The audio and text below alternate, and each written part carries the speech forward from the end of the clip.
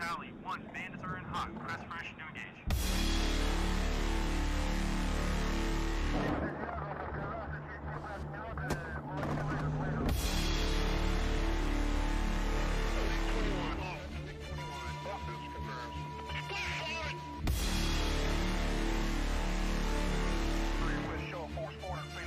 Over the target AO with the fear of God in.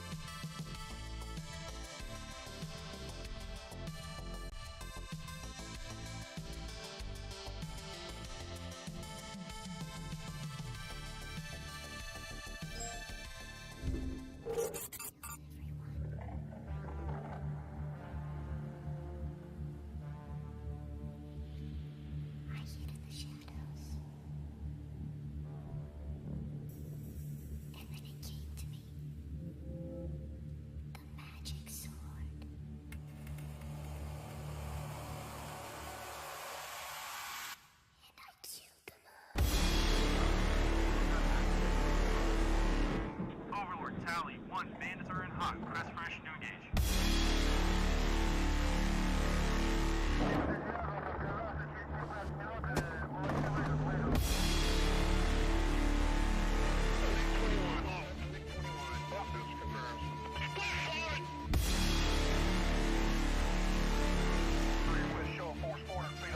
Over the target AO with the fear of God in.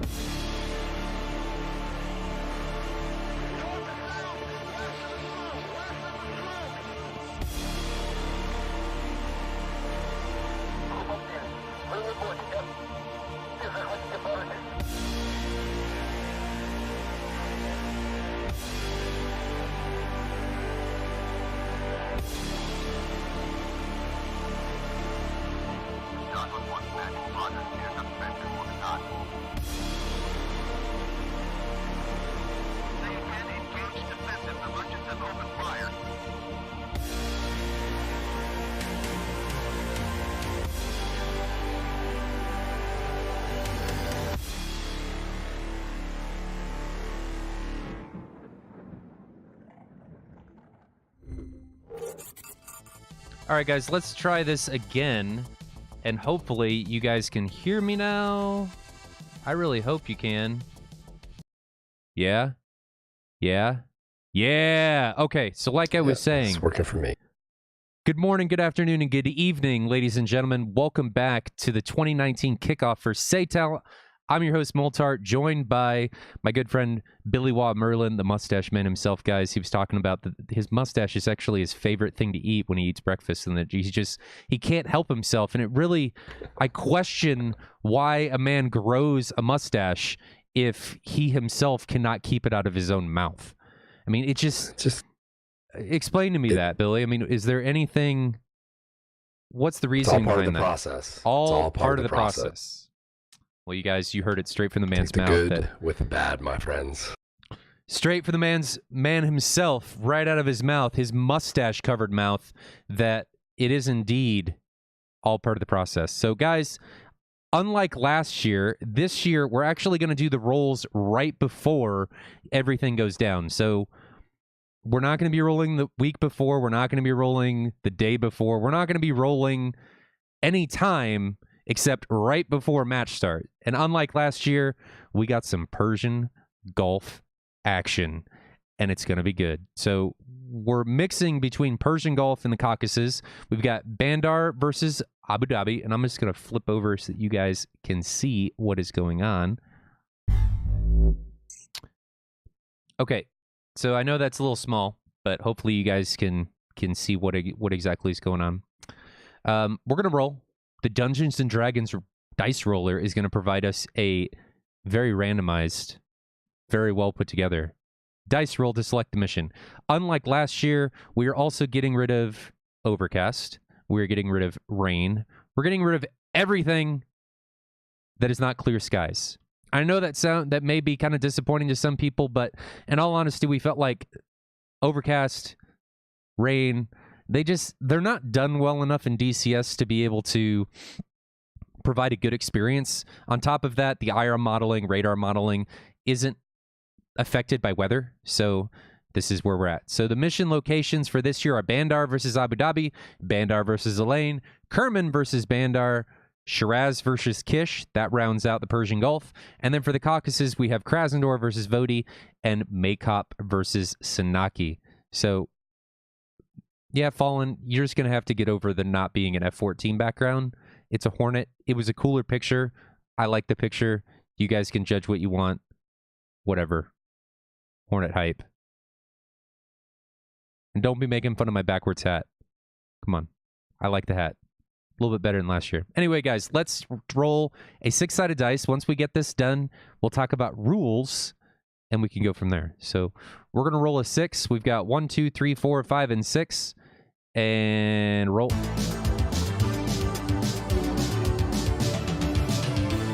That may have been a little louder than it was last time. Not sure why that was so loud. But we rolled a 5, so no Persian Gulf action today. We are going Kraz versus Vodi. So I think we ran this mission last year, didn't we? Didn't we, Billy? I think we did this. I believe so. I'm pretty sure. So let me get that set up, and while I'm getting that set up, let's talk about rules. So the rules for this year are the same as last year. I think we probably have a lot of new faces going on this year. And need to check my battery on that thing. Laptop's dying. So they're the same as last year. For anybody that's not familiar with how this all goes down, you've got 2 teams, 6v6 in Diamond, 4v4 for Gold, and it's a 6v6 team deathmatch. There is a bubble that exists in the center of the map, and once you enter said bubble, it's 90 kilometers with a radius of 90 kilometers. Once you enter said bubble, you cannot leave said bubble. If you leave, you go kablooey. You die. You cease to exist. You are nothing more than a bug splat all over the ground. You guys are calling my Hornet. It wouldn't be a bug splat, but you would be a bug splat all over the ground. Weapon payloads are restricted. You can have 6 actives this year. with anything except the 120C and the AIM-54.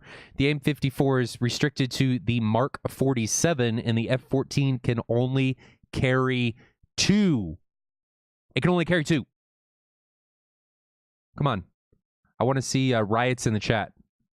I know people are going to be upset about that, but we just felt like the Phoenix, it's got some issues. I don't think anything has to do with what am I saying? With Heapler. I think it's mainly with Eagle Dynamics. There's a bug with desync, and maybe it's been fixed. But what did we roll? We rolled a 5. So that should have been Maycop versus Sanaki. Is that right? I think that's what I remember you saying. That sounds right.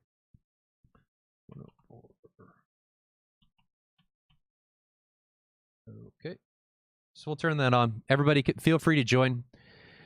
Coxie says, desync for the win. Man, that's exactly how I feel. If you're not playing with desync, you're not playing the game right. I mean, desync, you got to just use it to your advantage and go kick some ass. That's just how things need to go down. I'm really wondering why my webcam looks like poo. Do you guys know why it looks like poo? Because I sure as hell don't. My computer's taking a dump. Did I miss anything? When you get a moment, though, could you send me the credentials to get on there? I guess. I guess I can do that. Maybe. Okay, so that's up.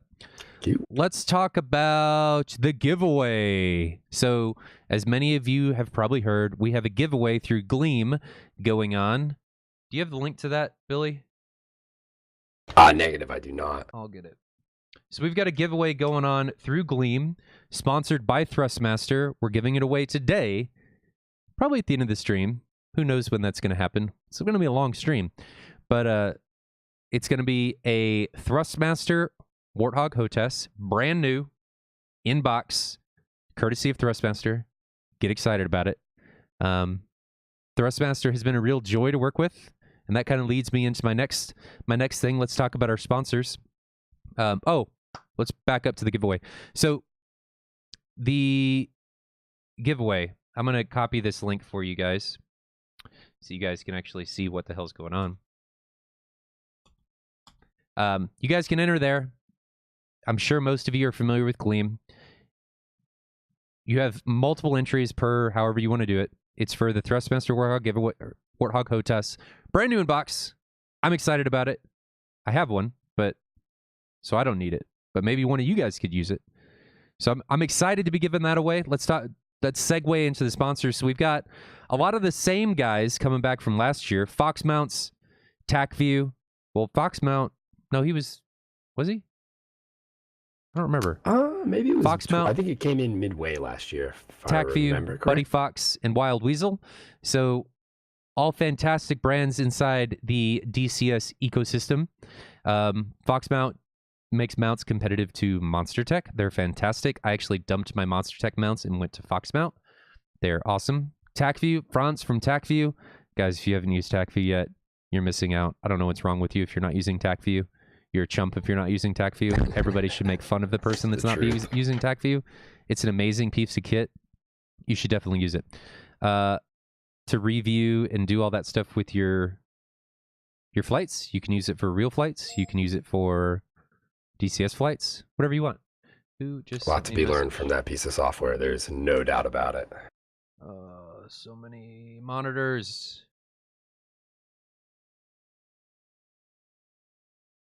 Why? Is my mic working? Yeah, people are talking about TacView, so it's working. Buddy Fox and Wild Weasel. So Buddy Fox is the newcomer from last year, made the A10 UFC. It is awesome. I have it. I just set it up down there. It's fantastic. And then Wild Weasel, apparel for DCS. Who wouldn't want that? It's fantastic. I'm supposed to be getting some stuff at some point, but it's fantastic. You guys should check all this stuff out. Should be wildweaselapparel.com. There's no link down below because I screwed up and didn't add one. But Billy will link one in chat so we can get that taken care of. And then the three mains, we welcome Eagle Dynamics into the fray. this year. It's awesome to have the official dev of the game, or the simulator. This isn't a game, this is a simulator, in with everything, which is fantastic. So welcome to them. Heapler is coming back. Nothing to say there. They're fantastic to work with. I don't know why subscribers are so loud. I need to fix that. Subscribers are really loud. Thrustmaster, they're the new guy on the block. Why are you so loud? I need to fix that. We'll fix that once we get everybody loading in, and I'll go address that issue. But yeah, Thrustmaster is the big guy that just joined on board. If you guys don't have any Thrustmaster products, they make some of the best stuff in the flight sim and racing ecosystem. They've been fantastic to work with. I just went to PAX East with them. Hopefully we'll do some stuff in the future, but if you guys are ever at PAX or Flight Sim Expo or any of those places, feel free to shoot me a message and we'll see if we can hook up. I may be at Flight Sim Expo, which is in Orlando. We'll have to see. I will definitely be at Flight Sim Expo this summer too, for any of you guys there. That's what's up with that. So let's load into the server here. Oh, Billy, how's your weekend been? It's been pretty good so far. How's your life been? I guess is the more. It's been lacking without SATAL in it. I can say that much. It's Well, I think I've been looking forward to getting this back everybody's going life again. has been lacking without SATAL in it. You know, I mean, when you don't have SATAL, your life isn't complete. I mean, I would agree with that. It definitely doesn't have that that thing to look forward to each week like this. So, I don't know why sometimes the subscriber message is so loud and sometimes it's not. This confuses me. I don't know what's happening. I don't know.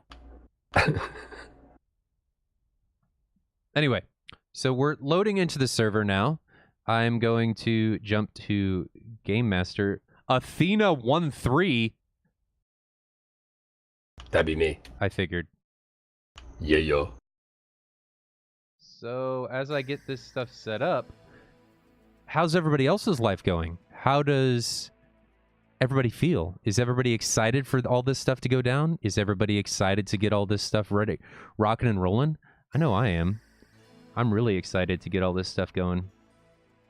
Let's see how we get going. So we're on the ground.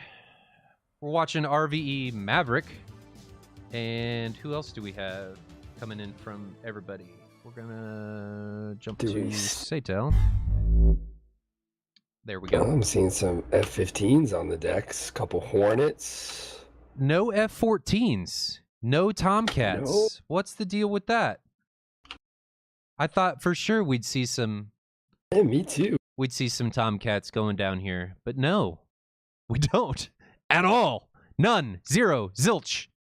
Bupkis. No, although more, I think this is our first time seeing more than one Hornet in the mix. That is true.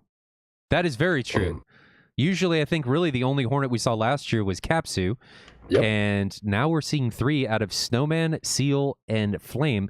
And the other thing that I'm surprised on is that 104th has no Hornets. Robski, we just had to limit them to 254s, not because of the Phoenix, but because there's some issues with it. That isn't necessarily a permanent role.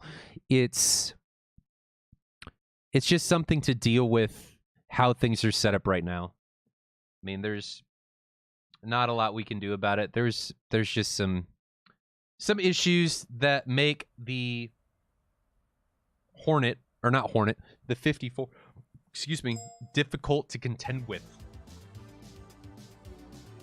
And in regards to the 104th, I had a feeling we might see them come out in F-15s today, and I think there's some logic to sticking to the bread and butter for competitive play like this right now, especially with a plane that has really only been, I mean, we're just now almost to the month mark on the F-14 being out.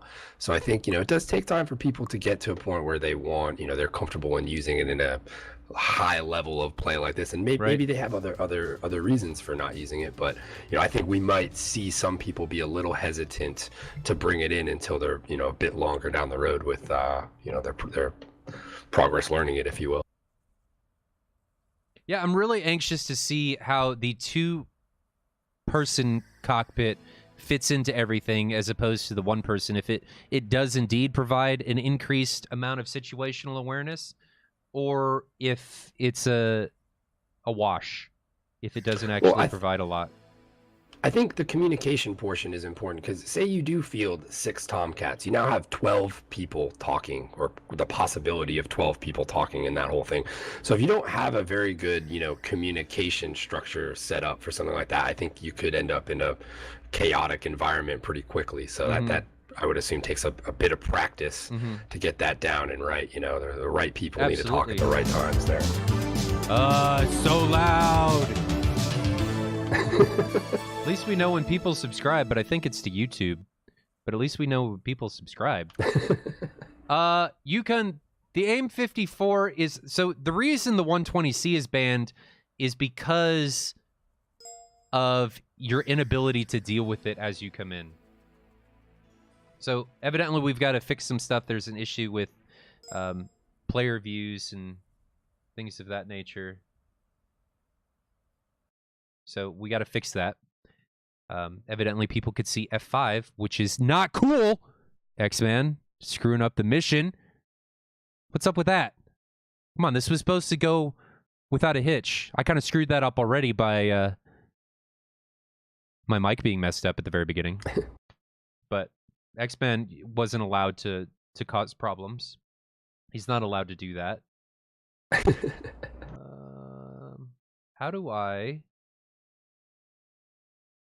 But chat, how do you feel this season's going to go? What are you most excited to see?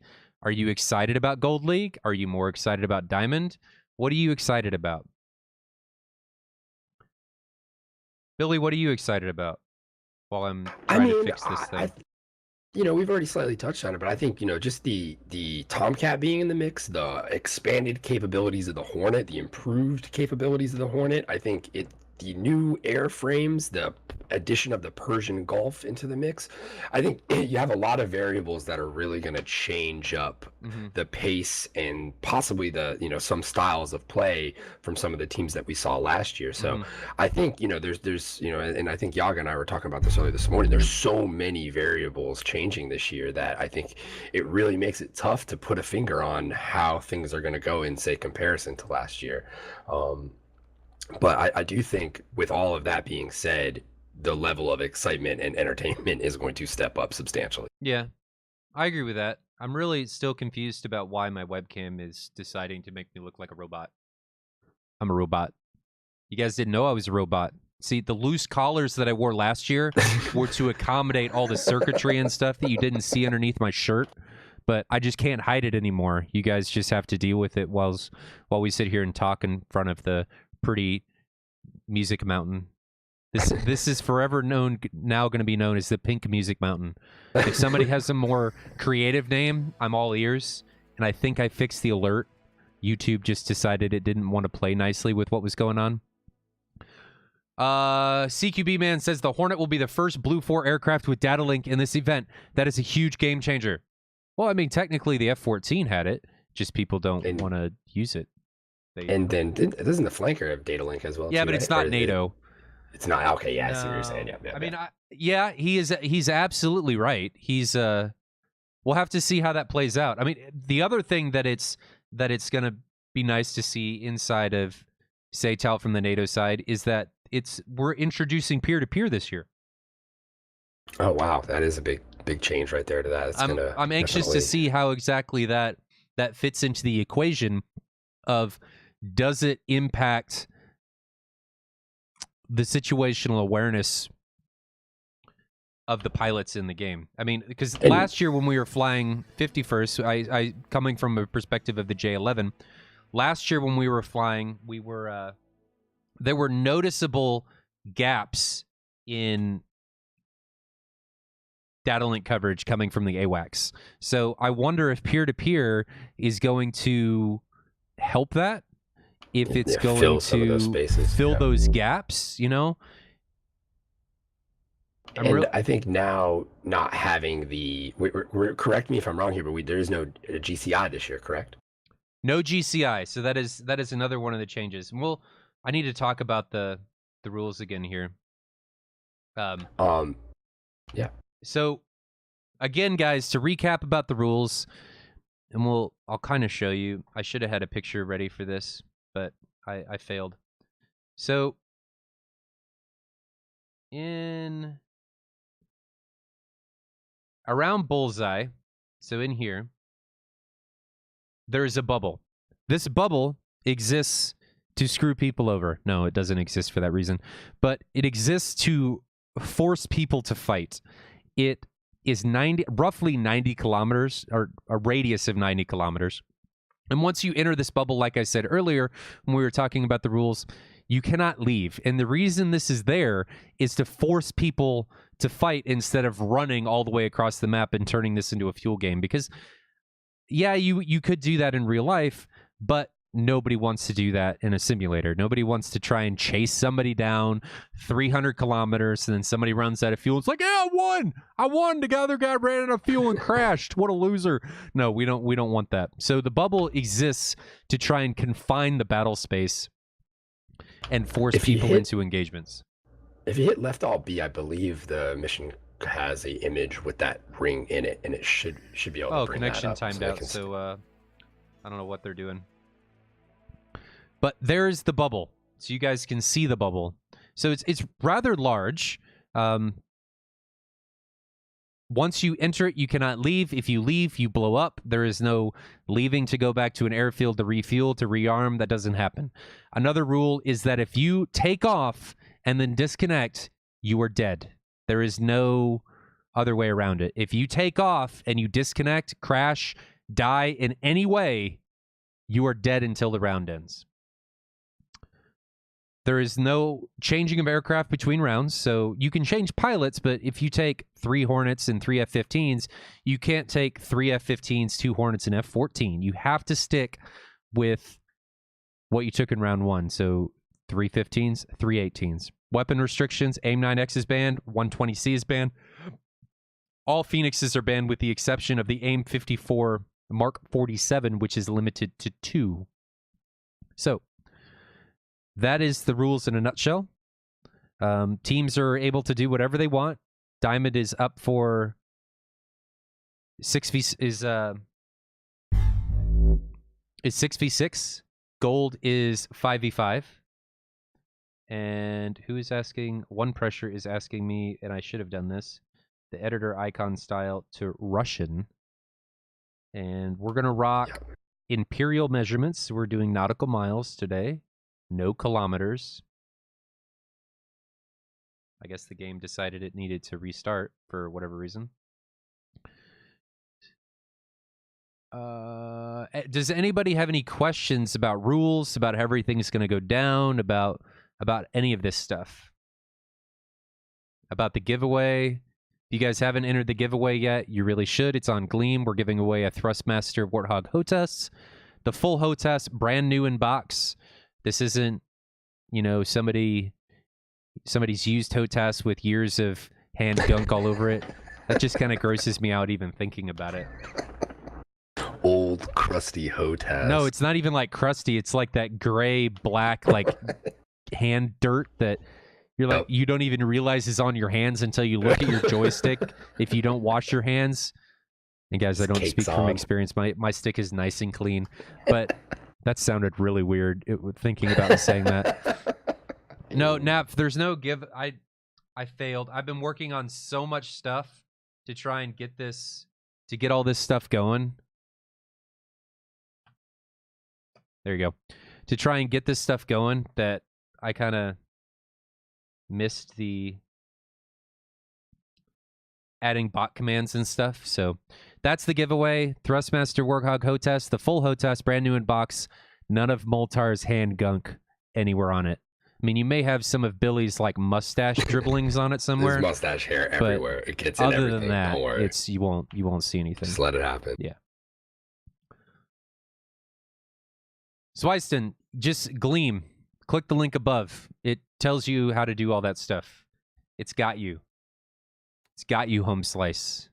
You just got to click above. Make it happen. Server's back up. Hopefully we can make this happen and we can get off the ground since we're only, what, 30 minutes, 45 minutes late. Yeah, we're running a wee bit behind. Say 30 is probably fair. But we got another match after this. Indeed we do. 59th versus UVAF. UVAF being a Ukrainian squadron that's new, not new, but new to SATAL, coming in this year. Oh, yeah, oh. Okay. Shuffle. There. One pressure. I fixed it for you. You can now see who everybody is and what direction they're facing. Happy? Boom. I'm happy. Okay. I really hope we can get this party started here. I think the mission is good to go, so everybody should be ready to spool up. And we can finally get the... Or not. It's Saturday. We're hanging out. We're getting through it. We're gonna get things cracking here soon.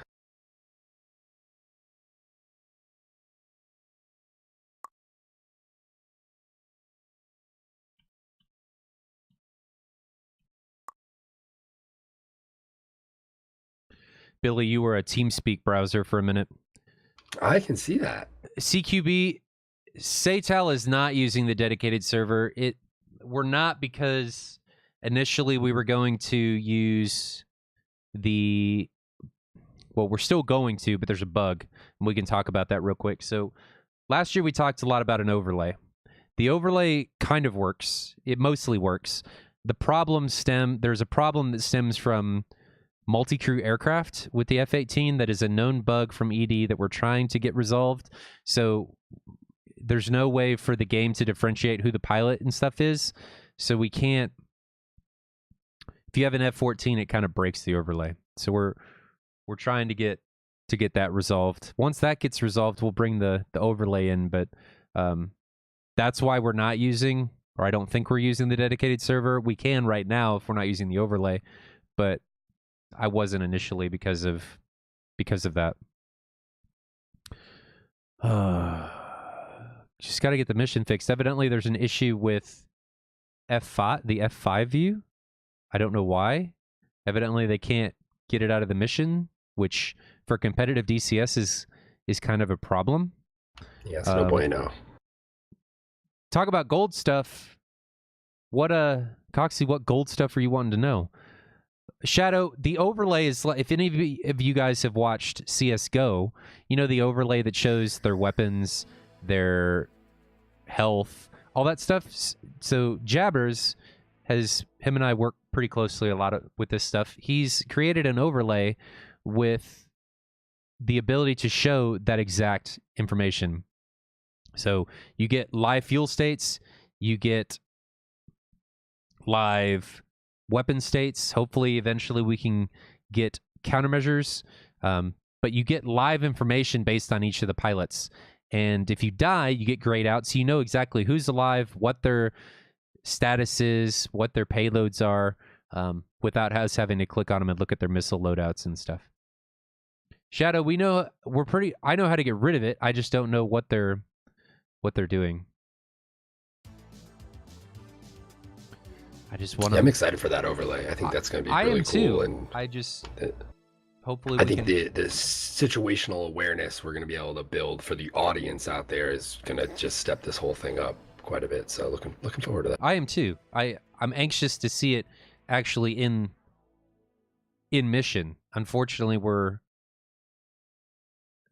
you always encounter, like we're seeing today with SATAL, you always encounter something with DCS that doesn't exactly just work out of the box, because there's so many parts that have to work together. There's so many everything that has to mesh and coexist in order for everything to work as you think it should, which never happens. No doubt.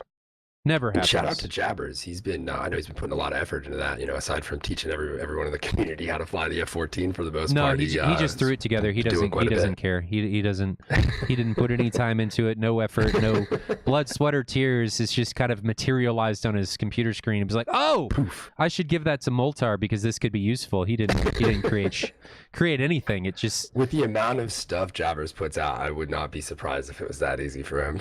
I know he puts a lot of hard work into it, but he's able to put out so much good quality stuff. It's definitely a blessing to the community. no, it's all garbage. It is all terrible. Nobody should care about it. About Jabbers. I'll talk bad about Jabbers when I want to talk bad about Jabbers. Come on, guys. What's going on here?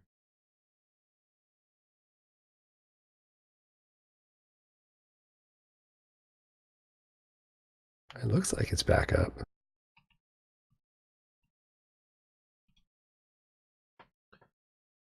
Is it?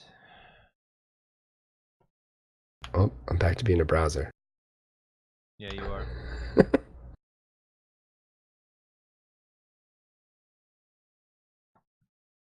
Hopefully that fixes the issue and we can finally get this underway. Because I would like to fly or see people fly. Yeah, shameless Pepsi plug. Pepsi, do you want to be an official sponsor of SATAL? I will mount a can on my mic stand so that people can forever see Pepsi. Forever and ever and ever, and it will be always associated with DCS. I will mount it right here. Okay, Pepsi? If you're seeing this, the nice silver can that Moltar holds with his shameless, horrible collars and backwards hats and crap that everybody likes to give me crap for, you too can be on this stream. I know that's what you want because it's what I want. And I want you here. Okay, enough about Pepsi. I hope we've got this fixed. I'm now officially self-identifying as a lower Pepsi portion can? of a browser window. No, a low portion of a browser window. Oh. Well, that's what happens when you have a mustache long enough.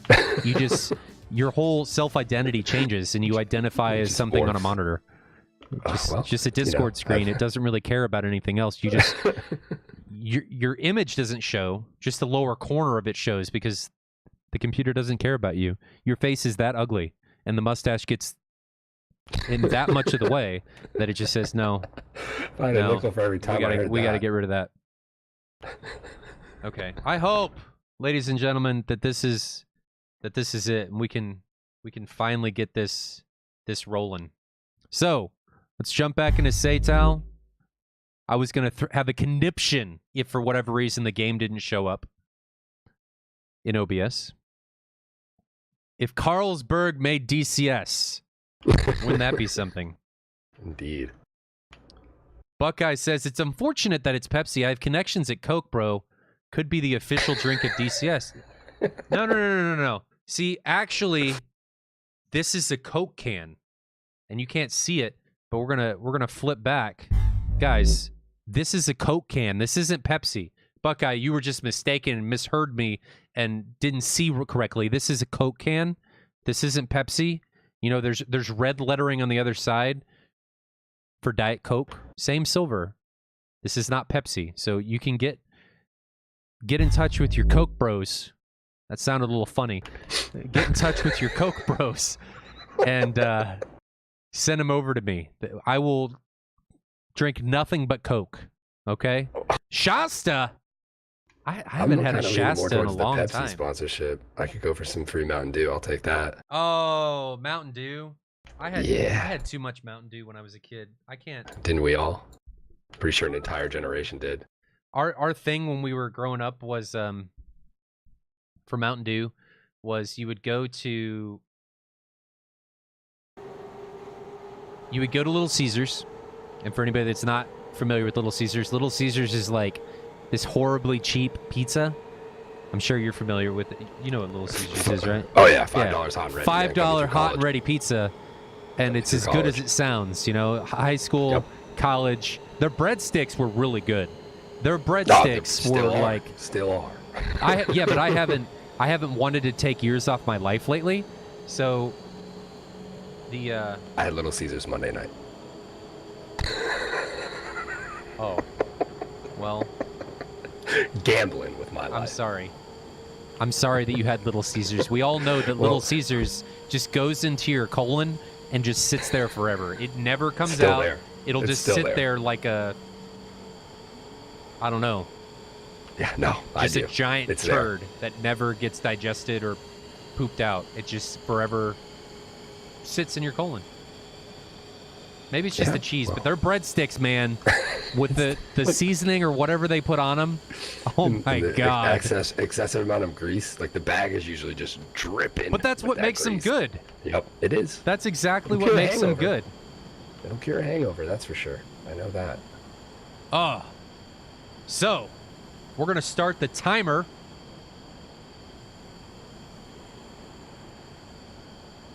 Guys, this year I'm gonna try and not forget about the scoreboard. Tall order, but might be able to actually pull that off this year, guys. I think. It's improbable, very improbable, but we are definitely going to try and see what we can do. So we're spectating 104th right now. Let's take a look at what we've got going down for the weapon or plane selections. So we have a Singleton flanker on both sides, Tito taking it for the RVE side, and Stooge taking it for the 104th side. 3 F-18s coming for RVE, flown by Snowman, Seal, and Flame. And then 2 F-15s rounding out the RVE side with Maverick and Daxter. On the 104th side, again, you have Stooge in the flanker. Then you have Spade, Mustang, Knight, Fallen, Blaze. Oh, we do have an F-14 now. Knight and Bullet are in an F-14. Oh, man. Oh, man. Get hyped. Get hyped. Heapler, if you're Late seeing this, game lineup F-14 change. live I like. on SATAL. It's happening. Who cares about the AIM 54 restriction? Everybody's all over that F-14, and I want to see how pretty it looks. Ooh, it does look pretty. Running the Jolly Roger skin right now, I believe. Where is it? No, that's not It's it. off by itself over at, I believe. Where are we here? Oh, look at that. Look at that. For a second there, I thought Umkanto said fear the boner when I looked up at it for a second, and it said fear the bones. And I was just a little bit confused about what exactly he was talking about. I mean, Kanto, I mean, whatever floats your boat is fine, but we don't, I was thinking we don't need that kind of stuff in chat. But I was just mistaken about what exactly he was talking about, and my mind just went to weird places. But he actually said fear the bones. Heaplers fear the bones with all their stuff, which is great. Great songs, by the way, if you haven't seen them. Fear the Bones is a great song. Yeah. The album is fantastic. I didn't realize, looking at the F-14, that the Sparrow is carried so far forward. Indeed.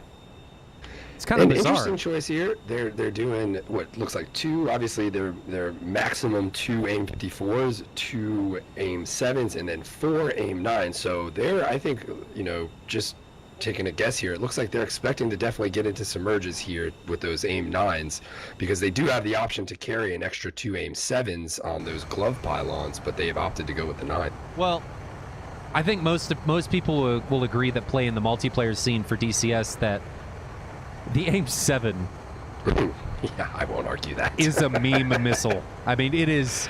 I don't even know what to compare it to. I mean, the AIM 7 is marginally better than the 27R, and we all know how terrible the other 27 are. Buckeye, no. There is no 9X allowed. We are not pulling auto-aiming aimbot golden guns from 007 in here. Yeah, you can flare an AIM 9X, but I don't want people to be in, guys, I'm notching, and then all of a sudden a 9X comes off the rail and just T-bones somebody in the face. I like the 9X. I like killing people with the 9X. But SATAL is all about creating an environment for pilots to showcase their skill. And we try, we're trying for actives. Next year we might do something a little bit different. But we want to provide a weapon balance that allows players to showcase that. And we feel that the current loadout or weapon restrictions is provides a a good balance for that. Microvax, what does legit mean? Or legid? What? I don't understand the Microvax and Crips meme talk. Like Top Keck. And what does that even mean? I'm not making fun of anybody. I don't understand what this stuff means. Call me old, but I think you guys are older than me. But I don't know. Upburst, is the AIM-7 so bad? No, I don't think it's bad. That bad. I mean, I don't think it's that bad. I think it's just... So, something that people need to understand about DCS as we sit here and wait for people is that... Sorry, guys, I got to get used to my new seating position. I need to move a mouse, but... No? Can I use that mouse? I might be able to just use this mouse. Maybe we'll just use this mouse. One thing that people need to understand about DCS and about Eagle Dynamics, and there's nothing wrong with this, it's just that people have their own interpretations of missile data, and they make these determinations about how the missile should perform in game by how they interpret the data. So there's not a lot that we can do, and maybe the AIM-7 does suck in real life, but on the flip side of that coin, if we look at the actives like the AIM-120 and stuff, people say that the AIM-120 should be much more effective, especially the AIM-120C should be much more on par with like the Phoenix, and I kind of agree. But I mean, if we look at like EMS and stuff, it's all about how the data is interpreted. And Eagle, nothing against them, interpreted it one way, and my camera's off on a merry voyage. You guys will have to excuse me. But Eagle Dynamics interpreted the data one way, and Heapler, on the flip side of that coin, with the AIM-54, interpreted the data in a different way. So it is what it is. But because of Eagle Dynamics' interpretation, the AIM-7 and a lot of the missiles, all of the missiles, have decently short ranges in comparison to what a lot of people would think they should have in DCS. So that's my spiel about weapons. I'm fine with how they are as long as they're balanced. We'll have to see how the AIM-54 fits into that equation. But Billy, what's your thought on all that? Well, I think, for what we're trying to create here and that environment, I think, obviously there needs to be restrictions within that to get us something that's going to be as equally entertaining as it is, fun for the people involved in it and that type of stuff. So I think it's definitely a delicate, thing to kind of balance out there with what's been put on the table so far in DCS.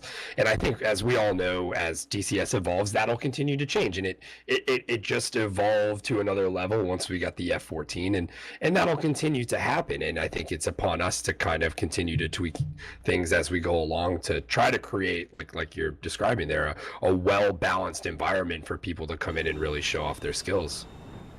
And that's what SATAL is all about. We want to have an environment where people can showcase the best of their ability without having a weapon handicap that, provides a skill multiplier for the pilot, which is fine in real life, but when you're in a competitive competition, we want to have the pilots showcase as much of their ability as possible to find out who the best team is instead of finding out what the best weapons are. Celamorn, yeah, I agree that we could say we don't want balance, but this isn't just a sim, this is a competition. And because it's a competition, you have to have balance. If we don't have balance, there's no reason to run a competition. At least that's I totally agree. I think once you get into the esports aspect of things, it's a crucially important thing. Obviously in the general DCS world, I'm not a fan of the balance aspect of things, but when it comes to something like this where it's structured and organized in that way, I think it's very important that you kind of have these checks and balances in place. Absolutely. Yeah, definitely. 100% that. What is the trigger loadout? There's no real trigger loadout. People were just asking about weapon restrictions and stuff. Microvacs, yeah, I get it. I mean, I'd like to play, in all honesty, I'd like to go to a fully semi-active environment. I think that would be the most balanced, to include the most aircraft as possible, but it's just not what we have this year. And I think also, you know, this isn't a dynamic combat environment where threats are coming from different directions and all that type of stuff. So I think when you kind of isolate down into the air combat world of things, you have to take that part into account as well, to where it's not necessarily the same as you're going out and running a normal warfare style scenario within the sim here. So I think that's important to note as well. Yeah. So it looks like the teams are taxiing. We've got the 4 F-15s up here leading the way for 104th, and then I think the flanker, which I think is Stooge. Indeed it is. I'm following Stooge right now. No, an F-15 was waiting for Bullet and is it Knight in the F-14. So Stooge is in the trail position with the F-15s, I think, over here. The 3 F-15s. So I hope we can get this underway. We're about an hour behind, but it is what it is for the opening day of SATAL. I'm just excited to be back. I'm really excited to be back. And guys, SATAL grew exponentially. I mean, we're talking how much? Almost 300%. So we went from 12 teams last year to 30 teams this year. I mean, I think there's 10 teams for Diamond League, but there's 20 for Gold. So a lot of the weekends this year, guys, are going to be double headers, both Saturday and Sunday. So don't forget that not only do we have SATAL today on Saturday, and we do have another match later, we have SATAL tomorrow. So 1400 Zulu again for Gold. Do you mind looking up, Billy, who flies tomorrow? Sure. You know, I looked at it earlier, and now I don't remember. This is part of what the mustache does to you. Yeah, and I want to say I'm going to struggle to pronounce the team that was slated to that play German tomorrow. team? I believe, and I'm gonna butcher it, but I'm gonna give it my best shot. Oh man, okay, here we go. Jagenschwader 78 versus Tiger Mercs. I just prefer Jagen. We'll just go Jagen. Yeah, if I screwed that up. Guys, if anybody... Microvacs, I know you're German. How do you pronounce that? Look on the merge and see how you pronounce that team that's flying tomorrow. If my buddy Ryan Flint's out there listening, I'm sure he's looking down in disappointment right now, but I'm sorry, Flint. Microvacs' response to your pronunciation was, "That sucked, lol." There we go. I'm sure it did, German. How's that which sound, is exactly why I didn't even attempt.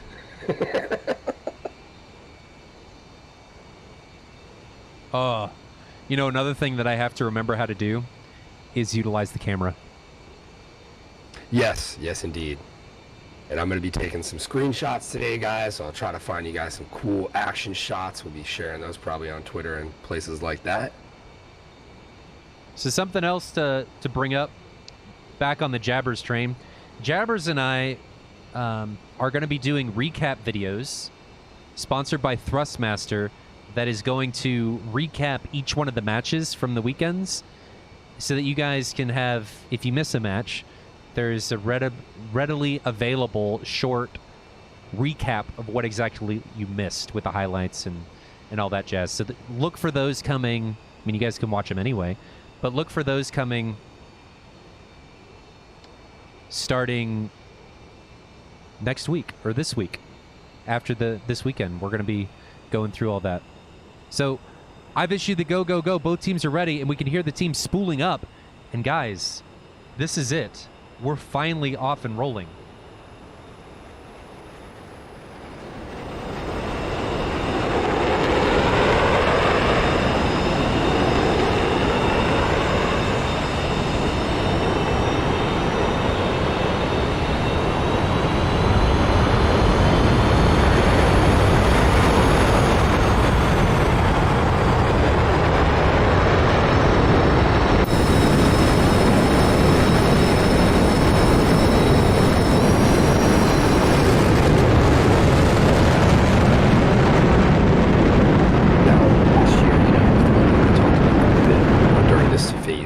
the match is the formations. And do you think with these, with seeing more Hornets, seeing more Tomcats in the mix, are we going to see an expand of the type of formations we usually see coming into the merge here? That's a good question, especially when we talk about the Tomcat with it having wake turbulence.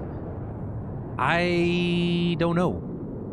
I'm not entirely sure how that's all going to play out.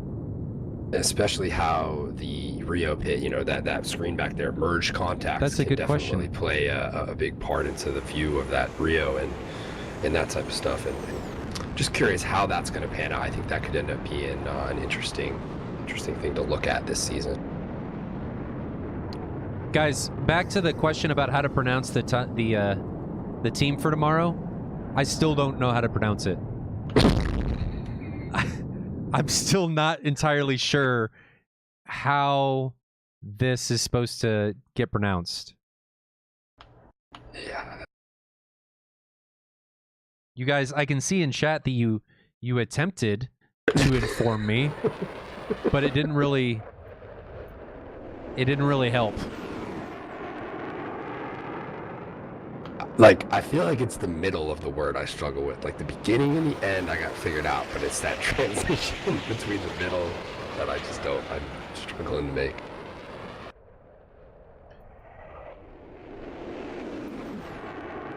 I mean, I'm an Italian American. I can barely pronounce my own name, right?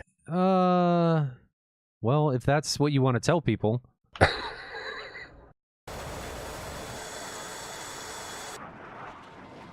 So we're just watching these guys ingress. And I'm just excited to actually get this ball rolling and get back into this. Yeah, and we are close to that here with... For anybody asking about the giveaway, guys, we haven't done the giveaway yet. And it's going to be... Could happen at any time, but it's probably going to be a while. We got a long day going. Lots of DCS action, so don't be in a rush. Just sit back, hang out, enjoy the ride. I know people want that Thrustmaster HOTAS, but just enjoy the show. That's all we want from you guys. Interesting to see the Hornets taking 2 tanks. Yeah, and that's a factor too with, how little, in comparison to the other airframes that play, that thing holds gas. So it's certainly a factor to think about. I'm not sure whether the 2 bags in comparison to what you would take for ordnance there, how that's going to factor in, but it's definitely something to note here. And it looks like RVE is going to push out feet wet here. And one thing I always like to try to point out is who is going to kind of control dictate where the battle takes place. Because I feel like, whoever can kind of dictate and control where the battle takes place does have an advantage in this type of competition. For sure. It's think about it when 2 fighters, UFC fighters lock up and they're jockeying to try to, get that control over the beginning of the match. I think that's kind of what you're seeing here as these guys position themselves to really get the engagement started, and it's who does the better job there of controlling that, where that battle takes place. I think is going to have the best advantage moving in. And guys, back to the giveaway. Nappy says, asks if you need to be on stream for the giveaway. Yes, you will need to be on stream for the giveaway. He says it needs to go in an hour. Well, you just go and then you come back. And maybe we haven't given it away yet. So you just gotta enjoy the show. Don't necessarily worry about winning. Just come along for the ride. Enjoy the soft, sultry sounds of Moltar's voice. And certainly can't describe mine like that. And the low rustle of Billy Wah's mustache. The faint sound of an angle grinder. That's probably what it just sounds like when it's in your teeth. Phoenix launch, Frosty. You're a little far for a Phoenix launch. I think we're sitting at... How far? The Phoenix is a good missile, but I don't know if it's 117 nautical miles good. What are we at, a public server or something? No, this is a private server, man. Come on now. Public server. People be taking off with 6 Mark 60s or whatever they are, and just Fox 3 times 6. Let them go. 200 nautical miles. guys, missile's broken. I don't know why it didn't kill anything. That's It takes the phrase, it's just sending it to a whole new level. It really does. just sending it. Send Guys, it, baby. my Phoenix just wanted to go play with its friends. We'll see how many Phoenixes get to play with some friends today. Might be some exhaust pipes that might be in danger today. I don't know. Who We've knows? only got 2. Only 2 in play. Yeah. And we can say that for certain for the rest of the rounds for this particular matchup between RVE and 104th. There's only going to be the one F-14. I do like the late addition though. Gotta love the drama of that. That's definitely adds to the whole mystique here today. Opening day action for sure. Something. And it looks like 104th now.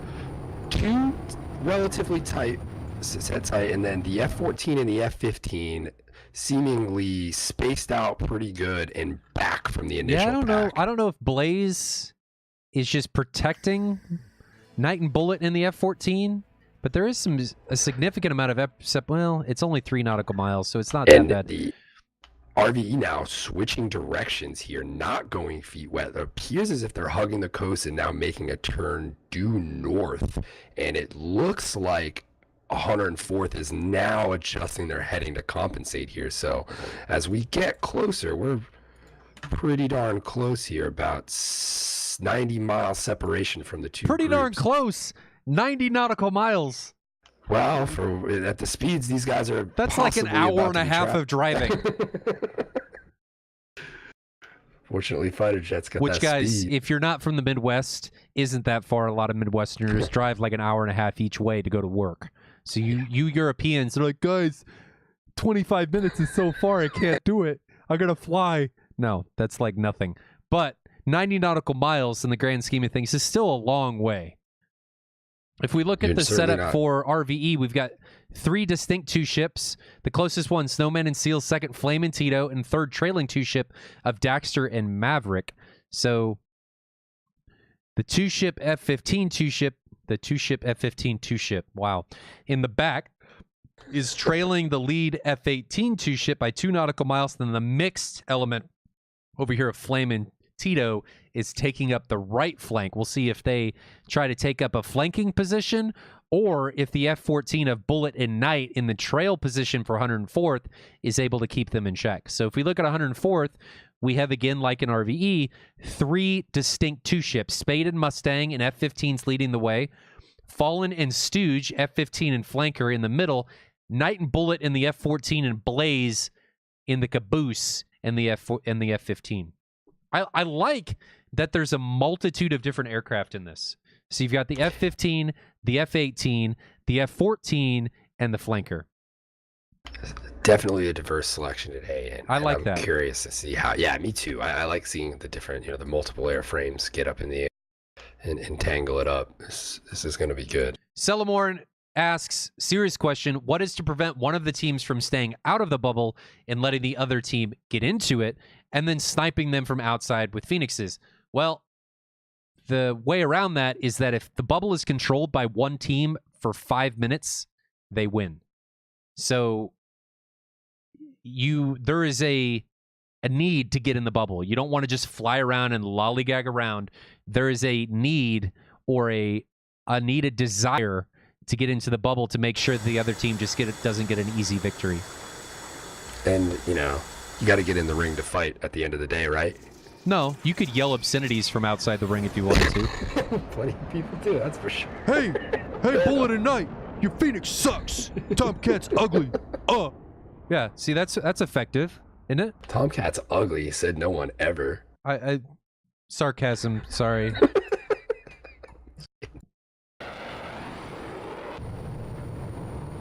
All right, so now we see RVE now getting some more separation. It looks like the 2 ships are tightening up a bit even, and they are now looking like they're pulling into 3 abreast with 1 pair set back.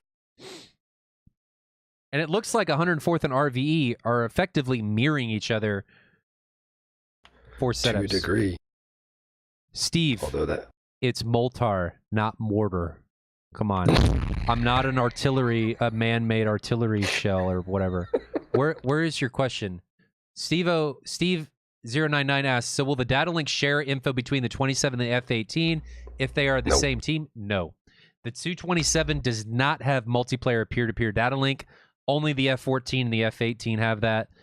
And the F-4, I don't doesn't. believe right now. I was under the impression right now that the F-14 and the F-18 can't communicate unless they're interacting through an intermediary, being the E2. I think the F-18 can do it. The F-18 can share peer-to-peer, but the F-14, But an the F-18 isn't gonna F-14 pick could up do something, it. I believe, but it has to. They No, can't. I think it connect can. direct. I think it can. I thought Link 16 was backwards compatible with Link 4. Maybe I'm mistaken. But it is, but it needs something to interpret. Any and of you disseminate know-it-alls being in the E2. chat, enlighten me. Enlighten Billy and I on Yes, please. the proper thinking here. So 21 nautical miles separating these guys. Let's change up the music and turn up the volume slightly, and let's bring on the attack. So Flame and Tito leading the way for RVE. Mustang and Spade on the 104th side coming in. I don't know that Flame sees these guys down. What's their altitude coming in from the right? 30,000 feet. Flame's a little bit lower. But I think, like we saw last year, we're just going to see standoff tactics of people coming in and then turning cold, coming in and turning cold, which is fine. And I think RVE, we're going to see a very, patient approach here, because 104 does have that singleton F-14 with bullet and night. 104th pressing right now from the top here. They have, I think, all but one of the RVE guys is cold right now. Although now we're starting to see two of the 104th guys peel back. We're seeing Spade and Mustang turn cold. I'm going to change the map. That is And not okay. Okay, sorry. You get the feeling maybe the F-14's being used to kind of call the shots here as a quarterback, if you will, with that radar. And I think that's fine. I think that's appropriate. Its Although data link is solid. The one thing I want to see here, I say that one thing a lot, but one of the things that I want to see here is when these teams are ingressing and then egressing back and forth, I want to see them maintain their shape. So we've got Fallen and Stooge ingressing here from the west. Stooge, are you egressing? Yeah, you're coming out. Yep, everybody smelled each other and turned around, so it would appear. Stooge, yeah, you're pulling up okay. Yeah, they're just smelling the jet fumes here. Yep. Nobody's really we got pretty close. We were inside 10 nautical miles. So we were definitely close enough for a missile exchange, but it looks like people are just taking that patient approach, not wanting to be the first casualty of SATAL 2019. And I'm noticing at least on the RVE side right now, it seems like the guys coming back recommitting, not only staying around Angels 2-2 when they come back in. It looks like the 104th guys are trying to get back. Actually, no, everyone's staying right in and around 22 to 24 right now. Yeah, nobody's really committing a whole hell of a lot here, are they? Everybody's Stooge, though, he's maintaining their getting back altitude decently, though. A lot of the 104th guys are at 20,000 feet plus. Everybody's actually at 20,000 feet plus. If we look at RVE, what's their altitude look like? Significantly lower on the lead elements, but the trailers, guys at 12. The trailers are all above 20,000, and this is something that I'd like to see. People maintaining their altitude. We talked a lot about this last year. People maintaining their altitude in order to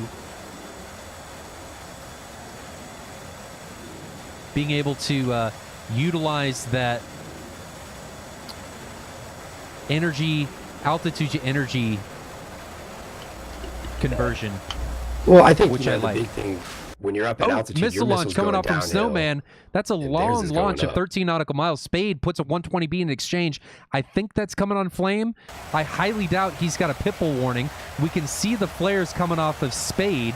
And there's the Pipple warning. 120B coming off the rail for Flame. He's going to put that in a notch. Is it going to be a problem? There's the chaff. No, it's out of energy, so I don't think that's an issue. He needs to turn off his collision lights, though. Moltar doesn't pass the Turing test. I don't even understand what you're talking about, so I don't even know what test I'd be passing. ER coming off from Tito, and that missile's going to have a lot of energy. Who's it on? Oh, that's on Stooge. Tito, what you doing? It's a long ER to be putting on an already egressing bandit. And he's got a 120B on him, but he did put an ET out on Fallen, but Fallen is already turned cold. Is that 120B going to be a problem? Is it going to be a problem? There goes the chaff. He knows he's in a bit of trouble, but we can see it just coming by back there. We can see it. A little bit of energy. I can see it. I can see it. It's kind of just playing, I smell the exhaust fumes, and then decides, there's a tree over there. I'm going to fly into it. That F-14 is really picking up steam right now, just heading back over the front line here, the line of scrimmage, if you will. Were those two Phoenixes? That's two Phoenixes immediately off the rails. Wow. Those, Daxter may be in trouble. Daxter's in trouble. 14 nautical miles. That's a big gamble putting both of those on one guy. 14 nautical miles. What's the missile view button? Is it F7? I think it's F6. What is going to happen here? That missile is moving, but do I see Daxter? Oh, I can see Daxter. It's tracking. Did he vertical notch it? Yes. That missile's trashed. That missile's trashed. Those missiles are effectively dead. Yep. So he's able to get around those. So the Phoenixes are now a non-factor. I'm shocked that we saw him fire both at the same time. I don't know if that was a... that could have been a if that was an pilot, issue. You know, sometimes both guys go to push the button at the same time. That can definitely happen. Is that an AIM-9X on flame? Oh, did he just... What killed him? I didn't catch himself. That. Oh, crap. I think he took a wrong weapon. Robsky caught it. It's an AIM-9X on his right wing. Ooh. So I think he just killed himself or DC'd. I'm not exactly sure what happened there, but I think it was the 9X. And you guys were right. Robsky, good eye. Good eye, brother. Song's getting a little boring. So Fallen getting in a little deep. Decides to turn cold, but separation is down to 5 nautical miles. Maverick is bearing down on him right now. I'm not a huge fan of these exhausts. I got to change that. And I'm curious how the man down now is going to affect RVE. They lost a Hornet in that whole mix, which that's a pretty big Does loss there. Does Stooge have for any them. ETs left? Stooge has 1 ET left and 4 77s. Interesting. Maybe he thinks that the 77... Maybe Stooge is planning on getting into the fight a little bit deeper instead of, striking out from long range. It's a possibility. Both teams right now, though, very good formation flying. We're seeing them, seemingly stay very much spaced and moving, I don't know about formation, effectively. but I think it's... the teams are staying relatively close to one another. I don't necessarily think there's a lot of shape per se, but they're staying close to each other to greatly increase their situational awareness around I would agree with that. And provide mutual support should one of their teams get into a bit of trouble. I think organized is the word I was looking for. They organized would be rather organized. An apt word. So the F-14 of Night and Blaze, or is it Blaze? Bullet, excuse me, is limited now to 2 AIM-7s and 4 AIM-9s. Are they going to be able to do anything with it? Ooh, and we have 2 versus 3 into the split here, and 1 away from Tito. And now the shot from the 2-104. ET comes off the rail from Tito. Fallen. Oh, Mustang, you're in trouble. Got him. Whoa. Boom. First casualty of the day. Mustang takes an ET to the dome. Didn't see any flares coming off, But, oh, that 120B coming on Fallen. That's going to be a problem. No chaff coming yet. Don't see anything coming out. Did he get it into a notch? I didn't see it coming by him. I don't know how close that got. It just barely missed him, at least from the top-down view. It was close. And Snowman's going to run that 120B. Can we see it chasing him? There go the tanks. Maybe he thought that 120B is getting a little close. And jettisons those tanks. But we see the first casualty of SATAL 2019, Mustang. I mean, if we exclude Flame from killing himself with that AIM-9X, Mustang taking an ET to the dome.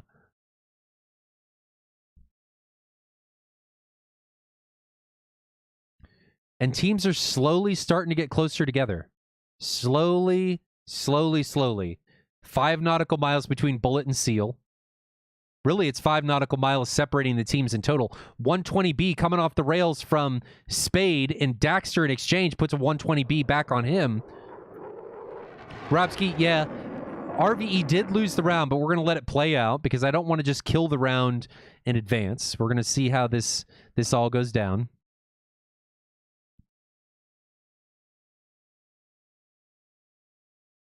And Tito in the flanker, there goes an ER. Can't see who he's shooting at yet. 120B coming off the rail from Fallen, and Tito is in a world of trouble. Tito, you are in trouble. That 120B is going to be a problem. It's going to have plenty of energy. We see it impact. Tito's wings say, I've seen better days, guys. I got to go home to the bar, and they just as if he jump engaged off. The bandit behind the one he was hot maybe, on there. but it was on Fallen. I think track. Fallen was able to get into a notch. Even if you don't get into a notch, the ER is so easily spoofed that it's not really an issue. A little bit of chaff and some change of direction, and you got what you want.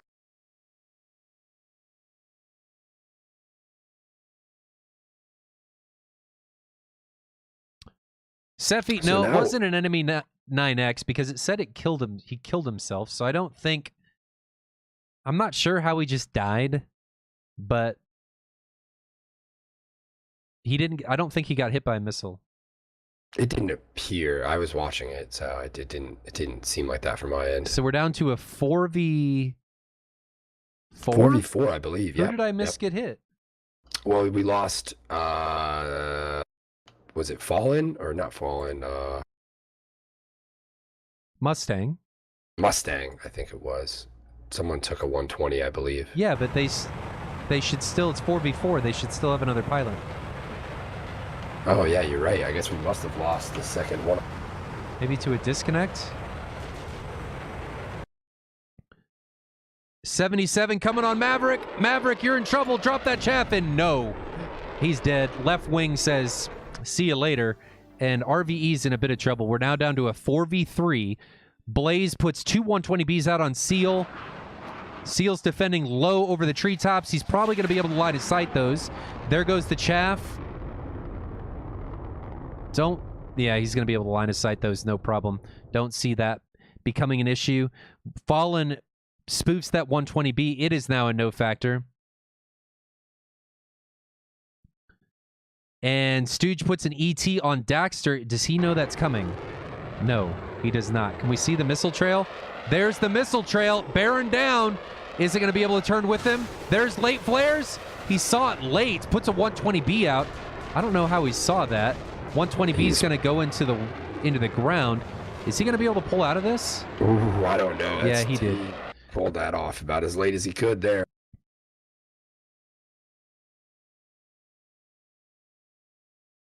$120B now off from Fallen on Snowman, and Snowman is in trouble. He's low, but I think that missile coming from Fallen's going to get him. There it is. And now it's just Seal and Daxter. Merge coming between Daxter and Stooge. 73 off the rail. I think that was a 73 coming from Stooge. Takes down Daxter, and now it's Seal, the one-man army. He's got 2 120s left, and he's got a 104th guy all over his 6. Guns, guns, guns. And that F-15 Mark 60 or M61 just annihilates Seal's F-18. Boom. Well, that was an interesting first match of the year. It wasn't too bad. And Tiger pointed out something about the rules too that I think is worth noting in regards to that.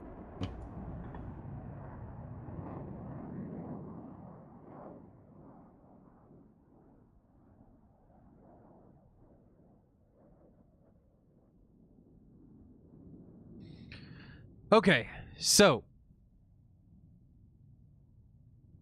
yeah, JG1. There's not a lot I can do about that. I'm kind of limited by what DCS allows me to do, so we kind of just have to make do with what we have.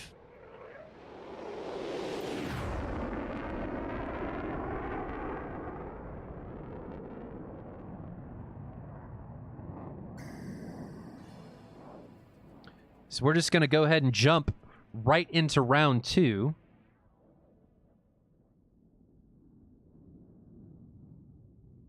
Jump back to the talk show here.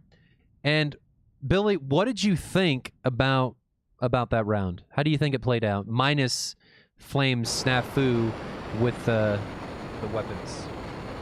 Well, I feel like we saw kind of what we were expecting to see, which is these teams kind of dipping their toes in, feeling out how this new environment's kind of going to go down. I mean, I think we saw a lot of similar tactics to what we saw last year, but at the same note, I think that F-14 being in the mix, kind of hiding in the back there for the early portions of that, I definitely think added a new element to the whole mix. But I think this went down in pretty much standard fashion here. How these guys kind of did their normal action of going in, testing the waters, and then one person kind of commits, and we have some back and forth here and there, but we didn't really get that big melee that I think everybody around here seems to love, myself included. So we'll see if one of the next rounds can't bring us some action like that. We did get some gun rounds at Do the you end, think though, that there was a turning point in the match that swung it or started to swing it in one team's favor? Difficult to say with the incident regarding the AIM-9X, but sans that, I think possibly that F-14 shooting out both of those. That was a little unusual. That was now, indeed it was, and I think we obviously, I don't know if I don't believe the guys on RVE were aware that F-14 was without its Phoenixes anymore. But I think from a capability standpoint on 104th, it definitely took away from the X factor that F-14 kind of provided at the time, aside from the radar capabilities.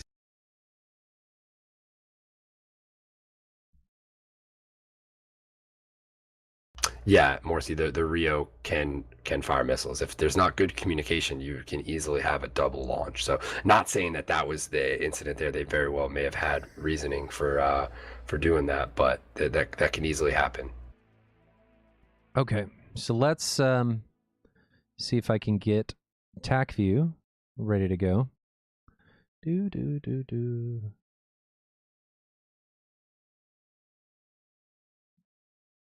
And let's jump into TAC view. So we're going to jump back into...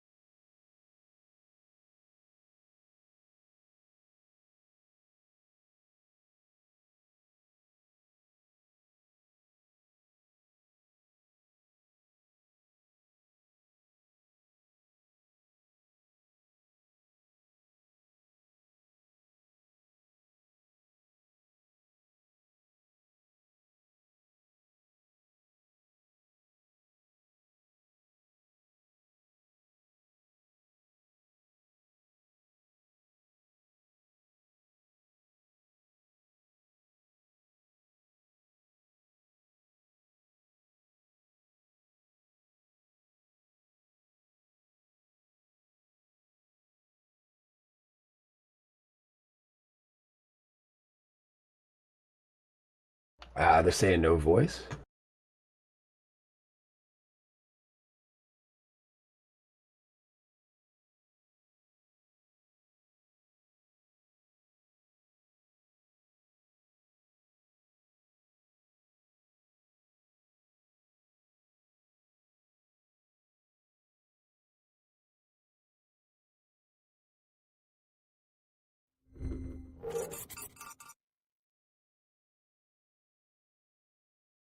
Now we should have voice. So now I'm going to restart this. But I think what I was talking about with Flame, like we can see his tac views just going all over the place. And I think he actually just disconnects, and that's what causes him to blow up. So I don't think it was a script or anything like that. I think I don't think he realized that he had an AIM 9X. I think he just DC'd because of lag or something. But then we go back into more posturing. The fight is slowly getting closer and closer together.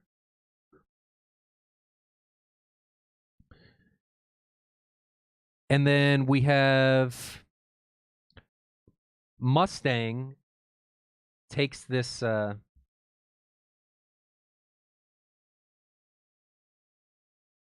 this ER right there. So that's the first actual missile casualty. Or sorry, was that an ET? That was an ET. That's the first missile casualty coming from SATAL. But then nothing really happens for a while. And we go right back into that posturing of just back and forth, back and forth, back and forth. There was a kill that I think we missed somewhere. Not exactly sure where it came from, but there were 4 104th pilots when I caught it. So there's a close 120B, and Tito just gets in too close here. There's not a lot he can do. I mean, he can defend, he can notch perfectly, but I think, honestly, between these two, Tito's actually higher in this engagement, so even if he notched, he's not going to be able to get away from that. And Bullet, what happened there? I think it was the F-14. The F-14, I think, broke their wings. Oh, wow. Going on in here. And we can see it right here. I don't know how many G they pulled, but yeah, he just dies after launching an AIM-7. And I think he broke his wings, so that's why we didn't see it. And I didn't see it in the kill feed either while the mission was going. And here's another case of Maverick getting a little too close to Stooge, and I think that's a 77.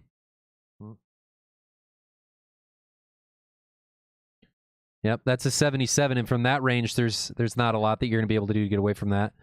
So carry on here, and we go back into posturing. Snowman and his F-18 gets in a little deep. This is the engagement down here between Stooge and Maverick and Daxter. And that was actually a 77. It wasn't a 73. So the 77s... No, it was a 73. But the 77s for Stooge played right into his game plan. He executed exactly how his payload would allow him to do it. He took the 77s, anticipating that he was going to be in close. Here's an AIM 120B followed by an AIM-9 coming in on Snowman. But Stooge executing his game plan exactly how he wanted it to unfold, and then Seal falling comes right in on a 6 M61 to the face, and that's all she wrote for that round. So, and I think anyone who had the privilege of watching the Top Gun event we did was it about a month or two ago, and got to the benefit of listening to Stooge spew his knowledge, which there is quite a bit of. You can definitely understand his knowledge. You can understand why he flies the way he does. Very, very precise. What he, his tactic. Absolutely. Yeah. It's with a lot of the veteran DCS pilots, it's amazing at the amount of knowledge that they do have. Indeed. And it's not just limited to one person. There's a lot of people with knowledge about DCS, the fighter tactics, weapons employment, really the whole gamut of how to kill your opponent, and not just a simulator, but theoretically in real life. Yep, indeed. Okay, so we're back. We're going to watch RVE depart, this time out of Makeup. And I need to do scoreboard action. Guys, I remembered. Aren't you proud of me? They didn't get you on at that time. That's nice. I remembered. You guys should be so proud of me. I am. You should be. Doom Sniper asks, would you consider this optimal BVR? Well, to clarify, I need some clarification on what you're asking. What do you mean by optimal BVR? I mean, I think in regards to an esports environment, if I take his question the way I interpret it, I would say it is. Yeah, there's not much better we're going to be able to get from a BVR perspective in a esports or competitive environment outside of what we have now. Interesting that Maverick is taking 2 tanks instead of just a center line. Interesting as well. Yeah, curious if we have any other loadout deviations from the first round, which it looks like the Hornets are back with 2 tanks again for RVE. I like the Hornet liveries, though. They're like blue. Yeah, it's the fictional Russian scheme, I think. I like them. I believe. Yeah, it is. I can see the they red started star. with those last time, but I don't know if they ran this. I'm not sure if they are changing them or they're going. I think the last round they ran the standard NATO-looking ones, but interesting to see if they run these this time because they do look pretty.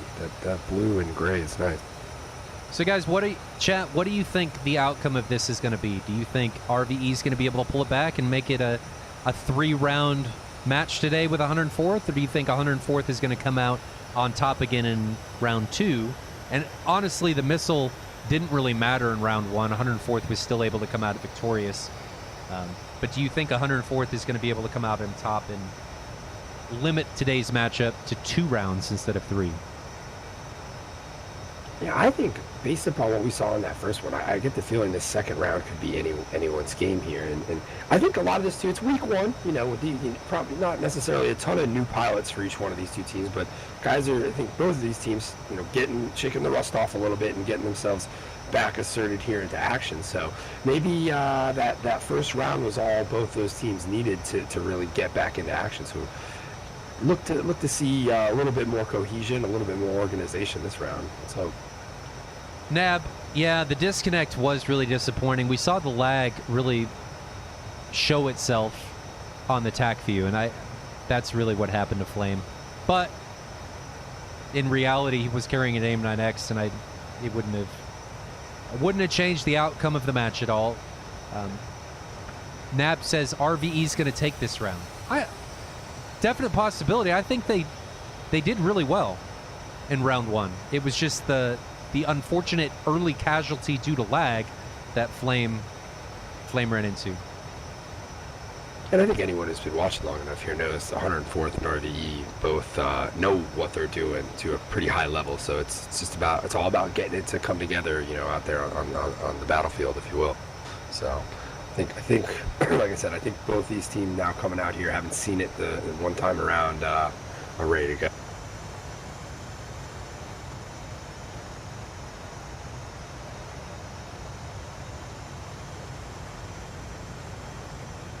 Seeing the F-18's taxi. Not sure who is leading the way here as far as the taxi goes. Looks like it is Snowman. I really like this livery for the F-18. It is very nice, and I'm glad they're using it this round. This looks great. Nice that they include the fictional liveries like that. I think they did one for Israel, God too, damn it, Jazzy. He says, you got the score, but not the round. I tried, guys. I tried, and I failed. I thought I had it, and I didn't. I was close, but I didn't. I was very close. Still came up short. So guys, let's talk real quick about the stream itself. Is there anything that you guys would like to see? Is there anything that you guys don't like in this particular stream, aside from initially it taking a long time to get started? And I'll be more put together as we get back into this thing. It's been a long, 5 months since SATAL ended? What was it? October, November? Right? October. So October. I had a daughter in November. Congratulations. Thank you. She's great. She's going on 5 months old. She's ginormous. Granted, I was not surprising. I was ginormous. Father, right? I was ginormous as a child. My, I'm pretty sure you're still ginormous now, too, my buddy, mom huh? at one point had to go to the doctor and was like, I cannot feed this kid enough. And I think I was at like 5 or 6 months and I was eating solid foods and stuff. But I guess when you eat a lot, you turn into a large human being. I think I'm pretty sure science dictates that, right? I think so. Science. Well, you could either grow up or you grow out. I was lucky enough to grow up. Yeah, there you go. So Trev, That's the truth. Trev comes back and answers the question that I said. A parallel TAC view stream. Trev, I have a laptop sitting right here that's supposed to be doing that, and I'm going to be setting it up after the in the break between the two matches. The battery died because the charger fell out, and I don't have time to get up and plug it back in order to get it working. But it is sitting right here for a TAC view stream, so that will be happening soon. I've already got it planned. But so I had a kid. We had Christmas. January we had was Top Gun in January? I was trying to remember. I think it was last January. Week of January or first week I think of it was the February, last week of something like January. that. And It was then the weekend before Super Bowl. February, not a whole lot happened. Oh, the announcement of SATAL happened in February, the end of February. And then we had March to just lay low. I went to PAX East. Tomcat. Tomcat, yep. And the Hornet progressively getting better and better and better. Yep. Biggest update, probably. So we had Tomcat in March. I went to PAX East, which was a ton of fun. And then now we have SATAL ready to go, which is exciting. Did you get some nice weather while you were in Boston?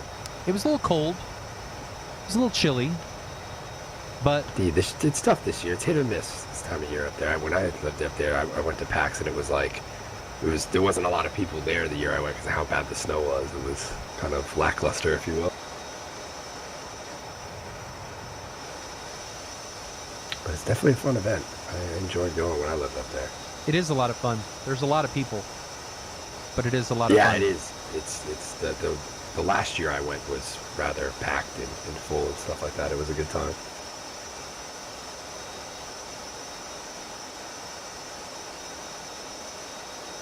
Trev says he's out of the cockpit for the next decade, so I'm living vicariously through you guys. You can't fly DCS? Come on now. What's that supposed to mean?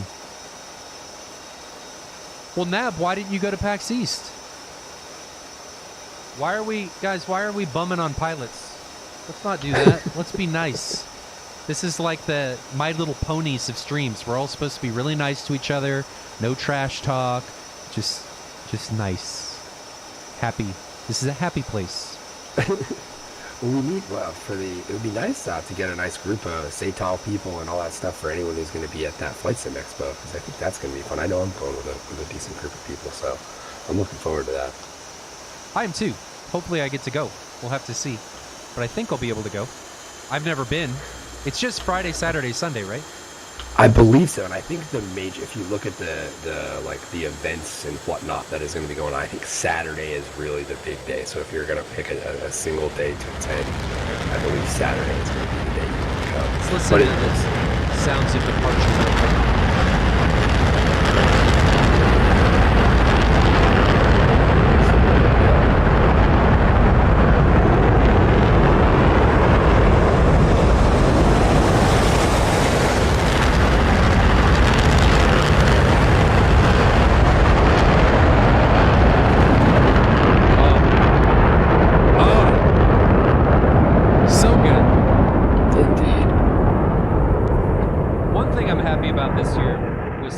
I got all the volumes on a volume mix, like a physical volume mixer, so it makes it a little bit. It makes it a little bit easier to change volumes and stuff on the fly, which is great.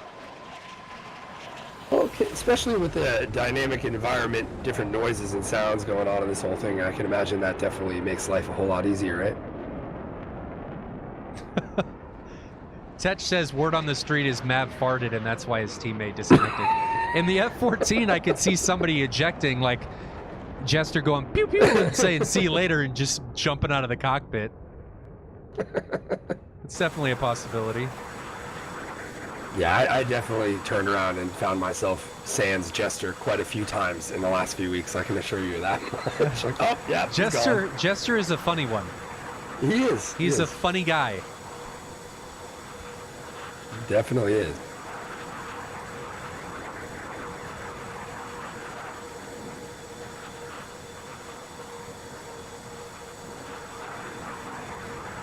Just watching these guys ingress. But Billy, what do you think RVE has to do better, aside from Flame not DCing, to come out on top in this round? Well, I felt like, not by much, but I feel like 104th was a bit more aggressive than RVE in that last round. And I think maybe if they push the needle a little bit further and turn up that aggression a little bit, maybe get 104th back on their heels. You know, they obviously had no clue that they were able to get that advantage when the F-14 popped those 2 shots. But, you know, capitalizing on moments like that, I think could definitely help them, you know, luring that F-14 into a situation it doesn't want to be in, and maybe, you know, scratching him from the whole field is just early on. Well, I think the F-14 effectively scratched himself from the field when he put those 2 early AIM 54s on Daxter. And granted, Daxter, they almost killed him, but he dropped into a vertical notch and was able to trash him.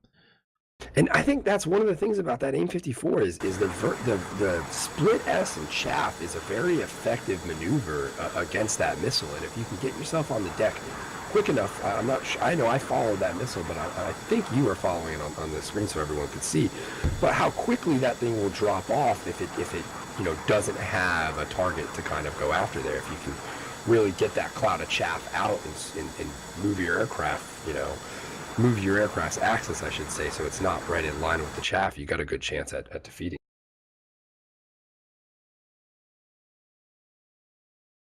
Okay.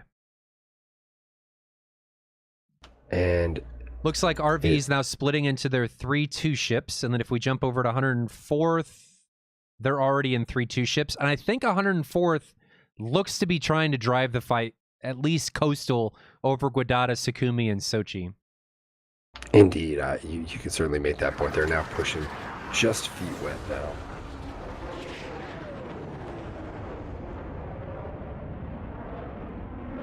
Well, let's continue with the sounds of freedom here. Indeed. Maybe a little loud, guys, but we all like loud, right? Just a heads up. We'll do some music in this. Here we go. They double tapped on that.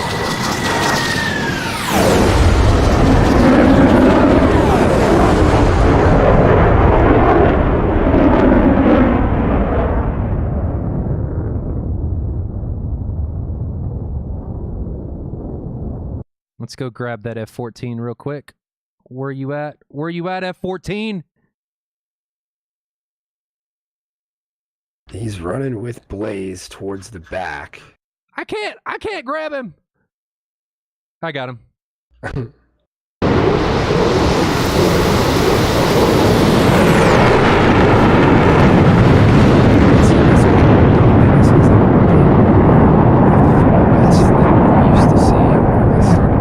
can't hear you at all, Billy. You just gotta give it a second.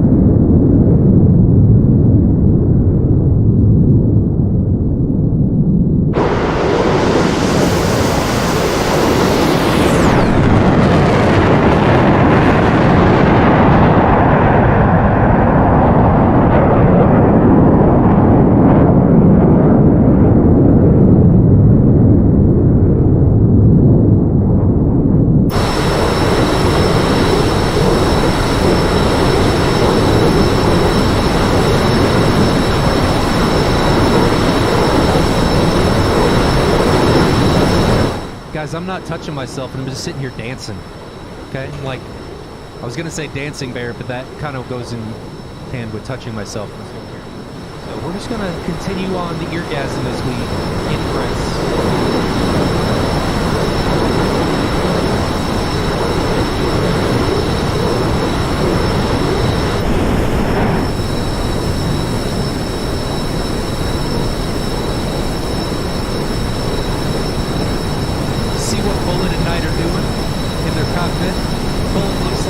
Looks like he's dancing there in the back seat, doing some headbanging.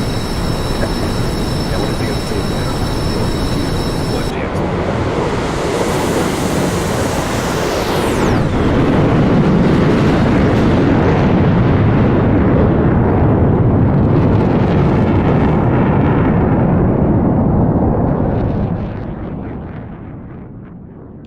lie, having a physical mixer is nice to be able to do stuff like that and just be able to turn shit up and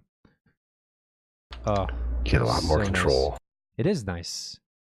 All right, so we're back into the egress. We had our eargasms. Let's see what these guys are doing. No aim 9X for flame. Off to a good start. This is good. We're in a moving in a positive direction. This is good. Very exciting. About 70 nautical mile separation right now between the two lead pairs. Still got a while. Yep. So we talked about what you would like to see the two teams do to come out victorious. What I really want to see is, and I say this week in and week out, and teams are doing better with this. Uh-oh. Uh-oh.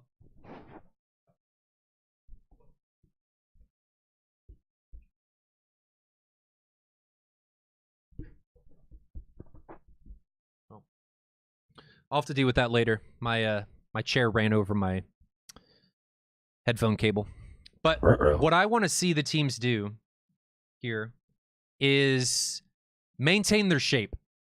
And the teams are doing better about staying closer together, like staying in a more confined space, in a more confined battle space. But what I really want to see is that while staying close together, I want to see them maintain. If we look right here, well, nobody really has separational shape coming into these fights, but I want them to stay in shape as they ingress and stay close together. And what I mean by that is, let's use, I know I fly for the 51st, so I'm going to use them as an example. When the 51st ingresses, they fly typically in a spread formation separated between 8 and 9 kilometers in their two-ship, and they ingress together, not in front or behind one another, but next to one another within 7 to 8, 10 kilometer spread. And what that allows them to do is provide mutual support, makes it more difficult for the bandit to be able to sort both of them and fire at both of them, forces the bandit to make a decision on who they want to engage, and also provides the ability for your wingmen, if you have an oh crap moment, to be able to come in and help you out. So if you're just doing this forward and back, it's great to be able to have somebody to run to, but if you get jumped and you're in the crapper for a really short period of time and you really need help, it's really difficult for your wingman, if he's a decent ways behind you or in front of you, to come support you if he's not laterally next to you. Because instead of him engaging the same bandit as you, he's now engaging either somebody completely different or nobody at all. So it's just things to think about. That is one of the biggest things that I'd like to see from both teams coming into this, is not just a closeness like we've seen, but also some type of maintaining of shape throughout the engagement, which is very, very difficult to do, guys. I don't want to understate that at all. It's one of the hardest things to do, to be able to maintain shape through an engagement.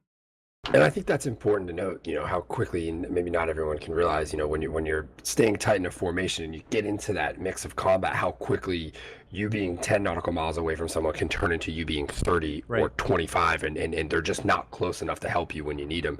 Stuff can happen so quick in this, so well worth pointing out. But it's more of, that does happen, but when you get really flown in with somebody, like when Yaga and I fly, I haven't been flying recently because I've been at PAX and all this other stuff. But if we come into an engagement, even if we're going into like a 2v3 or a 2v4 where we're the two ship, if we come out of that engagement, we almost always come out still in a spread. It's amazing how you could go fly through hell itself, kill everybody, and then when you egress back out, you're still in spread. You do all this hard maneuvers, but you somehow, once you've done it enough, are able to maintain this unthinkable amount of situational awareness where after you're egressing, you're trying to get eyes on where your wingman is, and you're like, oh, he's right where he should be in spread formation. And it's phenomenal because you now have an exact position of where to run to if you do get into trouble. And Daxter put one out there. He just wants he wanted to poke Mustang and Spade with his pokey stick. I think he thought it was an AIM 54 from the look of that shot. But I don't know if Daxter knows, but that F-15 doesn't carry an AIM 54. Somebody said something about FC3 says, well, for one thing, FC3 planes needs a functional air-to-air TACAN for it to work well. Doom Sniper, I'm all for that. And that would fly in the F-18, which Yaga and I have started doing.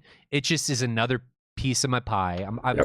It's just something else to make my job easier, to have this ability to know exactly where they are. We do it in FC3 without having or knowing where anybody is. RIP. I mean, RIP. Did somebody die? But not yet. Nope. Why are people saying shot RIP? out from Flame and Fallen exchanging them. Fallen's in trouble. Oh yeah, I don't know where the rips are coming from. I didn't see anyone. Can you check the stream and see if it froze? Refresh the stream, guys. It seems fine. Flame seems okay. I don't see the missile. I think it's going to be out of energy, or he's going to have it notched by the time he gets through this. Guys, F5, refresh button. The stream's fine for me. I'm looking at it right now. Yeah, it was good for me when I just checked it. No, we should be okay.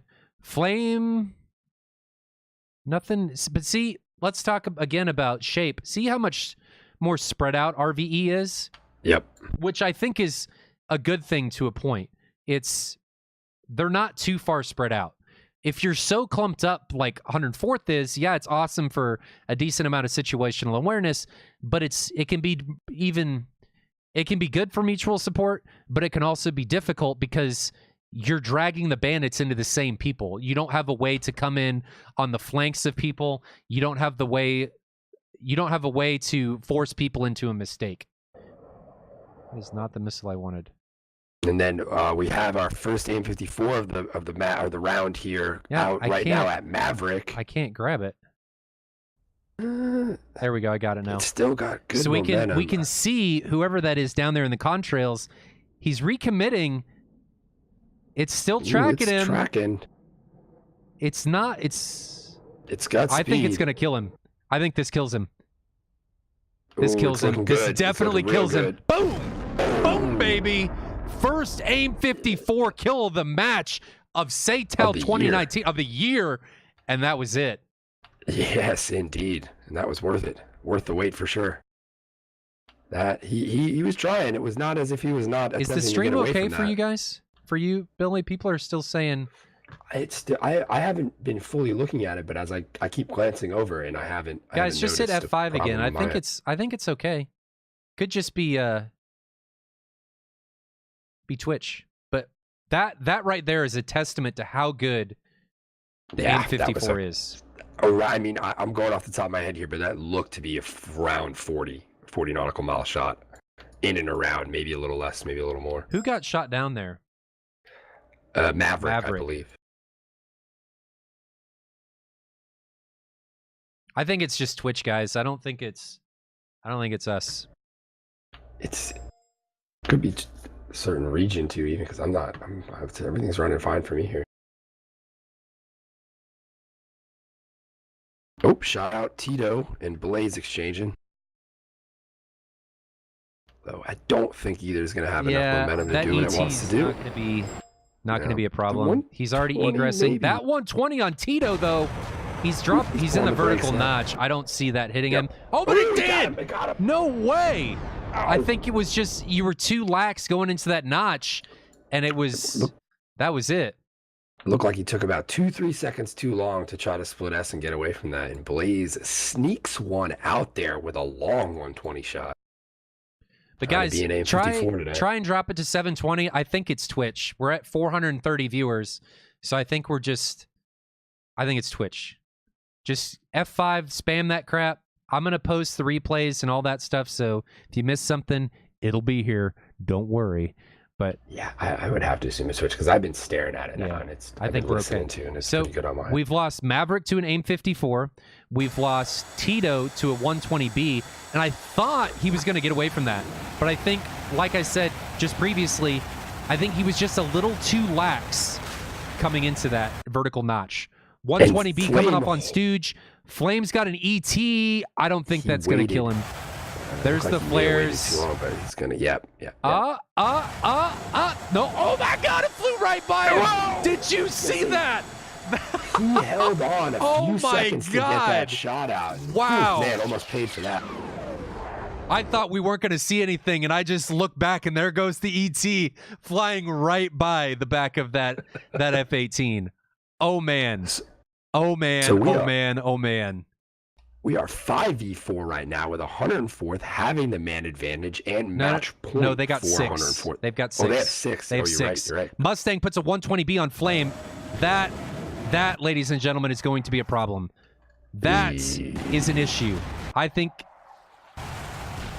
Nope, he notched it. Oh, but there goes the AIM-54. Oh, yeah, this isn't going to end well. Where's that AIM-54? No, I think he notches this.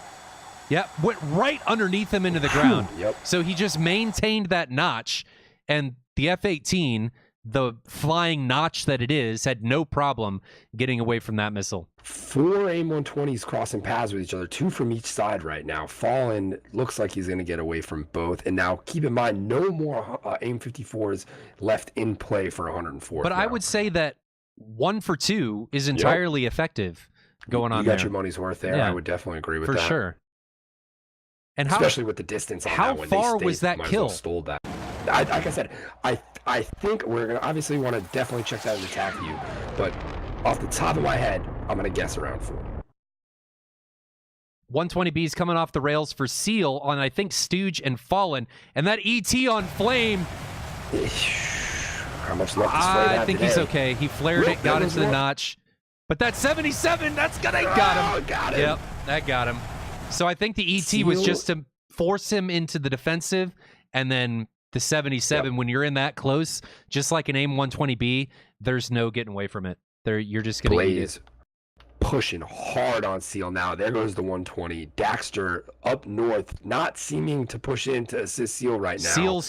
Seal dies here. He's got missiles coming from multiple directions. I mean, you can't notch them both. He's too low to vertical notch.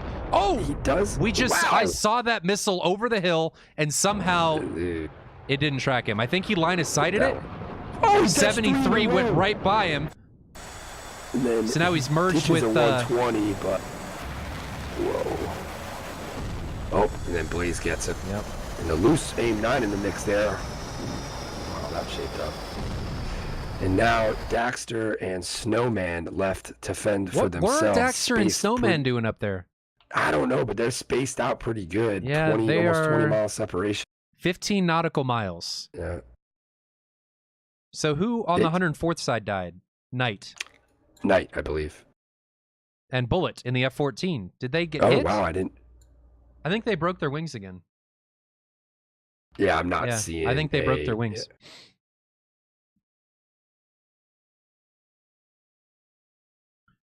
So we've got Daxter's in a pretty good position coming in here against Stooge and Fallen. And one thing I will say against this year in comparison to last year is you don't have this all-seeing eye with the GCI like we did last year, where you would see guys just immediately commit into other bandits.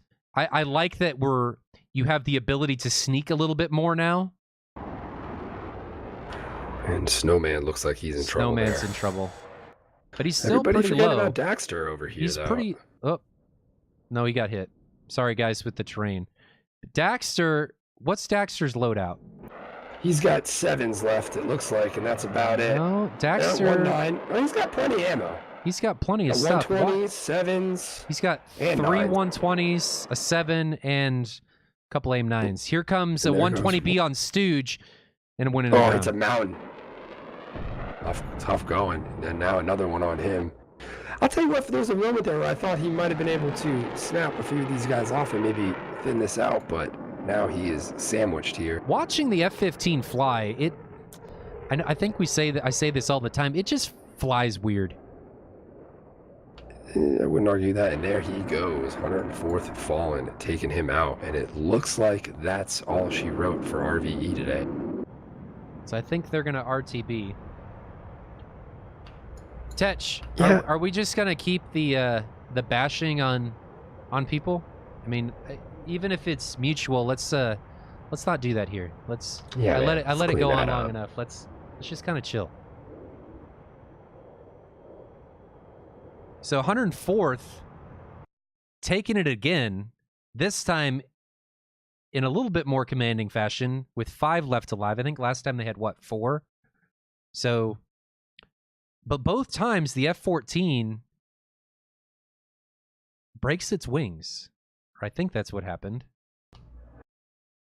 Yeah, it can definitely you can definitely put it in that situation depending on, where and how you take it there. She does not like those excessive G-forces. Depending on, a lot of times too, I've noticed, depending on where the wing sweep is, but it can vary. I think these guys are going to RTB. Although, Yeah, Deck, they're going to make them RTB, which I would, but... Yeah, and I don't assume fuel is going to be an issue here. That went long, but not excessively long or anything like that. No, so. no. We started late, so I think it's fine. The matches went pretty quick once we got going. The next match is scheduled to start in like 15 to 30 minutes, so I think it's 17:30 Zulu. Okay. So we just ate up a little buffer right. time. That's all right. Maybe it's 1700 Zulu. Or 16:30. I have no idea. Yeah, I'd say that last match was average match time. Off the top of my head, that is. Yeah. Yeah.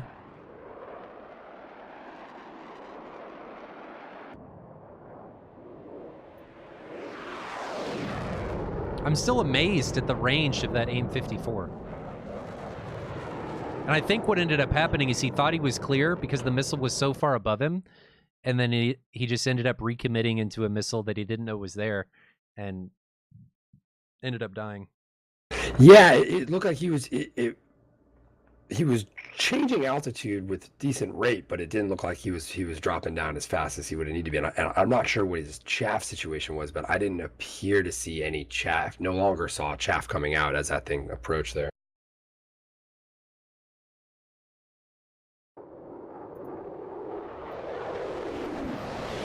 See if 104th rejoins into a formation. It looks like they're going to. Missing one F-15 here. There it goes.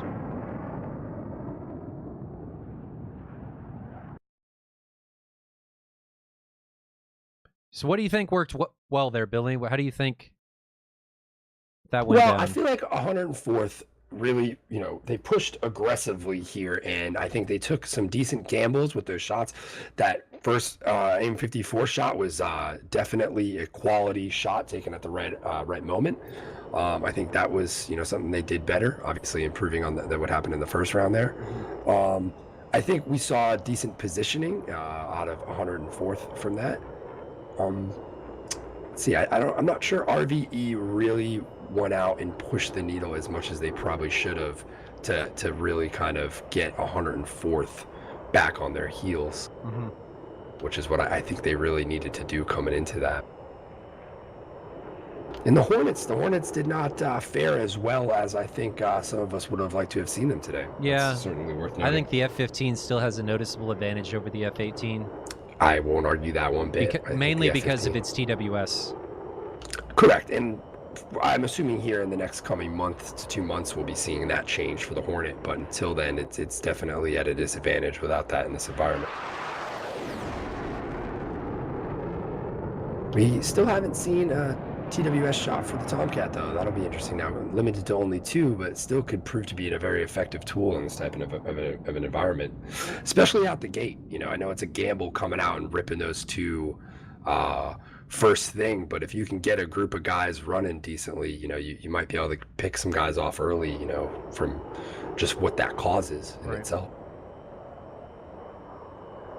Just cause mass chaos. Exactly. Just get them. I think those who have been listening to SATAL and me talk long enough here, disruption, anytime you can stop a plan or screw somebody's plan up, and get them, kind of stumbling out the gate, I think is always a valuable or, important tactic to kind of keep in the repertoire, if you will. Bullet dropping in chat and says, if only someone did not rip their wings off. Well, 2 times, Bullet. 2 times! Finicky. I've turned back and seen the wings flaming and the other pieces of the wing flying back enough times to know that it's easy to do it in that thing. There's no doubt. Adela, that is something that I'm gonna be trying to do. I've got a way to do it. The question is, can I do it? Well, no, I think those type of improvements and enhancements to the stream are definitely things we are trying to kind of explore out and work on, because anytime we can create more situational awareness for you guys at home, so you guys have a better understanding of the overall gameplay that's going on in front of you. I think that's something we're interested in, right? Yeah, for sure. It's Hey, just there's jabbers. we're under limitations as far as what the game can do. I mean, when you look at games like League of Legends, CSGO, all those, they have dedicated parts or platforms of the game that are designed specifically for commentary and esports. And as this thing progresses, you'd like to think we can certainly take it to that place at one point here. We're definitely working towards that, I think, in a lot of ways, right? You would hope. How long of a Yep. flight do we have remaining going back? It looks like 50 about nautical miles. 60, 70, yeah. Yeah, 50. Trev, there's not a lot I can do there, brother. Trying to do the best I can do. I might be able to make the screen a bit bigger. We'll try that for the next stream. The next match. I'll make a couple changes and see if we can improve your watching experience.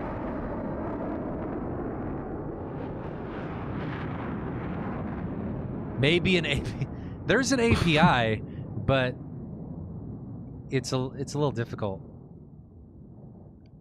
Frosty, the problem with the default icons is more that people can't read the names. It's not necessarily this stuff. It's more the actual names in here. You just can't read them. So I'm going to try and make the screen a little bit bigger and see if we can make it work. I will try. I will try very hard.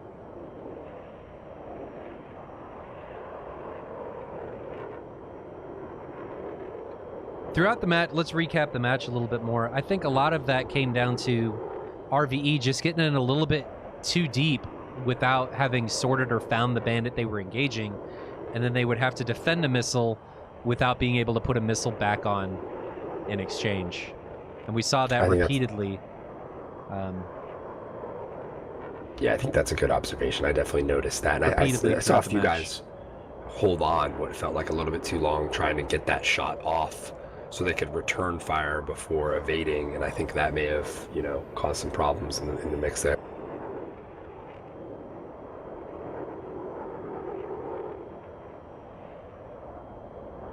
Trev, we're gonna try and make this a little bit bigger. There's some things that I'm gonna try and get the chat and stuff off screen. And I'm playing in 4K, so making it a little bit bigger on a 1080p screen shouldn't be that big of an issue.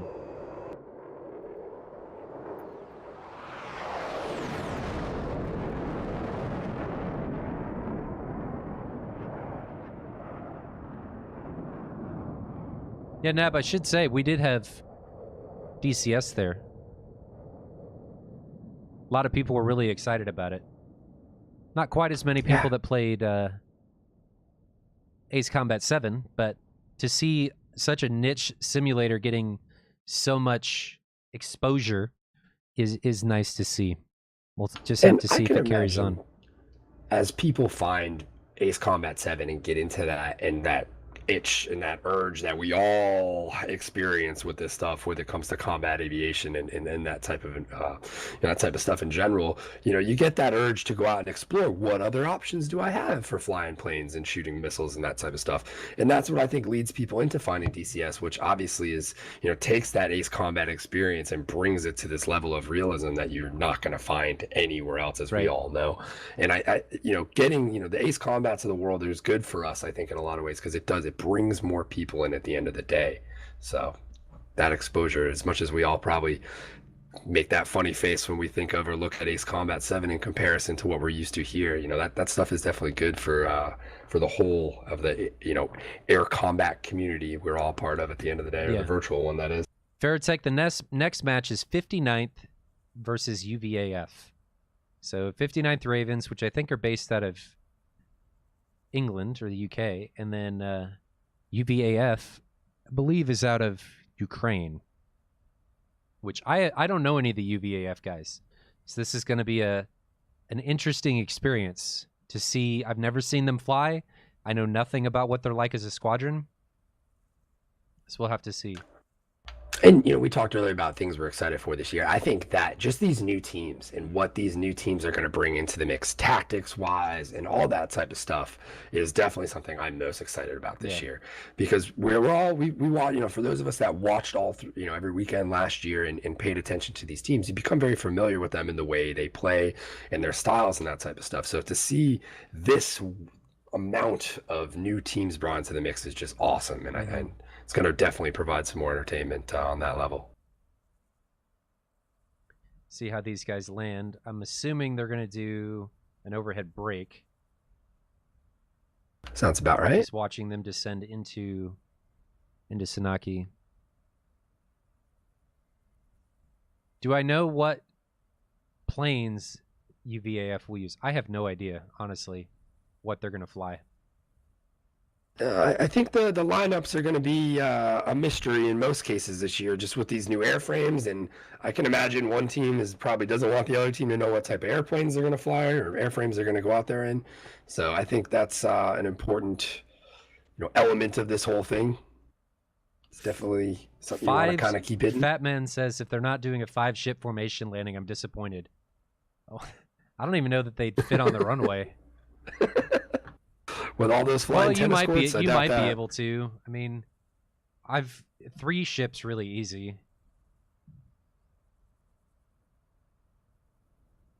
Bullet, did you at least dodge the 120B, or was it what actually killed you?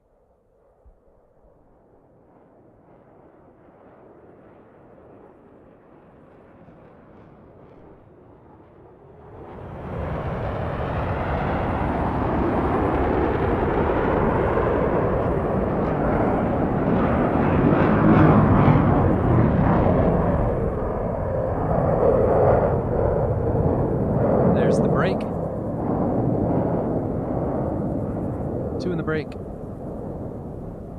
3 in the break. And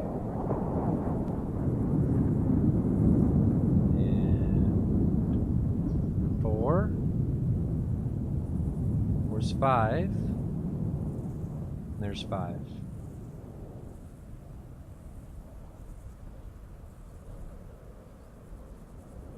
Let's see if they keep their spacing as they come in here into wrapping it up and putting it down. Then we'll take a short break, get ready for UVAF, and be back into this.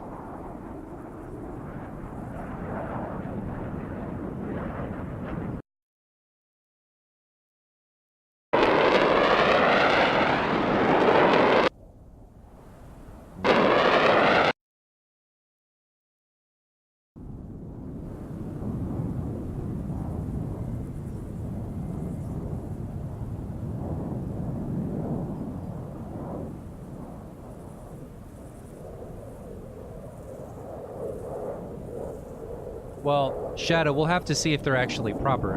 But I'm going to turn up the music and we can just watch these guys come in.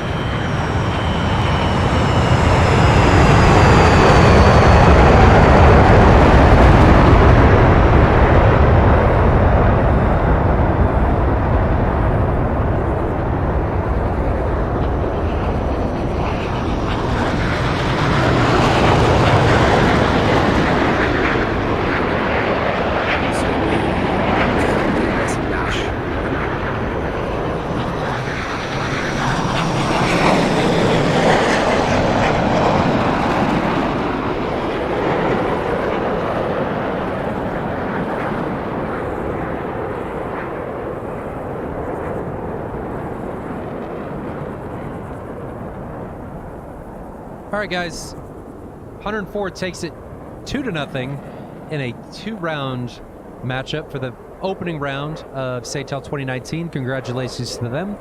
Stay tuned for our next matchup of 59th versus UVAF.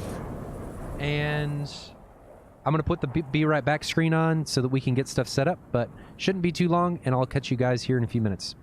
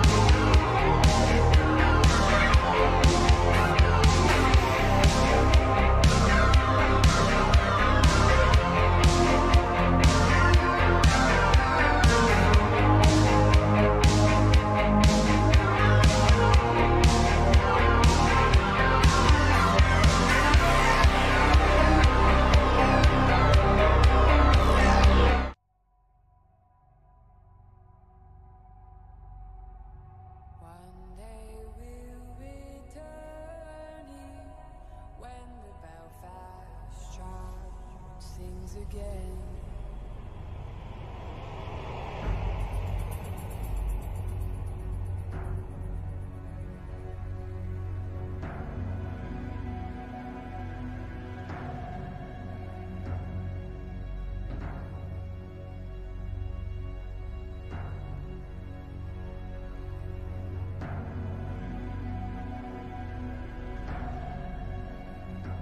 Brother, sister, where are you now? As I let you ride through the crowd. All my life here I've spent with my faith in God, the church and the government. Some say troubles about. Someday soon they're gonna burn the old town down.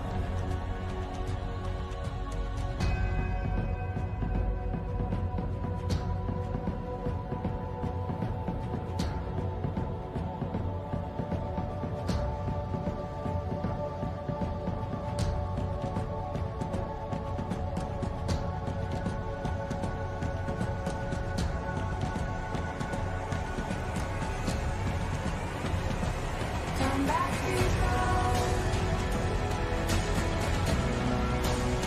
You make my heart.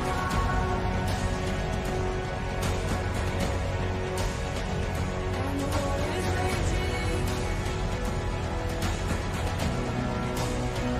through the emerald eye.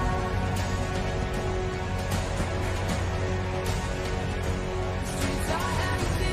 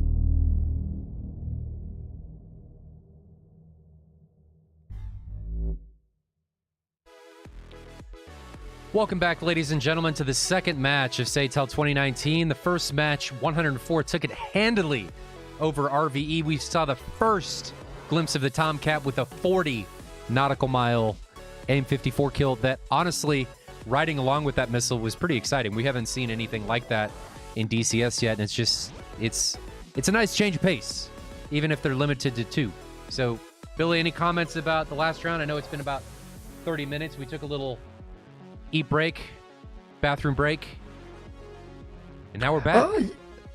Yeah, I mean, I thought we started out in typical fashion. If you've watched enough of these matches, you probably know how similar that was to a lot of what we saw. I do think the F-14 did bring this added element that was very entertaining to watch, and I'm curious to see what we're going to get out of airframes out of these next two teams. But yeah, I really do think that this new environment with the Hornets, and I also think of something worth noting for everyone who didn't get to watch all 3 of those matches, the Hornets performance. I think we had kind of talked about it but prior to that last match, and maybe had a little bit higher expectations for what, the first time more than one Hornet in a SATAL match was going to be able to do. And I just don't think we got really the performance out of that maybe we were expecting. But nevertheless, I still think they put on a pretty damn good show. And props to 104th on that one for a good showing. Donnie Bresco says, even Billy's stash is in the shape of a B2. Stealth, baby. Nobody even knows it's there. They don't even know it's there until they're on for their mustache ride, and then they're like, oh! Exactly. Didn't even know it was And I coming. think I saw Grey Wolf asking for a mustache ride earlier, and I will definitely make the point that the Just voice make of gesture always gets free Just mustache make sure you rides. hold on to the handlebars. Yes, exactly. It's important. You might fall off. It's a bumpy ride. This song's kind of nah. All right, so we gotta roll again. So let me bring all that jazz up. That is not what I wanted. I want this one. Here we go. So let me bring all this fun stuff up. We gotta roll again. Hopefully we get the Persian Gulf this time. So for anybody new, let's recap this again. We have 6 map choices. We're going to roll before each and every match this year instead of me rolling a week before, a day before, 2 days before, sometimes forgetting. I'm just going to do it right before. Ups the excitement, makes it so people can't practice where they're going to fly. They got to know everything. They got to know how to fly everywhere. So we're going to roll. We're using the Dungeons & Dragons dice roller. Yes, nerds unite. And we're gonna roll a d6 because we have 6 choices, and if we get a 5, guys, I'm gonna roll again because I really don't want to cast the same map twice. So if we get a 5, we're just gonna roll again. I hope we get a 1 through 4. We get a 5, so we're gonna do this again. If we get a 5 again, I'm gonna reset it. 2, baby, Persian Gulf. Yes, Bandar versus Elaine. Here we go. You ready for this? I'm ready for some Persian Gulf action. Yeah, I've been looking forward to this. It's probably going to be feet wet, right? Almost guaranteed going to be feet wet. I mean, you got to think, what was it, Bandar and where? Bandar... I'm going to assume it's a boss. It just says Bandar. But I'm going to assume... what was the other one? I'm going to assume it's a boss. Elaine? Where's Elaine? Ooh. Aline. Guys, I don't know how to talk. Southern... It's my backwards hat is compressing my head, so I can't talk correctly. My guess is it's Bandar Lenje because of the distances there, because that's like almost the border of Oman and UAE on the south eastern portion of the map. If my memory serves me correctly. I mean, you guys do like the backwards hat, but it does cause brain problems. And I've already got enough brain problems. But the backwards hat with causes compression, and I forget things. I'm just going to use that as an excuse. And by the way, guys, I should point this out that these backgrounds that I've got here, I'm going to post them to download, and I've got a lot. I've got a bunch of these things. So if anybody wants a super sweet background and they want to be super awesome and have a super awesome jet behind them that's in a super awesome picture and image, I'm going to upload them. They're going to be part of my mod pack. So I like it. I was admiring that earlier. It is nice, right? It's a great, It's as cool. a photographer, you talk about catching it at that right moment there with the smoke curling up. It's a Off very the catapult, nice shot. it's so nice. Yeah. Weston, Great no, timing. you didn't miss the giveaway. We haven't done it yet. I'm just gonna hold out on all you guys. Just gonna hold out because I like making all you guys wait. It's like having a girl play hard to get, and she just keeps stringing you along. I'm that girl, and my phone number is that Thrustmaster Warthog, and you're just gonna stick around until I give it to you. And only one person's gonna get it out of all of you. It's just heads up, it's coming. I don't know who's gonna get it, but I'm just gonna keep throwing it out there. Hey, it's there, and I'm gonna pull it back in. Throw it out. I'm gonna reel back in. And one more time, we're gonna throw it out, and we're gonna reel back in. Morris, 113. You just gotta stay up. It's Saturday. Just 113 in the afternoon, or are you upset? Come on. I mean, it's 1:13 in the morning. I understand, guys. but guys just gotta enjoy the ride. Come on. We're here for DCS. We're not here for the HOTAS. We're here for DCS and to look at my face. Oh, so it's 1:13 in the morning. I'm sorry, brother. I'm sorry. Asian parents. Life problems. I need that HOTAS. All right, so let's jump to see what's going on.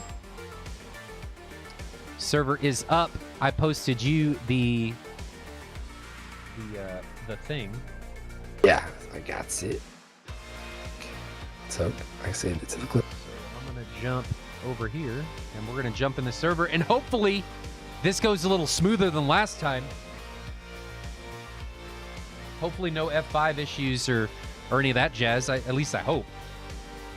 What's your predictions, Billy? Mustache Man, what do you think's going to go down today? What do you think is going to happen? This is a tough one for me because I don't believe I came in, for those following the show here, I came in, I think, a few weeks into the season, and I believe, if I watched 15 maybe one time, so I don't really have a lot of, memory of what they do and what they're about, and along with, what is it, UVW? UVAF. UVAF. And I have not watched and I have not watched them either. So this one to me is going to be interesting just based on that alone. So I'm curious to see. For me, the big points come out: be aggressive, stay organized, and don't get caught. I guess in those stupid situations, right, where you're pushing a little hard. This is problem. I don't have a game master slot. Retro.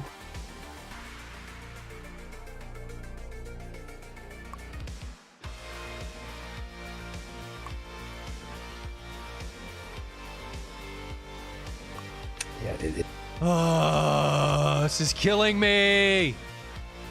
Oh, Gumbos said, was it Gumbos? Who said that?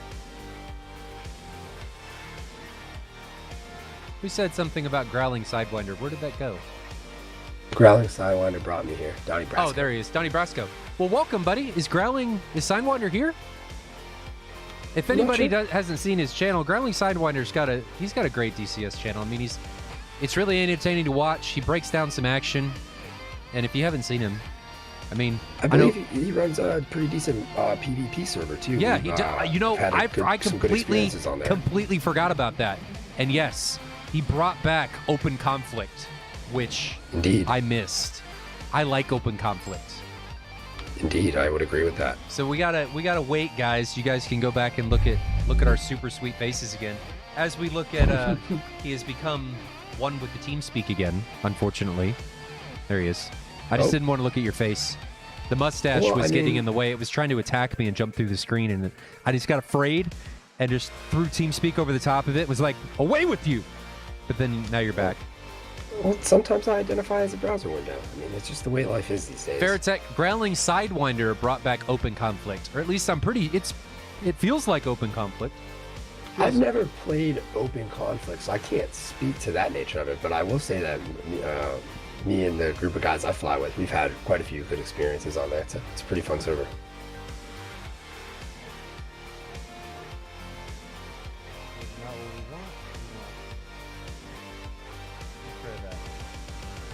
Okay, so they got to fix the mission because I don't get Game Master slots, and if you guys want to watch the action, we kind of need that. Grumpy Finn says, is the other thing you said you guys were thinking about doing... What? What? Do you know what he's talking about? Is the other thing you guys said is happening... I'm not sure if he referenced maybe one of the other icons along the top there. Might he be referencing? Oh, maybe. One of the other events, Grumpy, maybe? Can you give me more insight into what you guys are talking about? Yeah, could you elaborate on that for us, sir? That'd be awesome. That was kind of one of those I had a stroke moments. Oh, 2v2, like arena. Yes. Yes, that is coming. I really wanted to get this going before I go down another path. So now that it's going, we're going to be doing a couple things. So we're going to be running 2 more events. One is called Arena, which is going to be like a 2v2 BVR style league.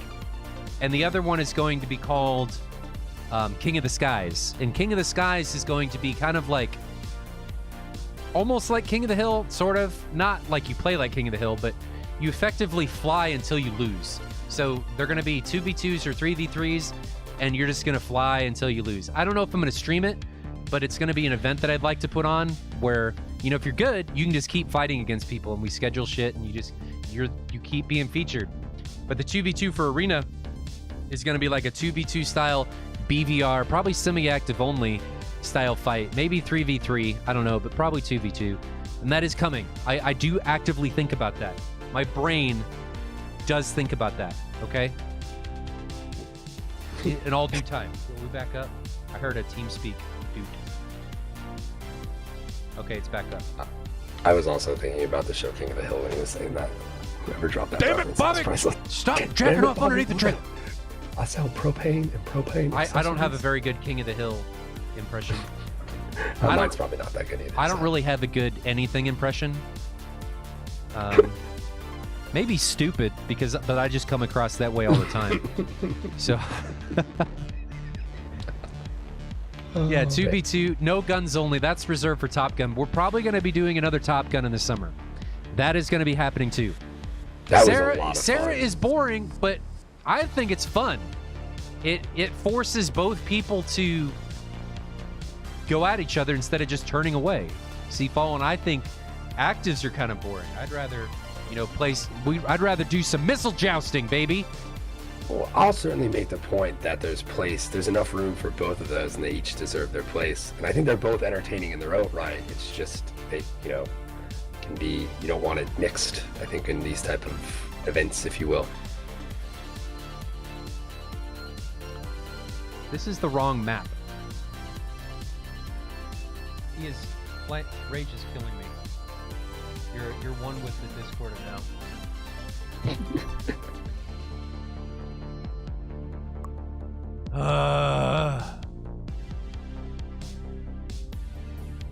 Everybody can only see the weird faces I'm making right now. Killing me. Oh, no weird faces.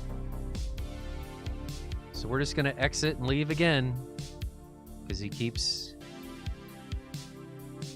Second X says unguided rocket A-10 leak. Wasn't there those used to be air-to-air weapons, unguided rockets. They would just shoot a bunch of them out there and hope they hit them.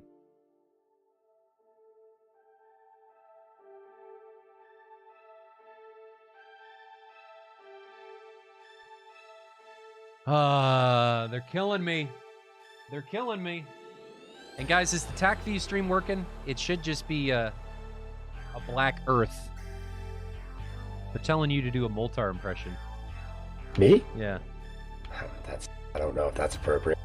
I don't know if I could even do that. It would probably just end up being some Twitch clip that cycling all around. Of me picking my nose or something. Okay, he says the mission is back up. Hey guys, remember, Coke, if you're watching, this isn't a Pepsi can. See the silver? This is a Diet Coke can. So if you're watching, official sponsor of this shit. Pepsi, you too. This isn't a Coke can, this is a Pepsi can. Okay? Yeah, I'd like some Mountain Dew, please. Dude, screw Mountain Dew. Mountain Dew takes years off your life. It's almost as bad as Surge. Sign me up. Yeah, there's a can of that over on the table there. Surge? Oh yeah, gas station by my house still has it. What? Let me see that. I need to see this. Go get it. I haven't had Surge since elementary school. There we go. Persian Gulf, baby. Yes. I'm ready. Get rid of these grid lines. Turn all that stuff on. So, where are we fighting? Here to here. Okay. I threw it out. I lied. Next week I'll have one. You're a cheater. Hey guys, I got it on my table. I threw it out. I thought it was over there. I threw it out. It was gone. I threw it out. It might be downstairs in the Whatever. trash, but No, I'm I don't not even making that walk right now. I don't even believe you anymore. Well, next week I'll have the proof, so you all will see me drinking Surge on this channel. I promise you that. No. Mark my words. I don't even. I don't care how outdated it is. Don't even believe you now.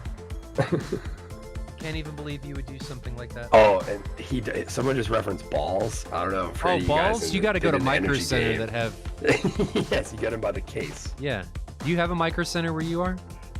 No, I wish. Missing the one out. in Boston. My wife hates that store because she knows as soon as I go in there, I'm going to spend money. The first time I walked in and I saw there was 2 whole aisles dedicated to water coolers, I almost fell to the floor. I was like, you gotta be kidding me. This is amazing. Never seen anything amazing. Like This is like the best place on earth. Yes. Not score. Team name. Need to center this. Why aren't you centered? There. That's as good as it's going to get. Okay. I'm loading in. We got our game master spots now.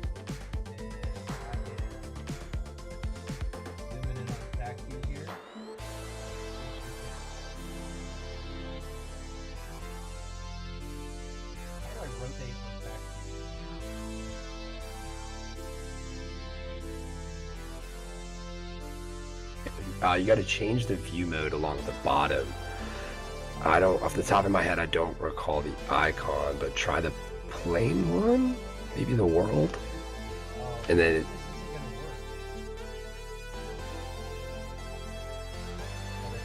I got it.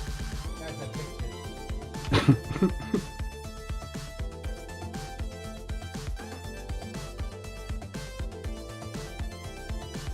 So everybody out there in chat, who you guys pulling for this round? Anybody rooting for either one of these teams out there?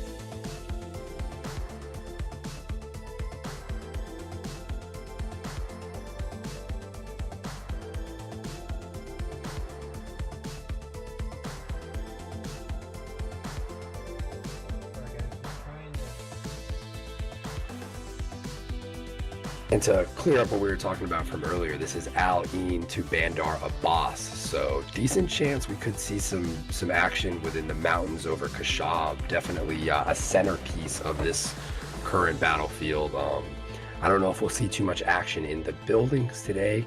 The Dubai downtown proper is tucked off to the lower western portion of the circle. There we go. So my guess is we see a lot of action over those Kashab mountains. Okay, so if you guys need to check it out, the DCS World Events 2 channel has TAC View up. So if you guys want to see that, that may be nice. Let me know if you guys have an easy enough time reading it. If you don't, I'll talk to France and see if we can make it, get some mods and see if we can make it more easily legible. What kind of music do we want to listen to? Let's get some Blade Runner.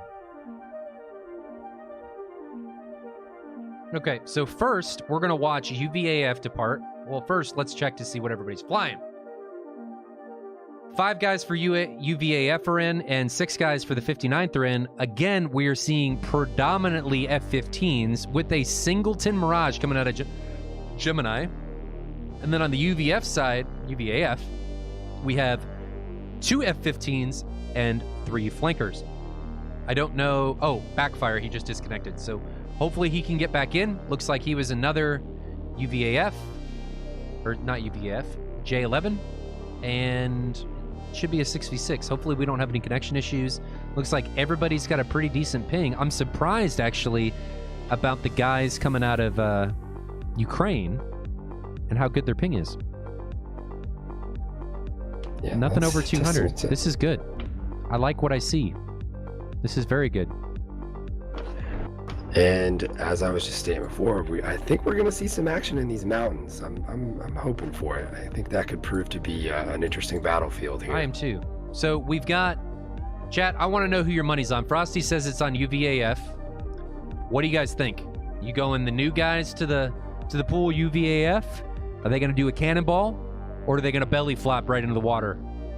Or are we bringing the tried and true 59th that were here last year, who we saw massive amounts of improvement in?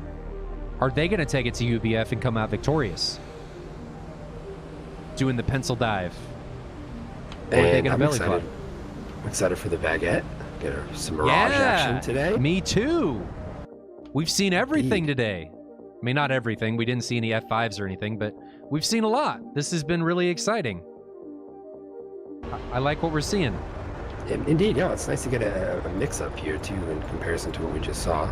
Some similarities. We got more. I think we got more J11s in the mix this time, I believe. Less F-15s and 1 Mirage 2000. Morsley, you have to be present in order to win. As long as you're present, you can take whatever. But you got to be present when I draw. I just don't want people to enter the drawing, not come to the stream, and I don't want people just entering and everything and not seeing what SATAL is all about. That's what this is all about, is getting you guys in here to see what SATAL is all about. Because what we found out last year is there were so many people that didn't know what SATAL was. There were so many people that had never heard of it that just were missing out, and that's what we're trying to do. Yeah, I really think that if you're a fan of DCS and you're a fan of air combat and dogfighting in general, this has got to be something you'd have to find interesting. So I think it's just about exposing it to more people. Telling a friend is the biggest thing you can do to help DCS or DCS world events out. I think Boltar would agree with that, right? So Razbam's Decoy says a real F-15C pilot has been training the Ravens. Interesting. Ooh. Is that a crock of crap, or does Decoy speak the truth? Is this gospel we are hearing coming from Decoy's mouth? Certainly. Or is this blasphemy? If true. We'll have to see.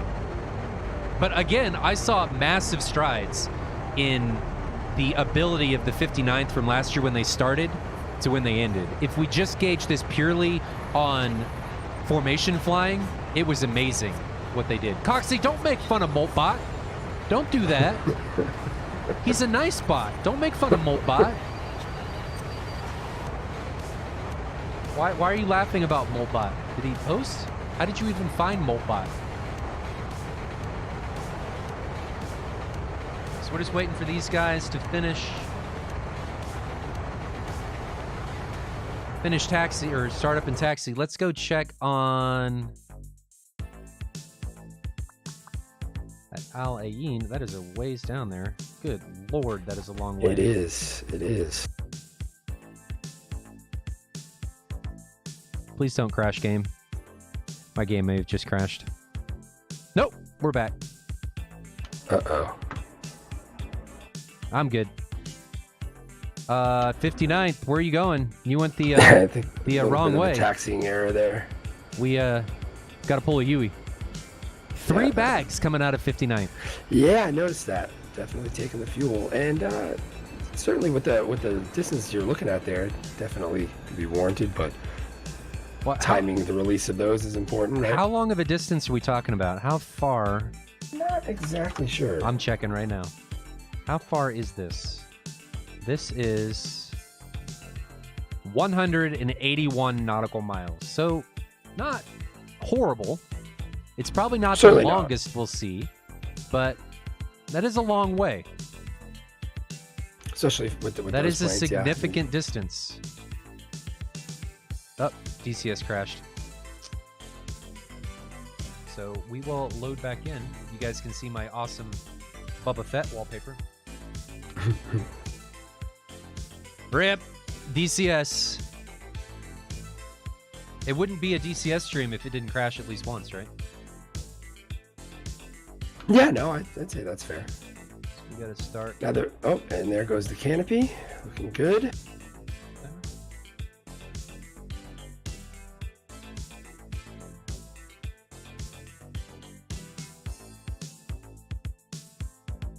A lot of guys rocking the desert scheme, which I think is a smart move.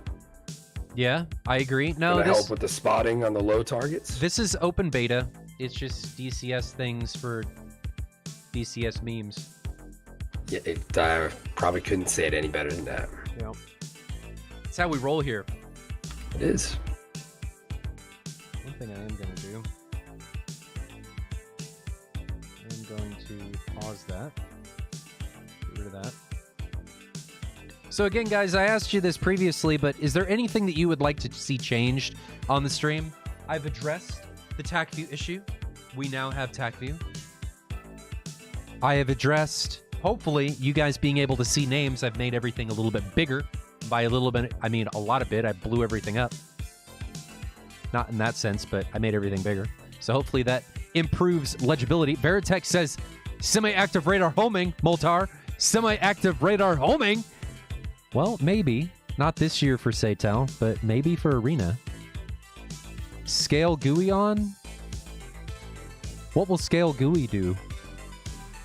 It, I believe, is going to improve. It's going to increase the size of your user interface to match more proportionately to your resolution. It's not, my user interface isn't, it's not small. Like, it looks fine. It's just the legibility that you guys see on the stream isn't very good. So I made it bigger. Yeah. looking decent. No, it's for why me. saying people are talking in chat. You're broken, my friend. Just refresh it. Twitch seems to be having problems today. Oh, interesting. Not everybody on 59th rolling with a desert skin. Only one of the F-15. They just wanted to be different. Apparently. Okay, so who's your? Well, I won't ask who your money's on. That would be inappropriate. I want to see teams stick together. I have heard from my 51st compadres that UVAF is a force to be reckoned with, and I'm anxious to see how this all shakes out. I want to see their shape. I want to see their situational awareness. I think we're in for a surprise. They enter directly into Diamond, so I think this should be really exciting. From what I've gathered, just from them starting up in Texas, they seem very organized. You can kind of tell. That's usually a good sign. All right, you ready? We're going to pump the volume up, and we're going to watch this departure. Here we go. Let's do it.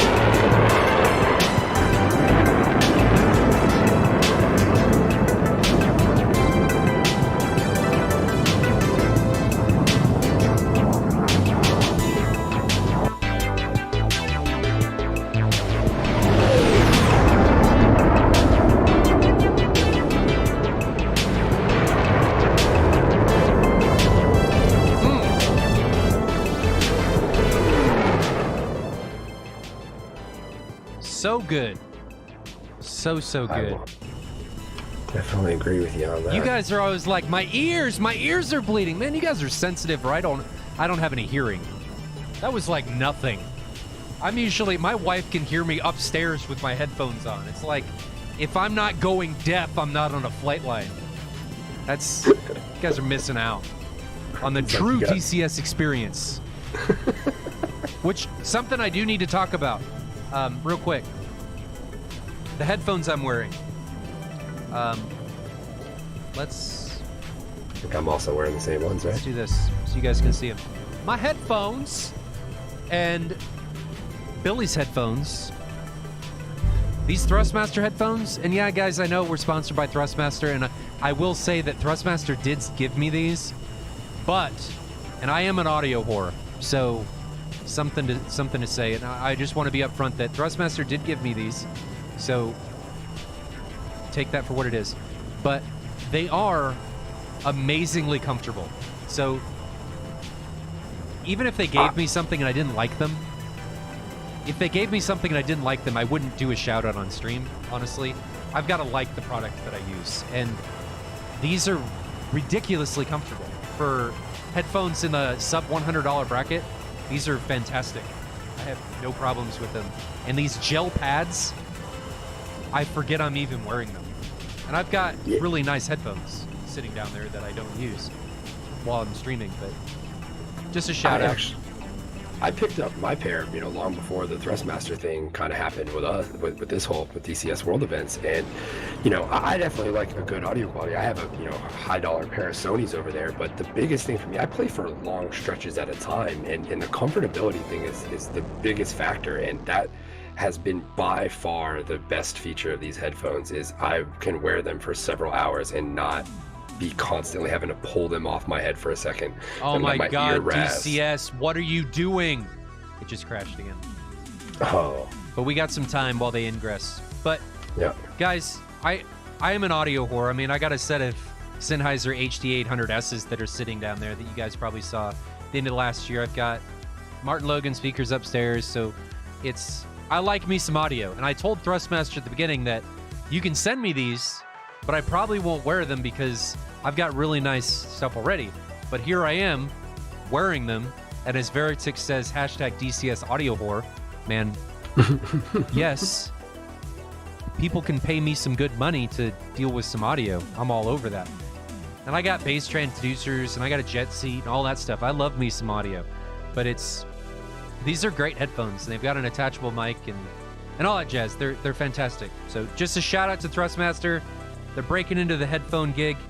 I like them. If you guys are in the market for new headphones, you should really look at Thrustmaster for the sub $100 or $100 mark. So we're waiting on my game to come back. I hope this isn't a thing, meaning that my game's just going to continuously crash.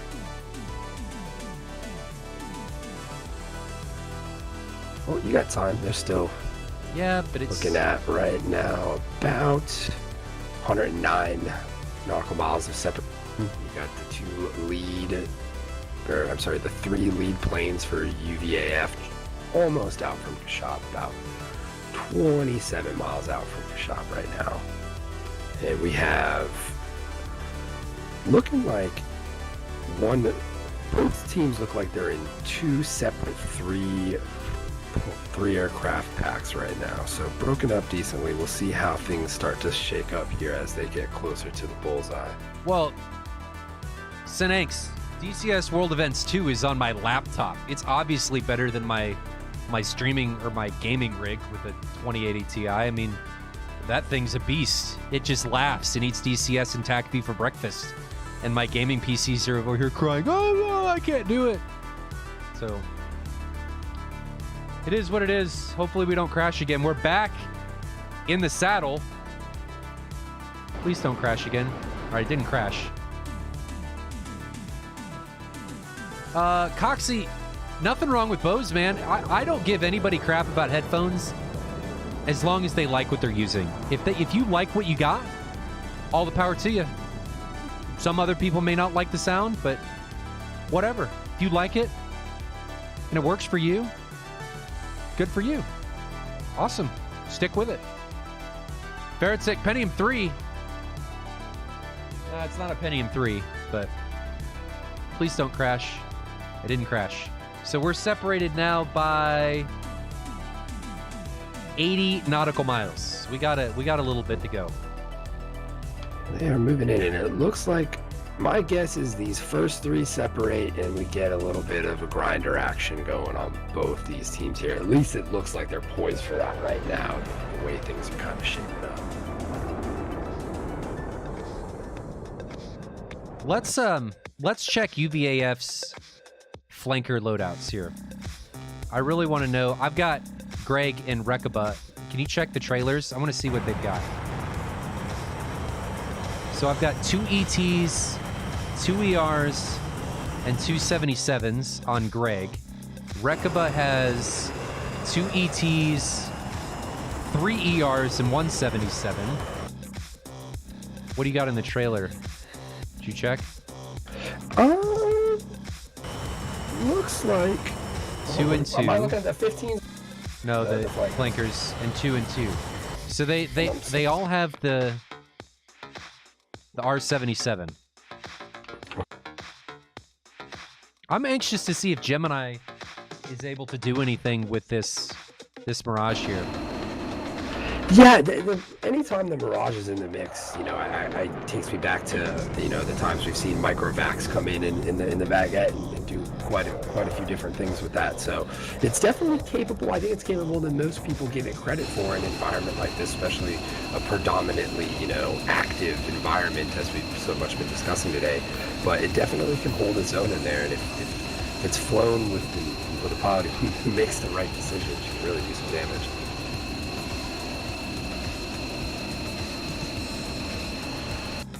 What's separation now? Between 59th, we've got serious separation between the... Looks like they're running 2-3 ships with RJF, Willow, and Overkill leading the way, and then the trailing formation is Gemini, Sideburns, and Scorpion. Yep. And it looks like 59th is starting to split here and possibly go 3 abreast, maybe? Or now it looks like UVAF might be doing the same. These 2 are breaking up.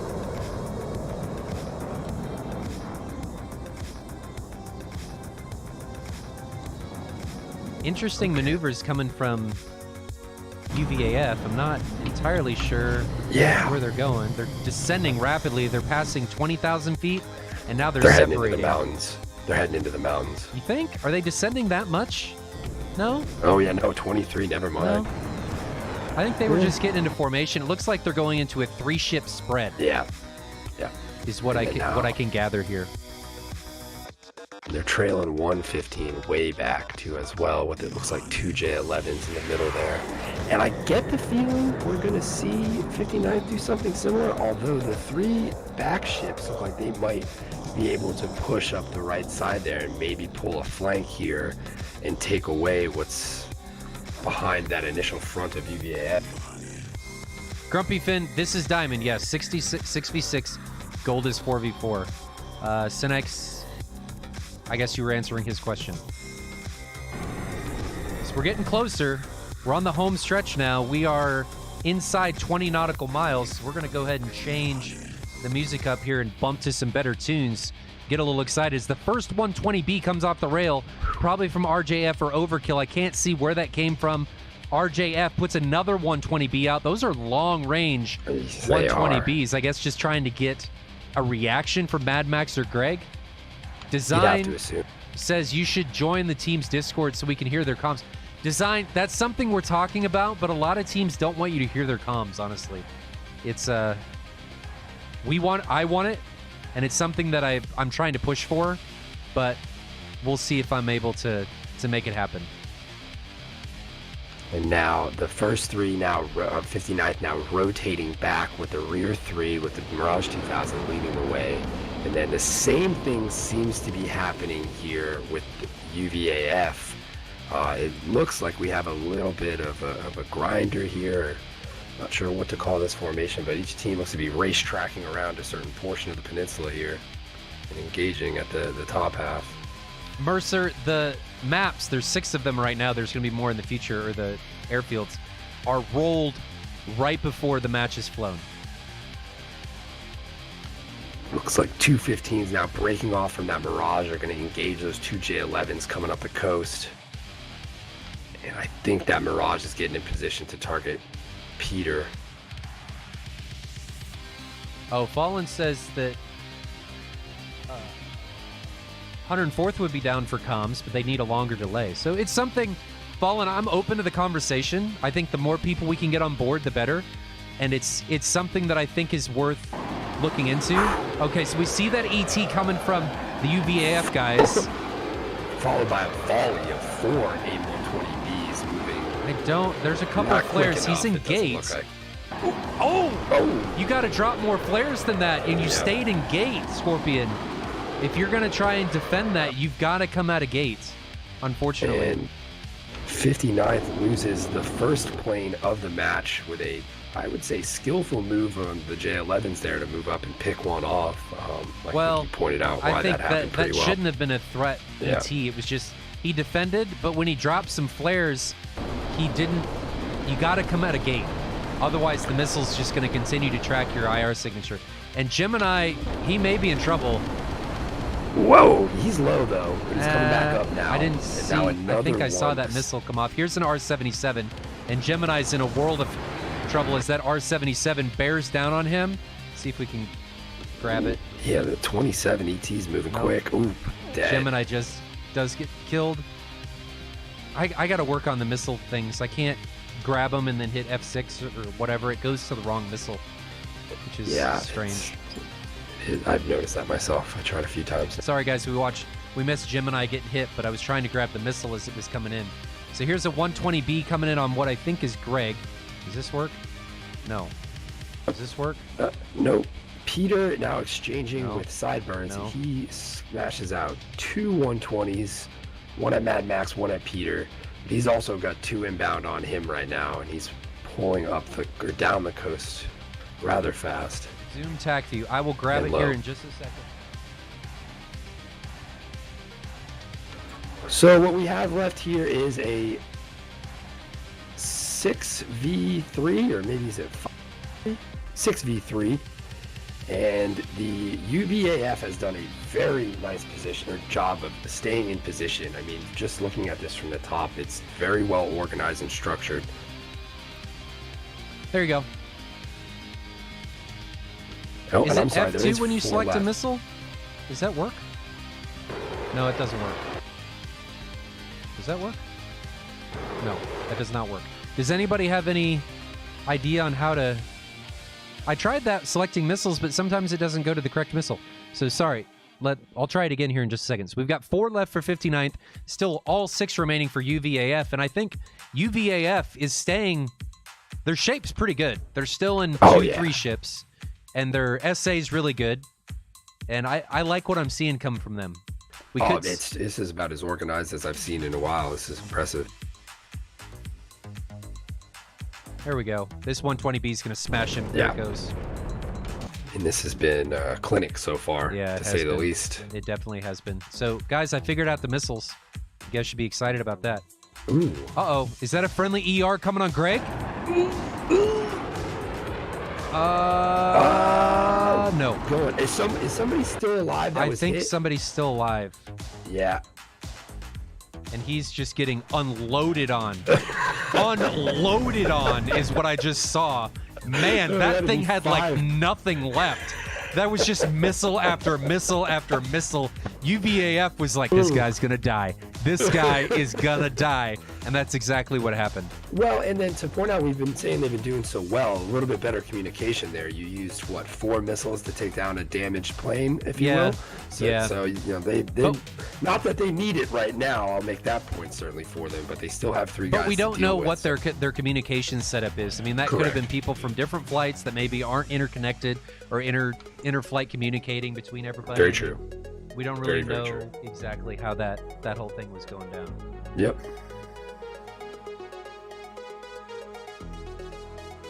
So it looks like everybody's resetting. We still have 3 guys remaining for 59th. Sideburns, Willow, and RJF. And all 6 pilots remaining for UVAF. Peter, Bond, Backfire, Mad Max, Greg, and Rakoba. Guys, let's be nice. Let's not go down that stuff. Just because, on the flip side of that coin, just because a real F-15 pilot comes in and teaches real-world tactics does not necessarily mean that they apply to the simulator. We fly a little bit different than the normal guys do. We're typically way more aggressive. And a lot of that, you can teach it, but if you're not in a competitive environment reinforcing those tactics, it can just take a little bit of time. So let's not bash anybody. I think 59th is doing great. Sometimes it just takes some getting the feel if you haven't done this in a while. In RVAF, I know they've done competitive stuff in the past, so this isn't their first trip to the competitive scene. This is just their first trip to SATAL. Let's watch this. AIM 120 as it comes in. Is that going to hit the ground? That's definitely going to hit the ground. Another 120B coming off of Willow onto Greg. And RJF looks like he's continuing to press for 59th onto Greg as well.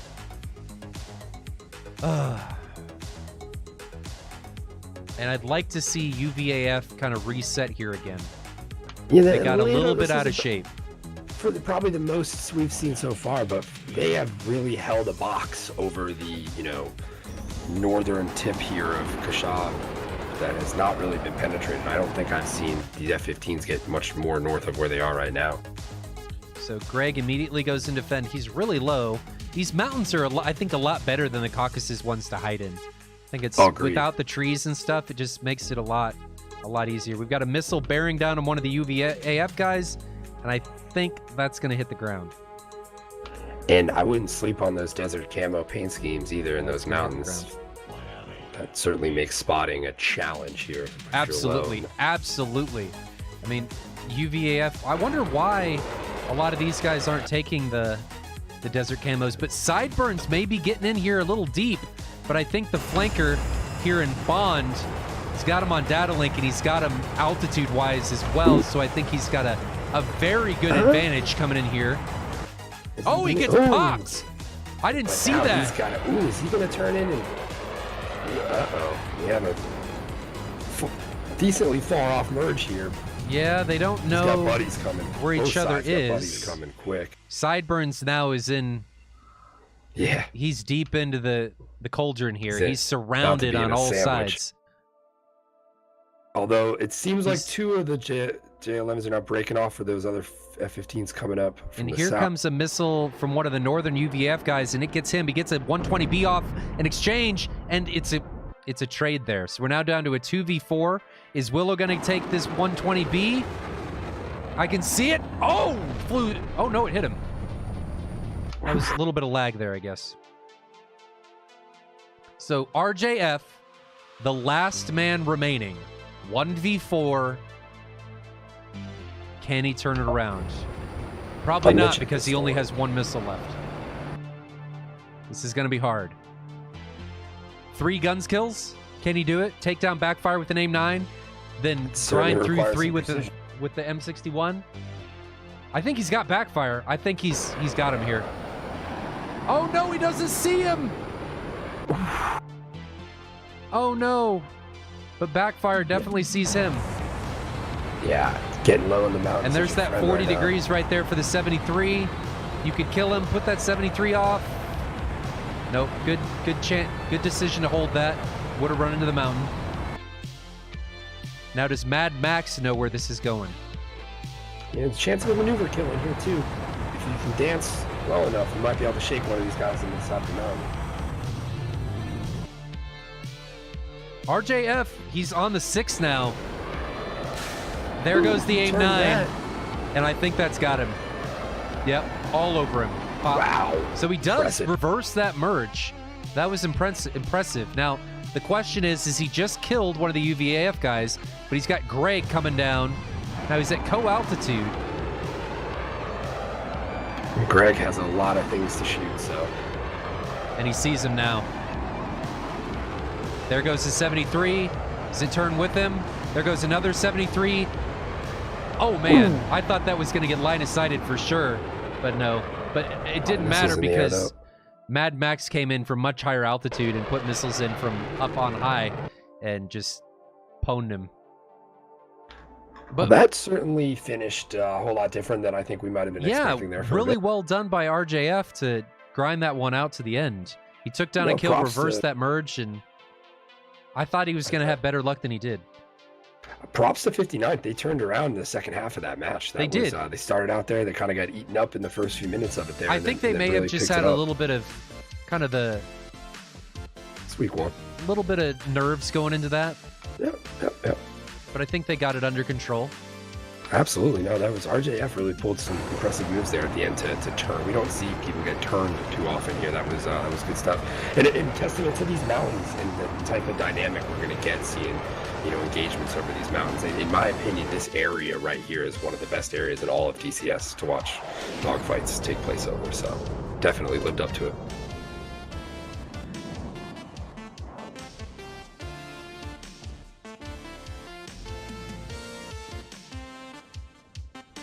Just watching these guys RTB, and they are going to make them land, so they are going to have to fly back.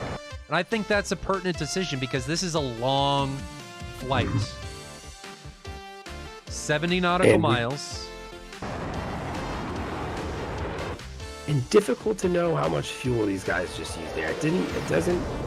I'm not getting the feeling that they should be low in comparison to what we're used to. It doesn't feel like that dragged on or anything like that. So I would assume they got enough to make it Well, back. I think fuel may be a little bit of an issue as the guys aren't in gate as they're climbing, and my game may have just crashed again. Nope, we're back. Yeah, it definitely looks like they're holding here, back on the throttle. Well, Mad Max is in gate, so I don't think he's and Rokuba's in gate 2. So I don't really think that feels that much of a concern. It didn't feel like it went that long. Usually, it's right. You get that feeling where it's kind of being dragged out quite a bit.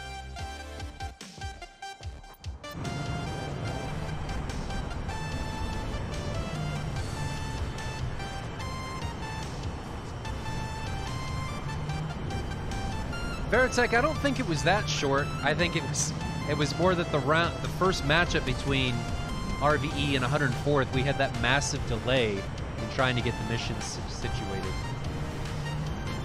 Yeah, that probably made it feel like the scene was a lot longer than it was.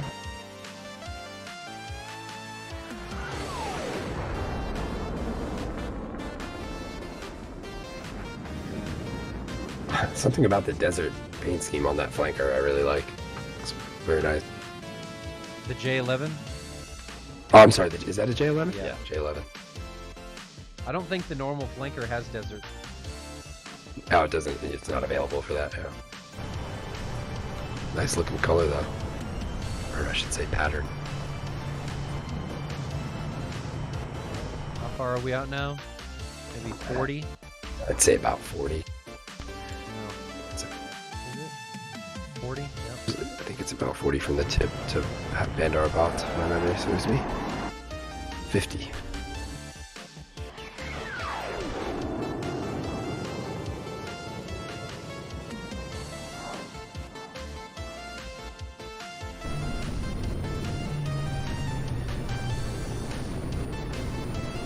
Billy, So what do you I think? definitely- Chat, what do you think? Both of you guys, what do you think about how this match went? What do you think the 59th could have done to maybe come out on top? Well, I definitely think UVAF showed up on day one here and showed they are not to be messed with. Just based on what we saw there alone, I think just the organization they showed in that first one says quite a bit. I think 59th did. Coming out the gate, I wish I would have seen some of those guys push up further up the coast and draw one of those three flights away from where the other three were heading and maybe split things up a little bit more. I know that's counter to what most people say here, but I think just the way you had UVAF shaping up in that box to maybe spread that out and drag that out and not allow them to get that set up could possibly be in their best interest. Right.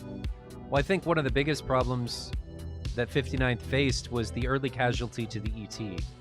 Yeah. The defense on that ET was a little lackluster. Guys, we said it previously that when you defend against an IR weapon, you can't stay in gate, because even if you deploy flares, if you stay in gate, you're just providing a massive heat signature for the missile to chase down. So that may not be realistic in real life, but it is what we get. It is what it is here in the sim.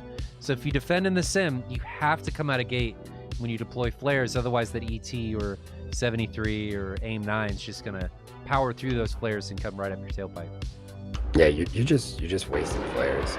And shout out to the Fighter Pilot podcast. There's an awesome episode on expendables, and I listened to that the other day, and it's just a lot of great points to be heard and kind of soaked in while listening to that on how to use your flares and your chaff more effectively. They interview a pilot who really gets down into the nuts and bolts of the psychology behind how you use it, or more of this, I shouldn't say the psychology, but the science of how that stuff's all going or working. So highly recommend for those of you guys out there maybe aren't as proficient with the I think countermeasures. my game crashed again.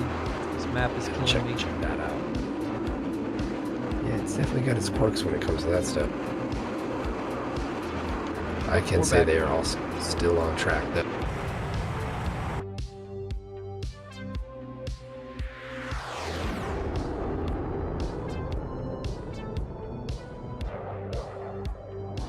Casper, all good. There's nothing to worry about.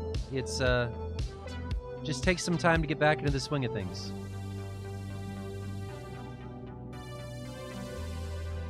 Have to see how the end of this shakes out. We're down to Greg, 14 nautical miles out. On F2. Set up the next camera.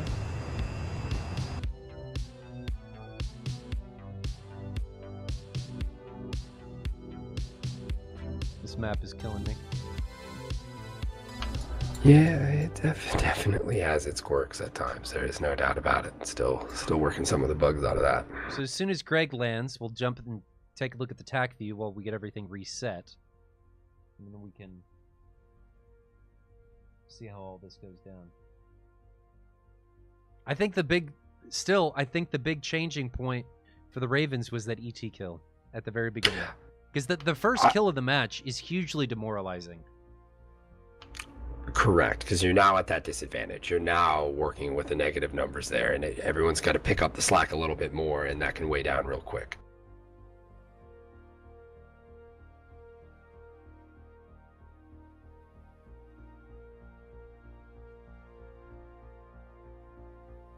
We'll just turn up the volume here, watch these guys come in.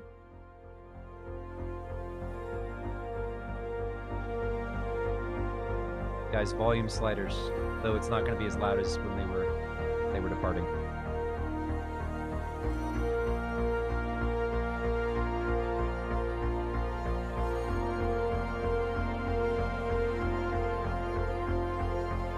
Do you like the approach of Vandar, Bob?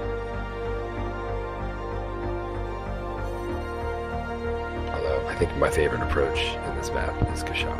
It's not really going into that little runway tucked away in the mountains there.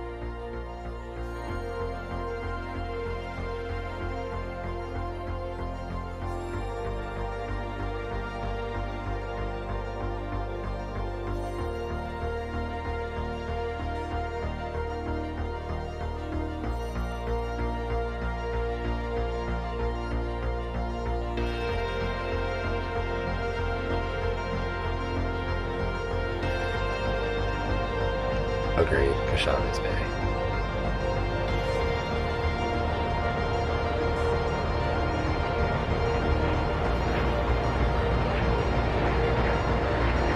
Alright, gents, I'm going to get this set up, TAC view set up, so just give me a second. I'm going to throw you to a be right back, and we'll get this TAC view up, and be right back. Wait one.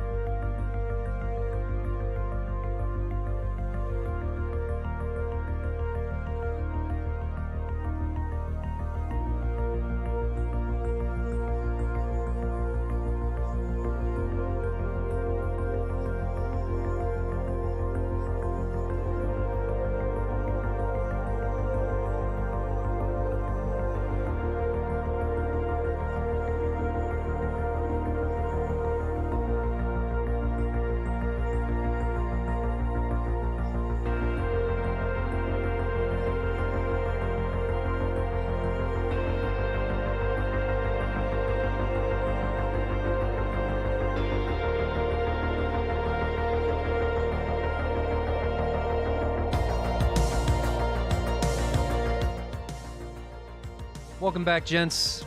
Let's go through this TAC view real quick while everybody's getting set. Nothing really happens at the beginning. You can see everybody slotting in. Everybody comes into parts. Fight takes place right over Bullseye. And this is where everything just starts to... Everybody just starts opening up.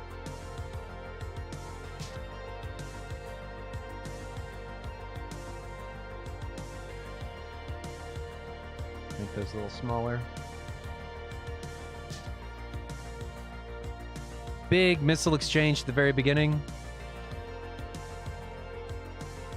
Nothing really happens. Lots more missiles. This is the ET kill that I was talking about. So we can see that he's dumping flares right here. Dumps a couple,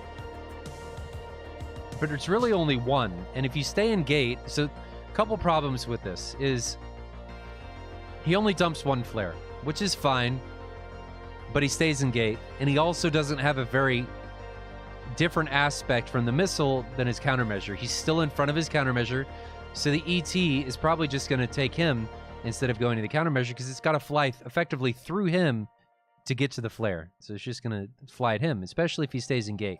Oh, we skipped ahead there, so we'll back up. Where's that ET? There's the ET. We can see it coming. Pop. There it goes. So we'll go ahead and zoom back out. And that right there, ladies and gentlemen, is hugely demoralizing if you're on the recipient of that first death. It's just really hard to deal with, and it's really difficult to come back from that because you feel like, well, crap, we're already a man down. I don't know what to do now. So now we see the second casualty of Gemini in the Mirage against... see if I can grab this. An important note from that engagement you just showed there, you know, start moving your aircraft before you deploy your countermeasures. Because if you start deploying your countermeasures in a head-on and you haven't moved the aircraft like you saw, that missile's got to go straight through you. It's important to get that plane off the axis. I need to refresh my thinking here with TAC view. Try, I think clicking on the name in the bottom right corner might help you with that. I know No, I that got it. usually works. I got it. Looks well. Okay, so we can see that this just gets in really close, and he's in a decent notch, but he may actually notch that 77. Does the 77 kill him? He does. He does notch the 77. The one thing he didn't see, and this is because, again, he was in gate. Again, he gets killed by an ET. So I remember seeing him die. He gets hit by this ET because he's in gate. Guys, if you're going to try and get away from these missiles, you've got to come out of gate. I know you want to maintain that energy state, but you've got to come out of gate to make this work.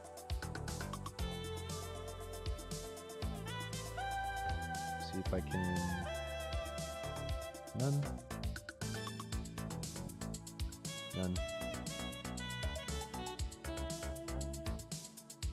And let's continue on. Who's our next casualty? Just some missile jousting coming in. Nobody really wants to get close. I think this is Overkill's time to die. Overkill here. I don't know if he just didn't see this. Peter was significantly lower than him. Maybe he just didn't get a missile warning because of how low Peter was in comparison to him. But he just doesn't defend at all. And then he just eats this. Right there. And this is, unfortunately for Overkill, this is the unloading of munitions coming at his dead plane. I feel bad for him. Look at all those missiles! There's like 7 missiles that come at him. So now we're down to a 3v6. Sideburns. Who dies next? I think it's Sideburns. So Sideburns takes down Bond. Let's have a look here at this engagement. They're head on. Is this one? Oh, it's an aim 9. So the reason Bond dies here is he can't get enough distance from his flares or change his aspect to the target or the missile fast enough before the missile gets to him. So he eats that, and then Sideburns defends into the valley. Oh. Sorry. There we go. That's a little far ahead.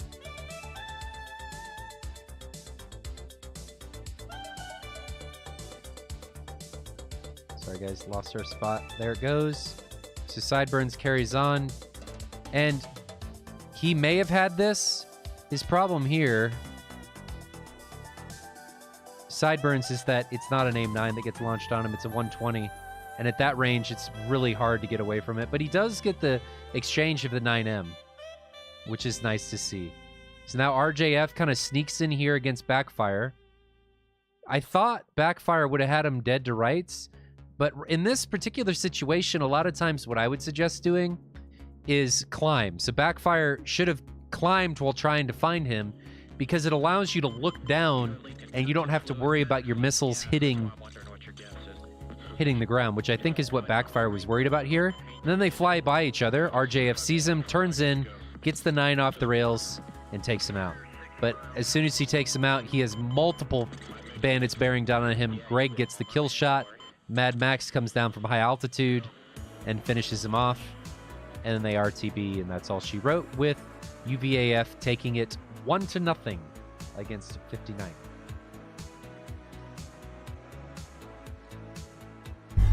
And guys, yes, I'm going to change the score.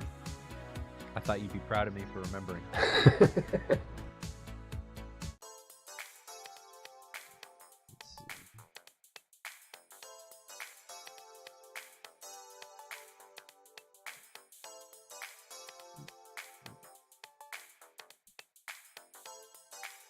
Okay, let the mission load, and we'll get round 2 rocking and rolling between 59th Ravens and the UVAF, which should be starting here momentarily as soon as DCS decides it doesn't want to crap itself anymore.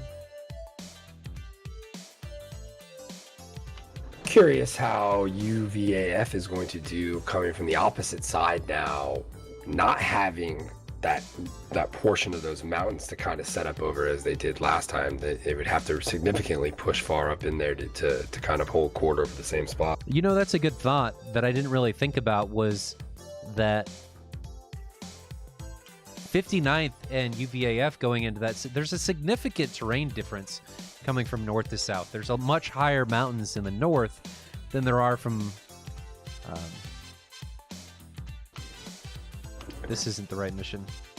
Yeah, it kind of cascades up from the south, and it's a little bit lower of a terrain as far as how high the elevation gets there. Right. And as you progress, it gets higher, and you definitely. That's why I noticed when UVAF set up over that area, you could tell they wanted to hold court right there, and they were going to do what they could to hold that ground.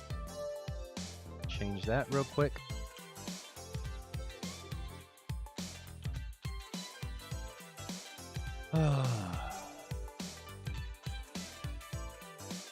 Time is it? 1:15, so 4 hours. It's not awful. Well, we're doing pretty good. I think, barring the few first week setback things or, delays we had earlier, we're pretty on schedule here, even with two matches in the mix is pretty good. Yeah, and I got another round tomorrow. So guys, if you don't know, instead of like last year, we only doing matches on Saturday, we're running Gold League on Sunday, starting at 1400 Zulu. We have 2 matches tomorrow. Do you have those pulled up again? I'm gonna make you struggle. I believe I do. Saying those names. Excuse me. Billy's gonna be on the struggle bus here. Oh yeah, about to be. Jagdschwader, The German team. 78 versus Tiger Merc. So. Is it just one for gold tomorrow? I think there's 2. Look at this schedule, I think you might be right. I think there's 2.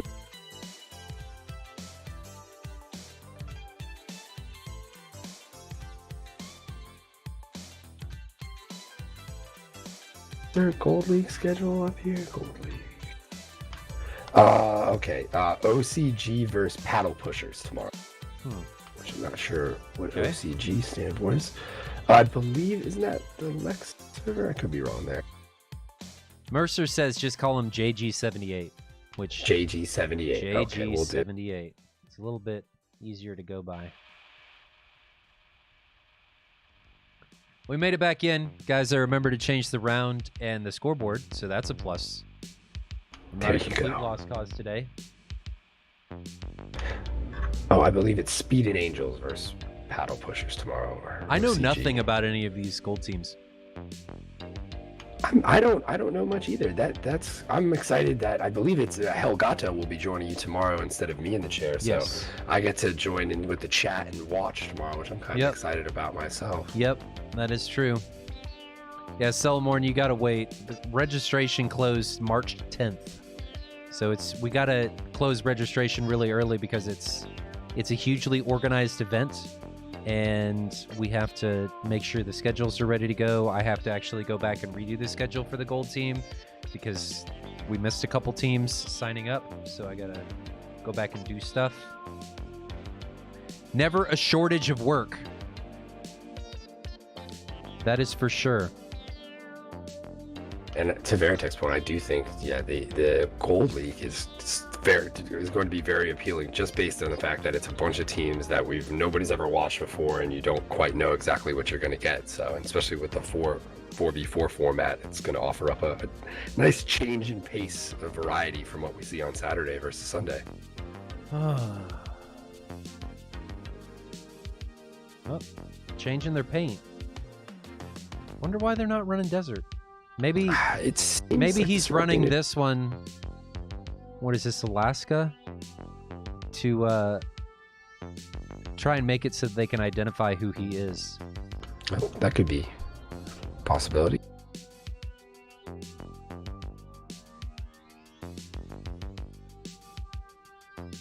Now, wasn't it last round where they took 3 tanks? I believe the majority of UVAF took 3 tanks. I did find that a little interesting, that the Ravens were taking 3. I can see RJF putting 3 on.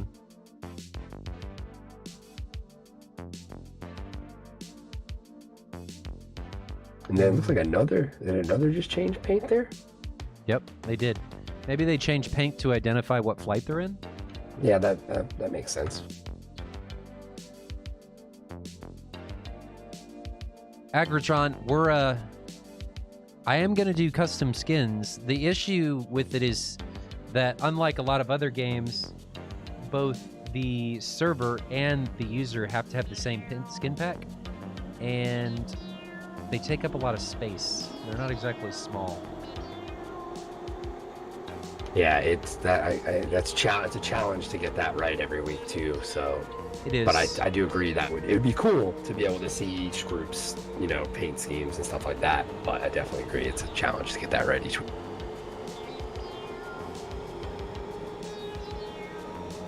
Grumpy, yeah, but then people make changes to the liveries, and it just never ends.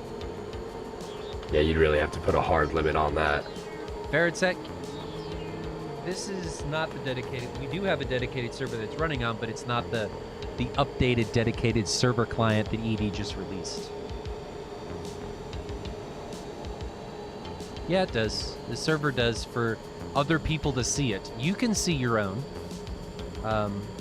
but I have to. Well, no, you're right. The server doesn't need it. It would just be you, right? Both teams need it, so I need it. For them, I'm identifying myself as the server, so I have to have it, and then the team has to have it in order to be able to use it. I'm sorry for misspeaking there. LiveSim, So you are absolutely right. You now identify as a server? Is that what I just heard you say? You identify as a TeamSpeak server, and I identify as a DCS server. It's just, with the way things are. People identifying as all these different sexes and stuff, it's just we identify as pieces of electronics. Which sounds about right for us.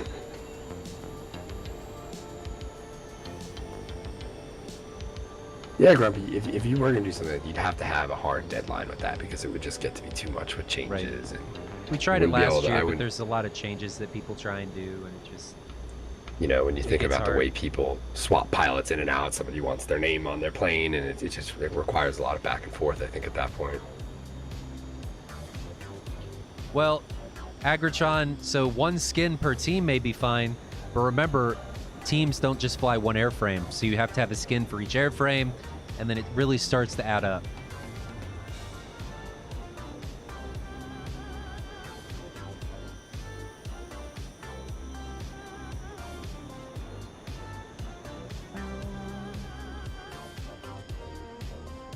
So UAVF now coming out of Al-Ain to the south, and 59th Ravens now coming out of Bandar Abbas to the north. I think this. Yeah, like I said, go ahead. I'm curious to really see where this is going to take place over. Whether we see the front, the line of scrimmage, if you will, shift north or south, just based upon the switch inside. I think the skin pack that I have put together, unzipped, is like 17 gigs. I know, I have a bunch myself.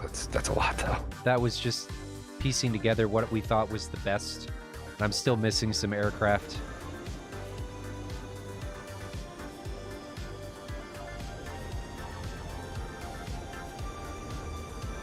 I don't think the Mirage was as much of a factor in that first round as well. The as we thought Mirage, was it going just, I don't know. Again, it was those ETs that they 59th struggled to defend. I think if they defended it properly, I don't think it would have been an issue. But those first two early casualties, they're demoralizing. I think people underestimate how demoralizing that can be to lose people early, especially now that I think about it. When 59th lost 2, it's just really hard to come back from that. Next to impossible. And I think everyone at that point realizes one of us has to now kill 2 of these guys. You know, the workload just significantly got stepped up for the remaining guys, and that can be a lot. It's possible. It's hard. Correct. It's really hard. Definitely uphill at that point.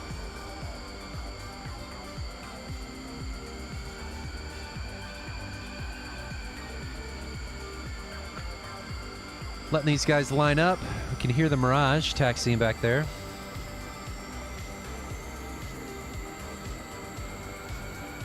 You can see UVAF is taxiing as well. I'm just excited that we've had pretty much 300 people virtually all day. Indeed. It's been quite nice. It's nice to see everyone showing up for week 1 and getting excited about what we got going on this year. This is going to be bigger and more fun than last year, that's for damn sure. Looks like 59th is ready to go.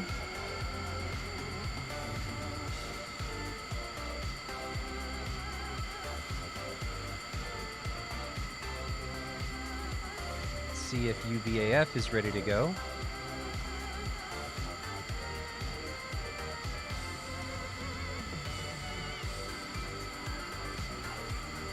Let's see if I can get Gemini here. Design AMK1. We had a few, three Hornets in the earlier match, but none in this one this afternoon.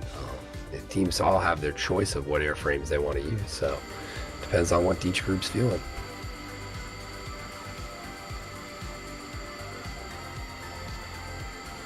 And I would assume, to Agatron's comment there, the no TWS is probably a big deciding factor right now, the lack of that. Yeah. Almost there, but I think once that gets implemented, you'll start to see that show up a bit more here. Who knows? Well, I think the other thing holding the F-18 back is they haven't updated its countermeasure payload yet. It doesn't. Correct. It's not able to carry enough flares to really make it effective. Yep, and I was hoping to have seen that.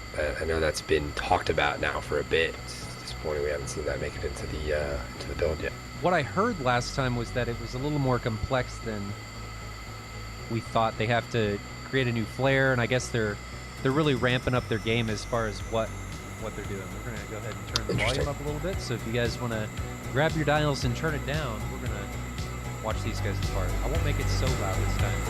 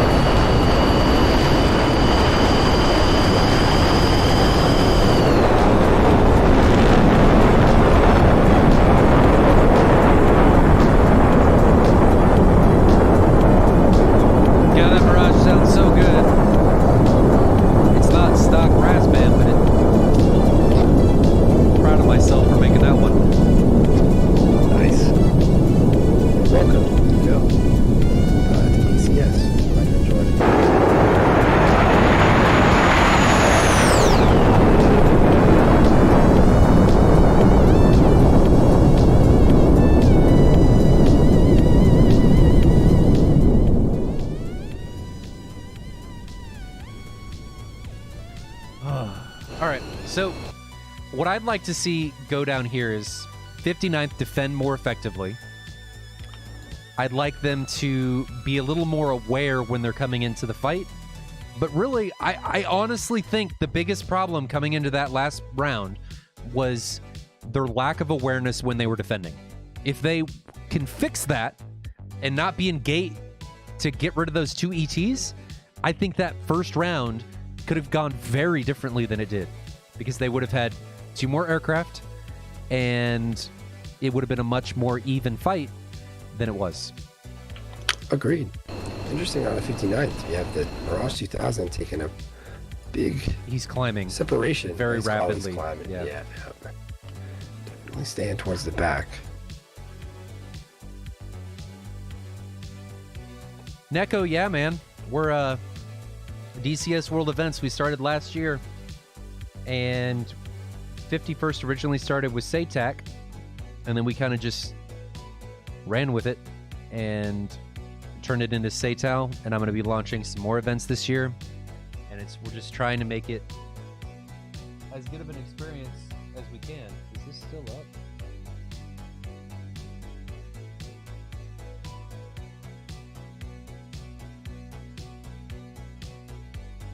Sorry guys, I'm fixing the TAC view. Be nice if I could fix this some other way.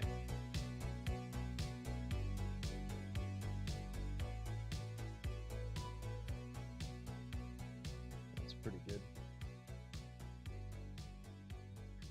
So we'll switch the musicas.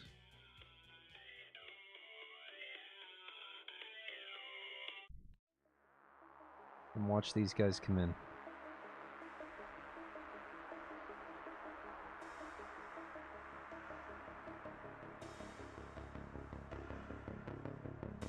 Curious how often we'll see people start low here and try to use the terrain to their advantage off the bat, as opposed to allowing it to kind of descend into. If you do that, I think you just die. And there is that certainly that element to where if the other side's coming in high enough, the top-down view is just gonna give you up way too quick.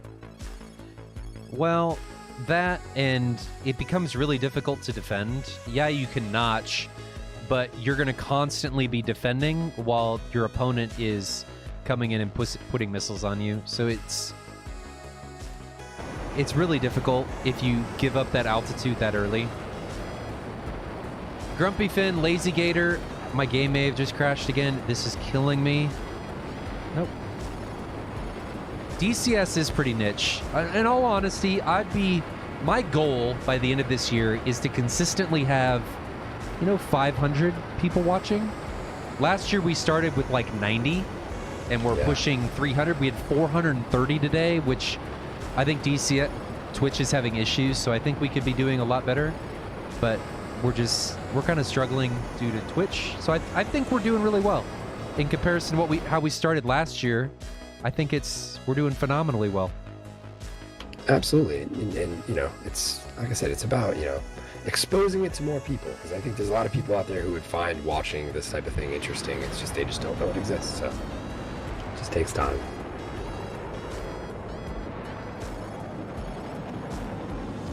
And yeah, Grumpy Finn, the Hornet, and the Tomcat definitely did help the numbers. I think we all kind of saw that.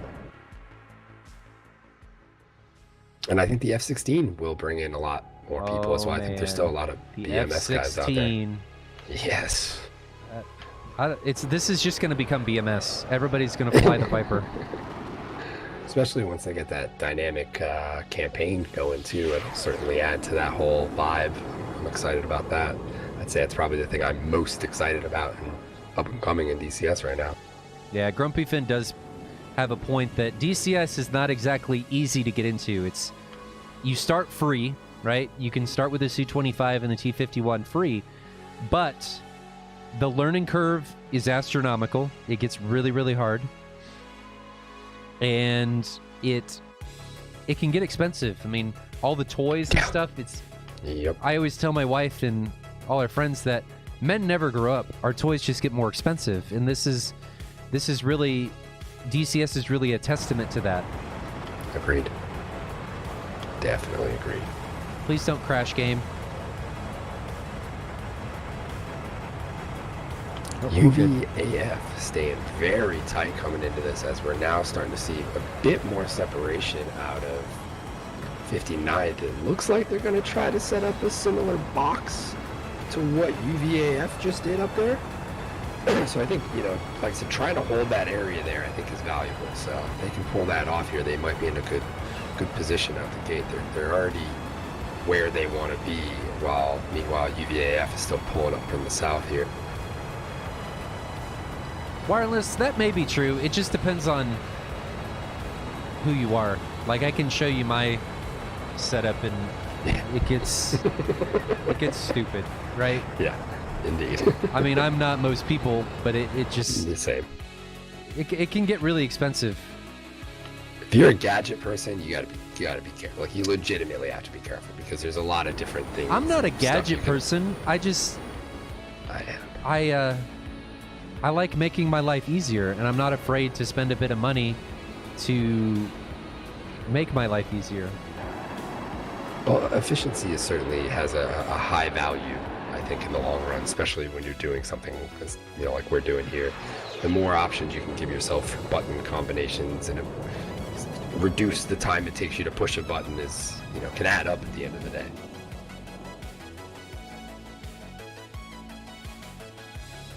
Banzai, yes, this is mostly BVR, but it does walk its way into some pretty entertaining, close, tight-in engagements here as the match kind of whittles itself down. Sorry guys, was addressing the TAC view again. I'm trying to stay on top of it. As the season progresses, I'll steadily get more and more proficient in making this happen and making the stream more viewable. So just a heads up there that the TAC view thing's it's new. I got to find a better way to deal with it and to manage it live, because I'm a one-man show with managing all of this. Billy's just kind of along for the ride, providing his mustache looks. Yeah, I think we all know that's about the only thing I bring to the table here. But outside of that, this is all me. This is all production, stream, everything. All me. Which is fine. I really enjoy doing it. It's just kind of hard to manage multiple streams at the same time. So ideally, maybe later this year, Miller Time. If you guys don't know who Miller Time is, he's on the Splash One Gaming Discord. If you guys don't know about the Splash One Gaming Discord, you should go check that out. Link down below. And you guys should check out all the links to the affiliates and everything through all the sponsors. Everybody's got a lot of good stuff. But back to Miller Time. Miller Time is trying to get me some workstations so that I can utilize them for first-person pilot perspectives. So effectively, you would get this perspective, or something similar for each aircraft, maybe a little bit more zoomed out, but so that you could follow along with your favorite pilot, a lot like the Formula One driver cameras and stuff, so that you can just follow along with your pilot so that you're not missing out on any of the action. And then you could tune in to each one of the streams that you wanted, along with the main stream that we were commentating on. That's the goal, and hopefully by summertime that goal will have been realized. So that's where all the donations and bits and stuff, that's where all of that's gonna go, is trying to make that happen. I'm just in a constant hunt for making the stream better. So that's next on the list, outside of Jabber's live overlay, which is very close to becoming from fruition. 120B again from RJF coming off the rail. He fires first. Here we go. 59th now. Holding court, taking what seems like the position over the mountains. Who he launched on. Missiles slowing down rapidly, passing. Oh, that might have the energy. That might have. Oh, it got notched. Never mind. Damn. I thought he had him. I thought he had him. That ET on Scorpion may be a problem. Is he defending it? And no. He hung on there to get He's a in second gates. 120 out. He's in gates. That may be an issue. Get out of Just fired gates. again. Get out of gates. Doesn't see it. He doesn't see it. There it is. Game over. Ooh. Gah. We saw that one coming. You got to assume those ETs are coming for you when you're ingressing in there like that. Man, they're gonna sneak one out like that. And here we go. 120B coming on overkill against Mad Max. Get into that vertical notch. Don't be that lax. Get into it. Get into it. Dump that jab. Whoa! Oh man! It got him. Oh, God. It just lagged. Ah! You guys, Too quick little snags too by lax trying to UVAF. defend these. 2 quick kills. Bam, bam, shabam. Thank you, ma'am. And UVAF showing they don't need that position to do anything specific. They definitely are able to hold court even over here over the plains. They have very low terrain below them to hide beneath. Yeah. If things get bad. Yep. Is the stream names, when I go to F10, are they better? Are you guys more easily able to read them? Should I blow it up even further? I can make it a little bigger. Just wondering if it's a little bit easier to read. I can see it a little better now. I can just tell from a quick glance. So we've got Sideburns and Gemini pressing against Peter, Bond, and Backfire, while Greg, Rakoba, and Mad Max come in from the left flank. And Gemini and Sideburns need to be really careful as they get further into this. They could get themselves way too into the crapper here and find Greg and the other UVAF guys have made their way to the north and have completely encircled them. So we've got a Matra 530 off the rails from Gemini, 6 nautical miles. That's a fast missile, though Bond is already cold. That is not the He's missile. moving pretty quick. I don't know if that's going to get him. Although he's not contested. He just put out another one. This one may have a decent shot. Don't Question think is that's going to hit him. That's going to run out of Get energy. engaged. But see what I mean about Gemini's getting in here too deep, and Greg has now encircled him. Here comes the ER, Jeez. and that is a dangerous ER. That is a dangerous ER. Granted, he is in a Mirage, so it's a flying notch, and you can see that ER just said, there's a tree over here. I'm going to go see what that's like. But Mad Max, we can see him foxing on the Mirage, and Gemini's in a world of hurt. But he keeps notching him. Keeps notching him. Not that one. He did not notch that one. And he's dead. So we've got a 120B off from Sideburns on Rakoba, but I think he's going into a vertical. See how he's cut engine power. This is what I want to point out. Rakoba cut engine power. You can see that now he's back in a gate, and he didn't just do that to make it more maneuverable. He does that because while he's flaring, you want to have less of an IR coefficient. You don't want these giant plumes of fire coming out the back of your aircraft, and that's why he does that. So 3 targets remaining. Willow is off on a merry expedition up here towards Kasab, and Sideburns and RJF are down here closer to the south, and they may be able to isolate. Excuse me. They may be able to isolate Mad Max if they were. Well, no, Mad Max very thoughtfully turns cold to regroup with the remaining UVAF, and when I say remaining, I mean all 6 of his UVAF compadres. Yeah, and 59th finds himself in a very much so similar position than they were just in the first round here. 3 guys left for 6, and they got to try to pick a few off. Each one of these guys has got a decent bit of work to do if they plan on winning this. But they have the mountains. I think they might be able to use some of this altitude or some of this elevation to their benefit. They're all pretty low right now. Yeah. Everybody below. Sideburns coming up, and he's about to go at it with Greg here. I think Greg's got him. Greg's got Yeah, I agree. the positioning here. Sideburns is head-to-head with he doesn't even Rakoba. see him. He doesn't see see Greg. him. There goes an ER. I think that's an ER. That may have been a 77. 27 and a 77. Oh, hits a mountain. What was it? The 77 that hit the ground? That's an ER. 77 trashed in the mountain. That's the ER, got and him. it takes him.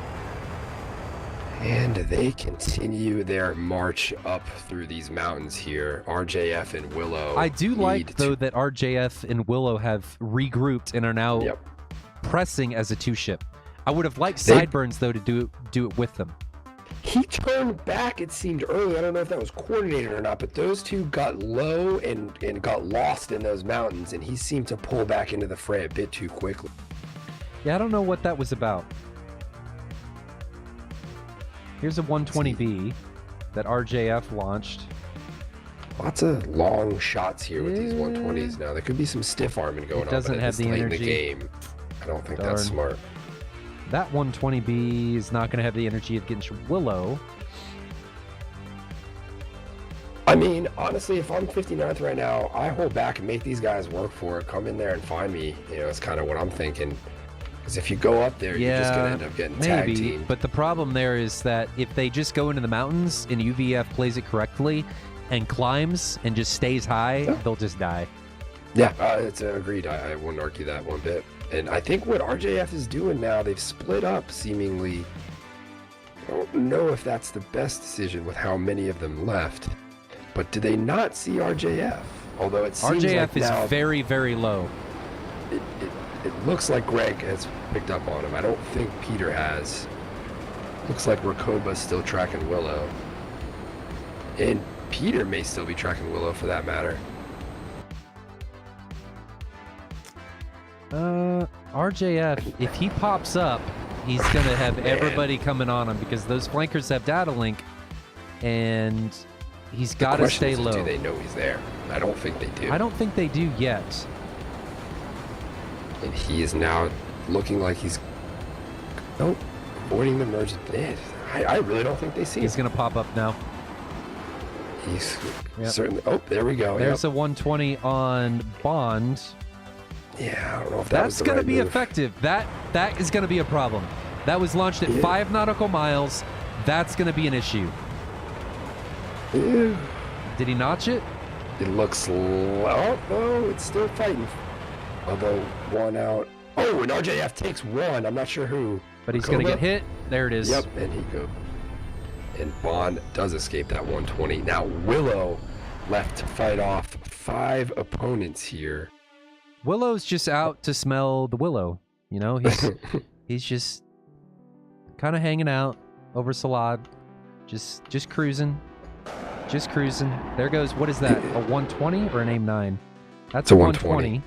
That's a potentially dangerous 120 on Mad Max. And he stays in it to get that couple 120s off, but he may regret that. Agreed. Nope, he line of sights it, so he's Willow okay. Needs to get low. Willow's in trouble. Nah, he should be. Yeah, that's not. Whoa! Oh man, yeah, pulls that up. That's the one. That's the F-15. I can get away from everything maneuver. But those ETs and ERs, missiles. that's. He's got 4 M120s I don't think left. he gets away 2 from left. this. Nope. Ooh. He's dead. Ooh, there it goes.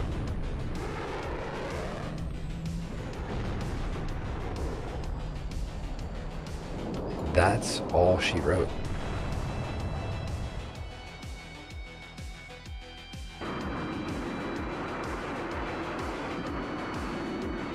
But well played from both sides. I think we're going to have them RTB.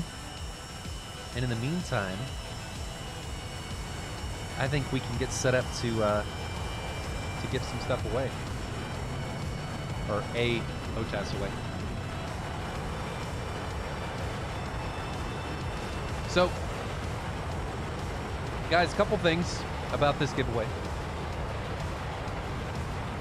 If you win, you must be here in chat. You must tell me that you won, and I'm gonna pull Gleam up, and we'll do it live so you guys can see. I'm not gonna, just pick somebody who I think is gonna win. This is legit. You got to be here in chat and in the stream to win. I'm gonna announce you. You got to let me know. Then you have to give me. You have to PM me on Twitch. PM me on Twitch. This is important. PM me on Twitch. And I'm gonna need your email address, your address, your real name, all that stuff, just so I can come find you, okay? You actually don't get a HOTAS. It's so that I can find you, all right? Has nothing to do with me giving stuff away. This is how I find people. I promise them things. Like we talked about, I'm that girl leading you on with my phone number of a HOTAS. I'm catfishing you, okay? No. I'm gonna need your phone number, your email address, and your not your phone number, your real name, your email address, and your address, so we can get this stuff to you. I'm gonna send that to Thrustmaster, and they are gonna send you a brand new Thrustmaster HOTAS, courtesy of Thrustmaster and us here at DCS World Events, which is really exciting. I think that's exciting. I think I still use the Thrustmaster throttle. It's fantastic. I have no issues with it. It's awesome. But let's get this show on the road. I'm gonna turn the game Let's do volume it. down. So we're gonna leave them up. I don't know if they're excited about the giveaway. I really haven't seen them talk about it that much. No, I don't think they are. I don't think there's any Like, any excitement at all. no. Well, you know, I was expecting more, guys. None.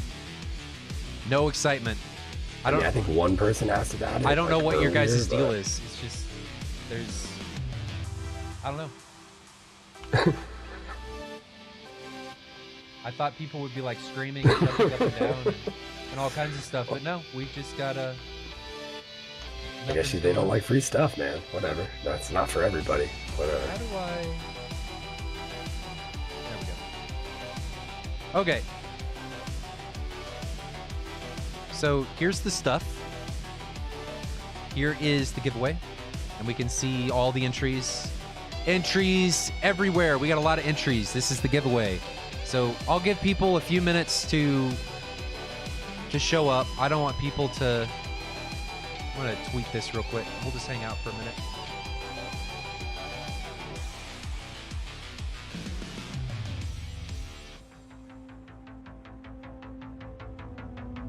What do you think of the match? I think we saw a very similar round two to round one. I think a lot of the same things took place. I think the point you made about, you know, evading, I think that was kind of something that needs to be worked on by 59th. A little bit of that in the beginning there kind of, I think, ended up getting a few of those guys clipped because of that. So I think working on that stuff probably would benefit them just in that initial fray there. But UVAF definitely came out and showed they are a decent force to be reckoned with in SATAL. So excited to see them come out again and see what they can do, because there's definitely a lot of organization going on there. So. All right. So we're going to hang out for 5 minutes, and then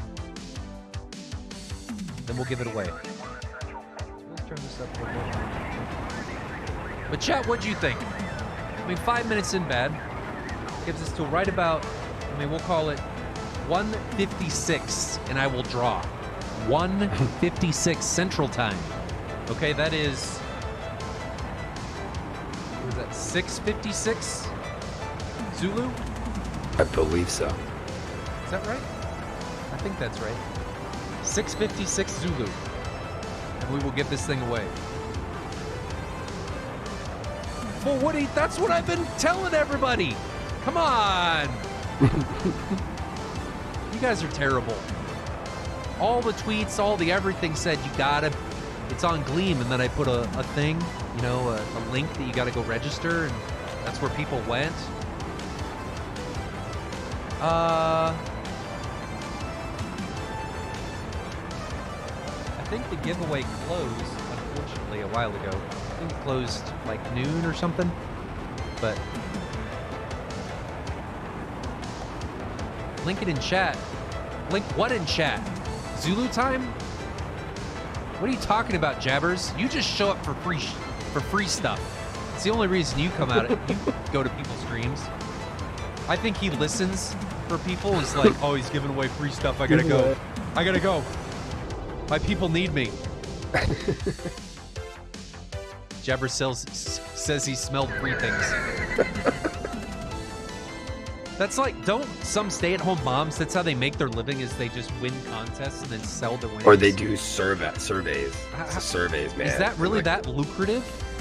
I mean, that's like, you know, the urban myth thing, you know? It's like your friend of a friend who stays home all day and does surveys and makes money, but none of us. So guys, while we're talking about this HOTAS, post links of your setup. I want to see your stuff.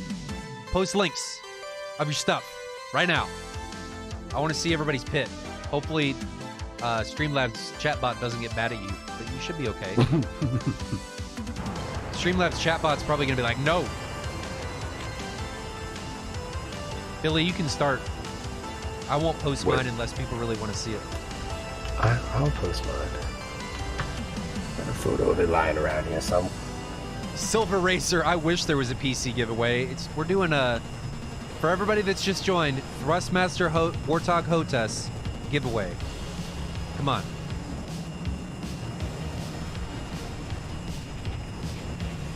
Gleam was what we used for people to register. Let me see if I can.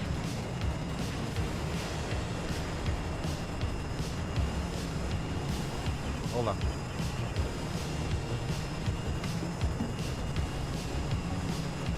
I don't have time. I don't know that I have time. Where's the competition?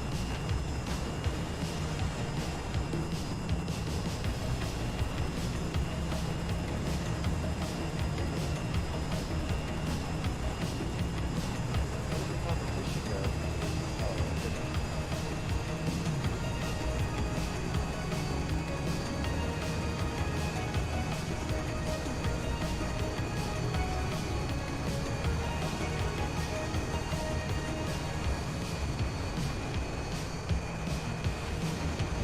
Thank you, Wills. Appreciate it.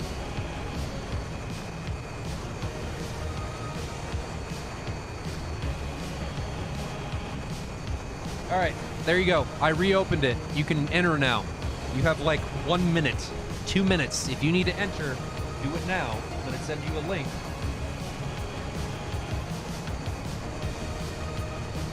I'll give you like 2 minutes. We had a lot of people say they didn't know about it. There you go. Go there, enter it, do your thing. You got like 2 mics. I'm being nice and opening the competition here, okay? I should be like, and then flip you the bird and say, nope, you had to register, but I'm a nice guy. I'm a nice Moltar. But we all know that if Billy did an impression of me, he would not make me be a nice person.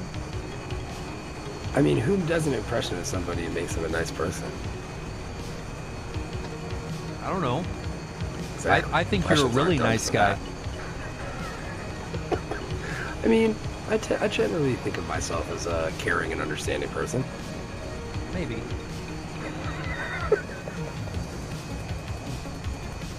Well, thanks, Trev. Much appreciated. I really just want to see a lot of you guys coming back. I want to see a lot of you guys enjoying yourself, having fun, and learning about DCS, because Billy and I aren't doing this to get rich. I said this earlier when I talked about donations and I talked about bits and stuff and subs and all that stuff. Everything that we get, I'm just putting back in the stream. I'm just chucking it back in and making the stream better. I mean, we're already way better than we were last year.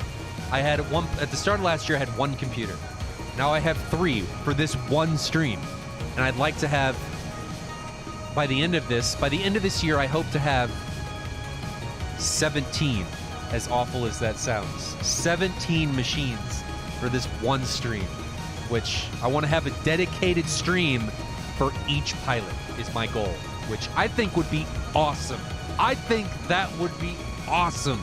And I think it's entirely possible. I want pilot cams for each pilot, so everybody can follow along with their favorite wannabe virtual aviator. Because let's face it, we all signed up here because we missed the boat to fly real planes, right? We all signed up because we want to be armchair commandos. Damn right. That's what we want. That's what we want to do.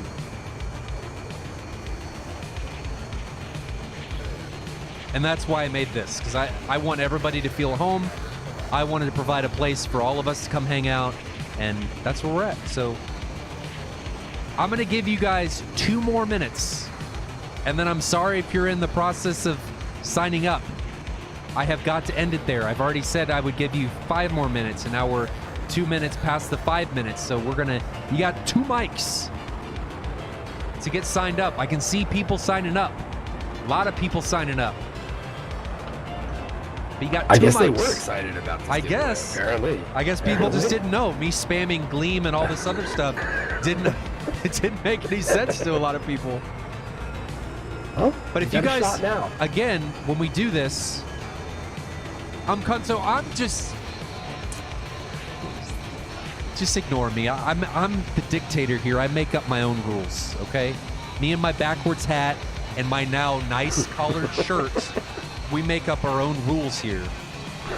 And you guys, my constituents, just have to follow along. You don't get a say. I am your Lord Dictator, Moltar the Lava Man. And you just have to listen to what I say, because what I say is law. So get over it. 1 minute. 1 minute. 1 minute. And again, guys, if you win, you have to PM me on Twitch. PM me on Twitch. All right? Email address, and real name. So that I can get in contact with you, so that Thrustmaster can send you this stuff. Yeah. But guys, again, huge shout outs to Thrustmaster for making this giveaway possible. Not very many people on DCS, or really anywhere, give away things of this magnitude. I mean, we're talking a 500, what is it, 500? Retails on Amazon for $500, right? I believe so. I think it does. A $500 HOTAS. That's, look at this. That's pretty impressive. Is it in? All right, guys, it is time. I'm going to pull this down, pull the game volume down, and we're just going to watch the taxi, and I'm going to pull up Gleam, okay? It is time. It is time now to give it away.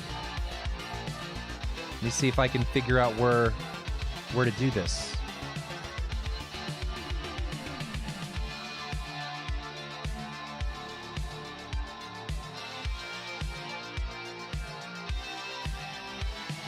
Man, a lot of cool pits you guys are posting too, by the way. Checking these things out. I gotta go look at him here. In just The bicycle. Someone's got a really sweet purple bicycle they play on. I mean, geez, you guys might as well rickroll me here while you're at it. Damn. What? Just waiting on that one. Oh, that's great. How do I draw a winners? All right, you guys ready? I'm gonna move this back over so you guys can see. Okay, so we've got all these actions. Okay, this isn't. I'm not fooling anybody. These are all you guys. You can see all the people that just did it. Right? You guys all just joined. This is all you guys. I don't want this to come across as I'm just fanboying people or whatever, or giving it to people that I like Billy. We all know that Billy's the one that deserves it. Win? What is I'm archive? gonna add it to my pit, so I have 2 sets of HOTASs. So here we go. Give me a countdown. I'm excited. Let's do this. 3, 2, 1, go. You didn't do anything. What'd you just do? Computer, why are you doing this? I just want to pick a winner. Siri, pick me a winner. Oh, it was DCS taking a dump.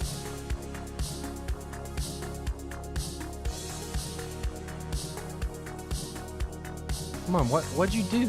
Why are you doing this, browser? Alexa, There we pick go. a winner. You ready? Yeah.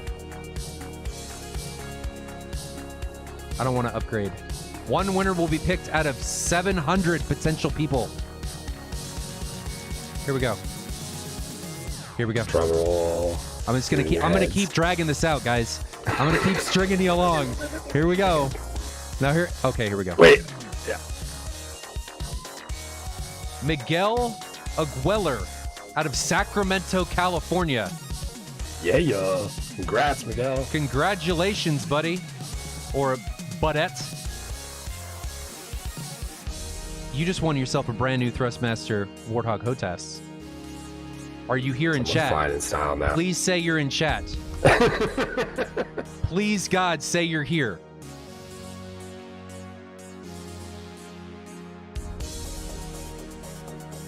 That's a nice one. That's a nice one. Is he here? It's not a bad idea. Miguel, I'm going to give you... I'm Uh-oh. going to give you 5 minutes. We'll say... Yeah, we'll do 5 minutes. Just to make sure he didn't walk away or something. So, he's got 5 minutes. You probably ought to keep saying his name. Is that Bonsai that won? Oh, Bonsai. There you go. Nice. Congrats, Bonsai.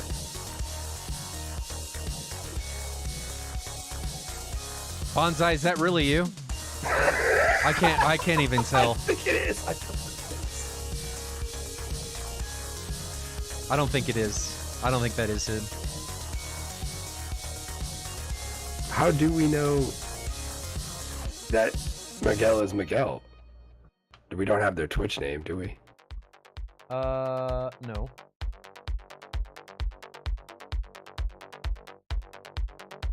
Any one of these clowns could say they're Miguel. Well,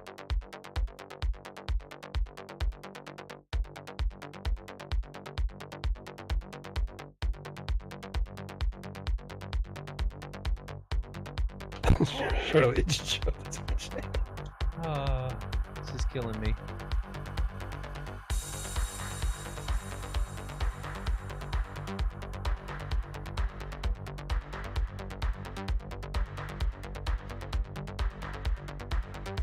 Oh, he did get me. He sent me a PM on Twitch. Gotcha. So we're good. Nice. We're good. So I'll get that taken care of. Guys, it's been a lot of fun. If you guys have any suggestions, and again, he sent me everybody's Miguel. He sent me a message on Twitch, so we're all good. But Excellent. if you guys have any suggestions for how to make the stream better, let me know. Send me a message on either Twitch, Discord, come yell at me in TeamSpeak, whatever you want to do. It's been a lot of fun. This was a great opening day. I'm happy that Miguel, or Miguel, or however we say this name, is a happy owner of a new Thrustmaster HOTAS. I'm kind of Gonna be jealous. flying in style Mine's now, a little right? old. Yeah. I'm jealous of him that he got one. Nothing like fresh HOTAS, man. Yeah. Nothing like fresh HOTAS. But guys, again, thanks for coming to hang out. I'll be back on tomorrow, 1400 Zulu. If you don't know what Zulu time is, go to zulutime.net to check it out. 1400 Zulu, bright and early, or afternoon, or evening, or whatever it is for you guys. But we got 2 matches tomorrow. 2 more matches for the opening day of Gold League. And I have no idea what to expect for Gold League. Me Not a clue. either. Because I'm a lot of excited. these guys, I've never seen them fly. It'll be a lot of fun. But guys, No doubt. until then, until tomorrow, until next time, I'll catch you later. Have a good one. Thanks for coming in and tuning in. See you guys later. See ya.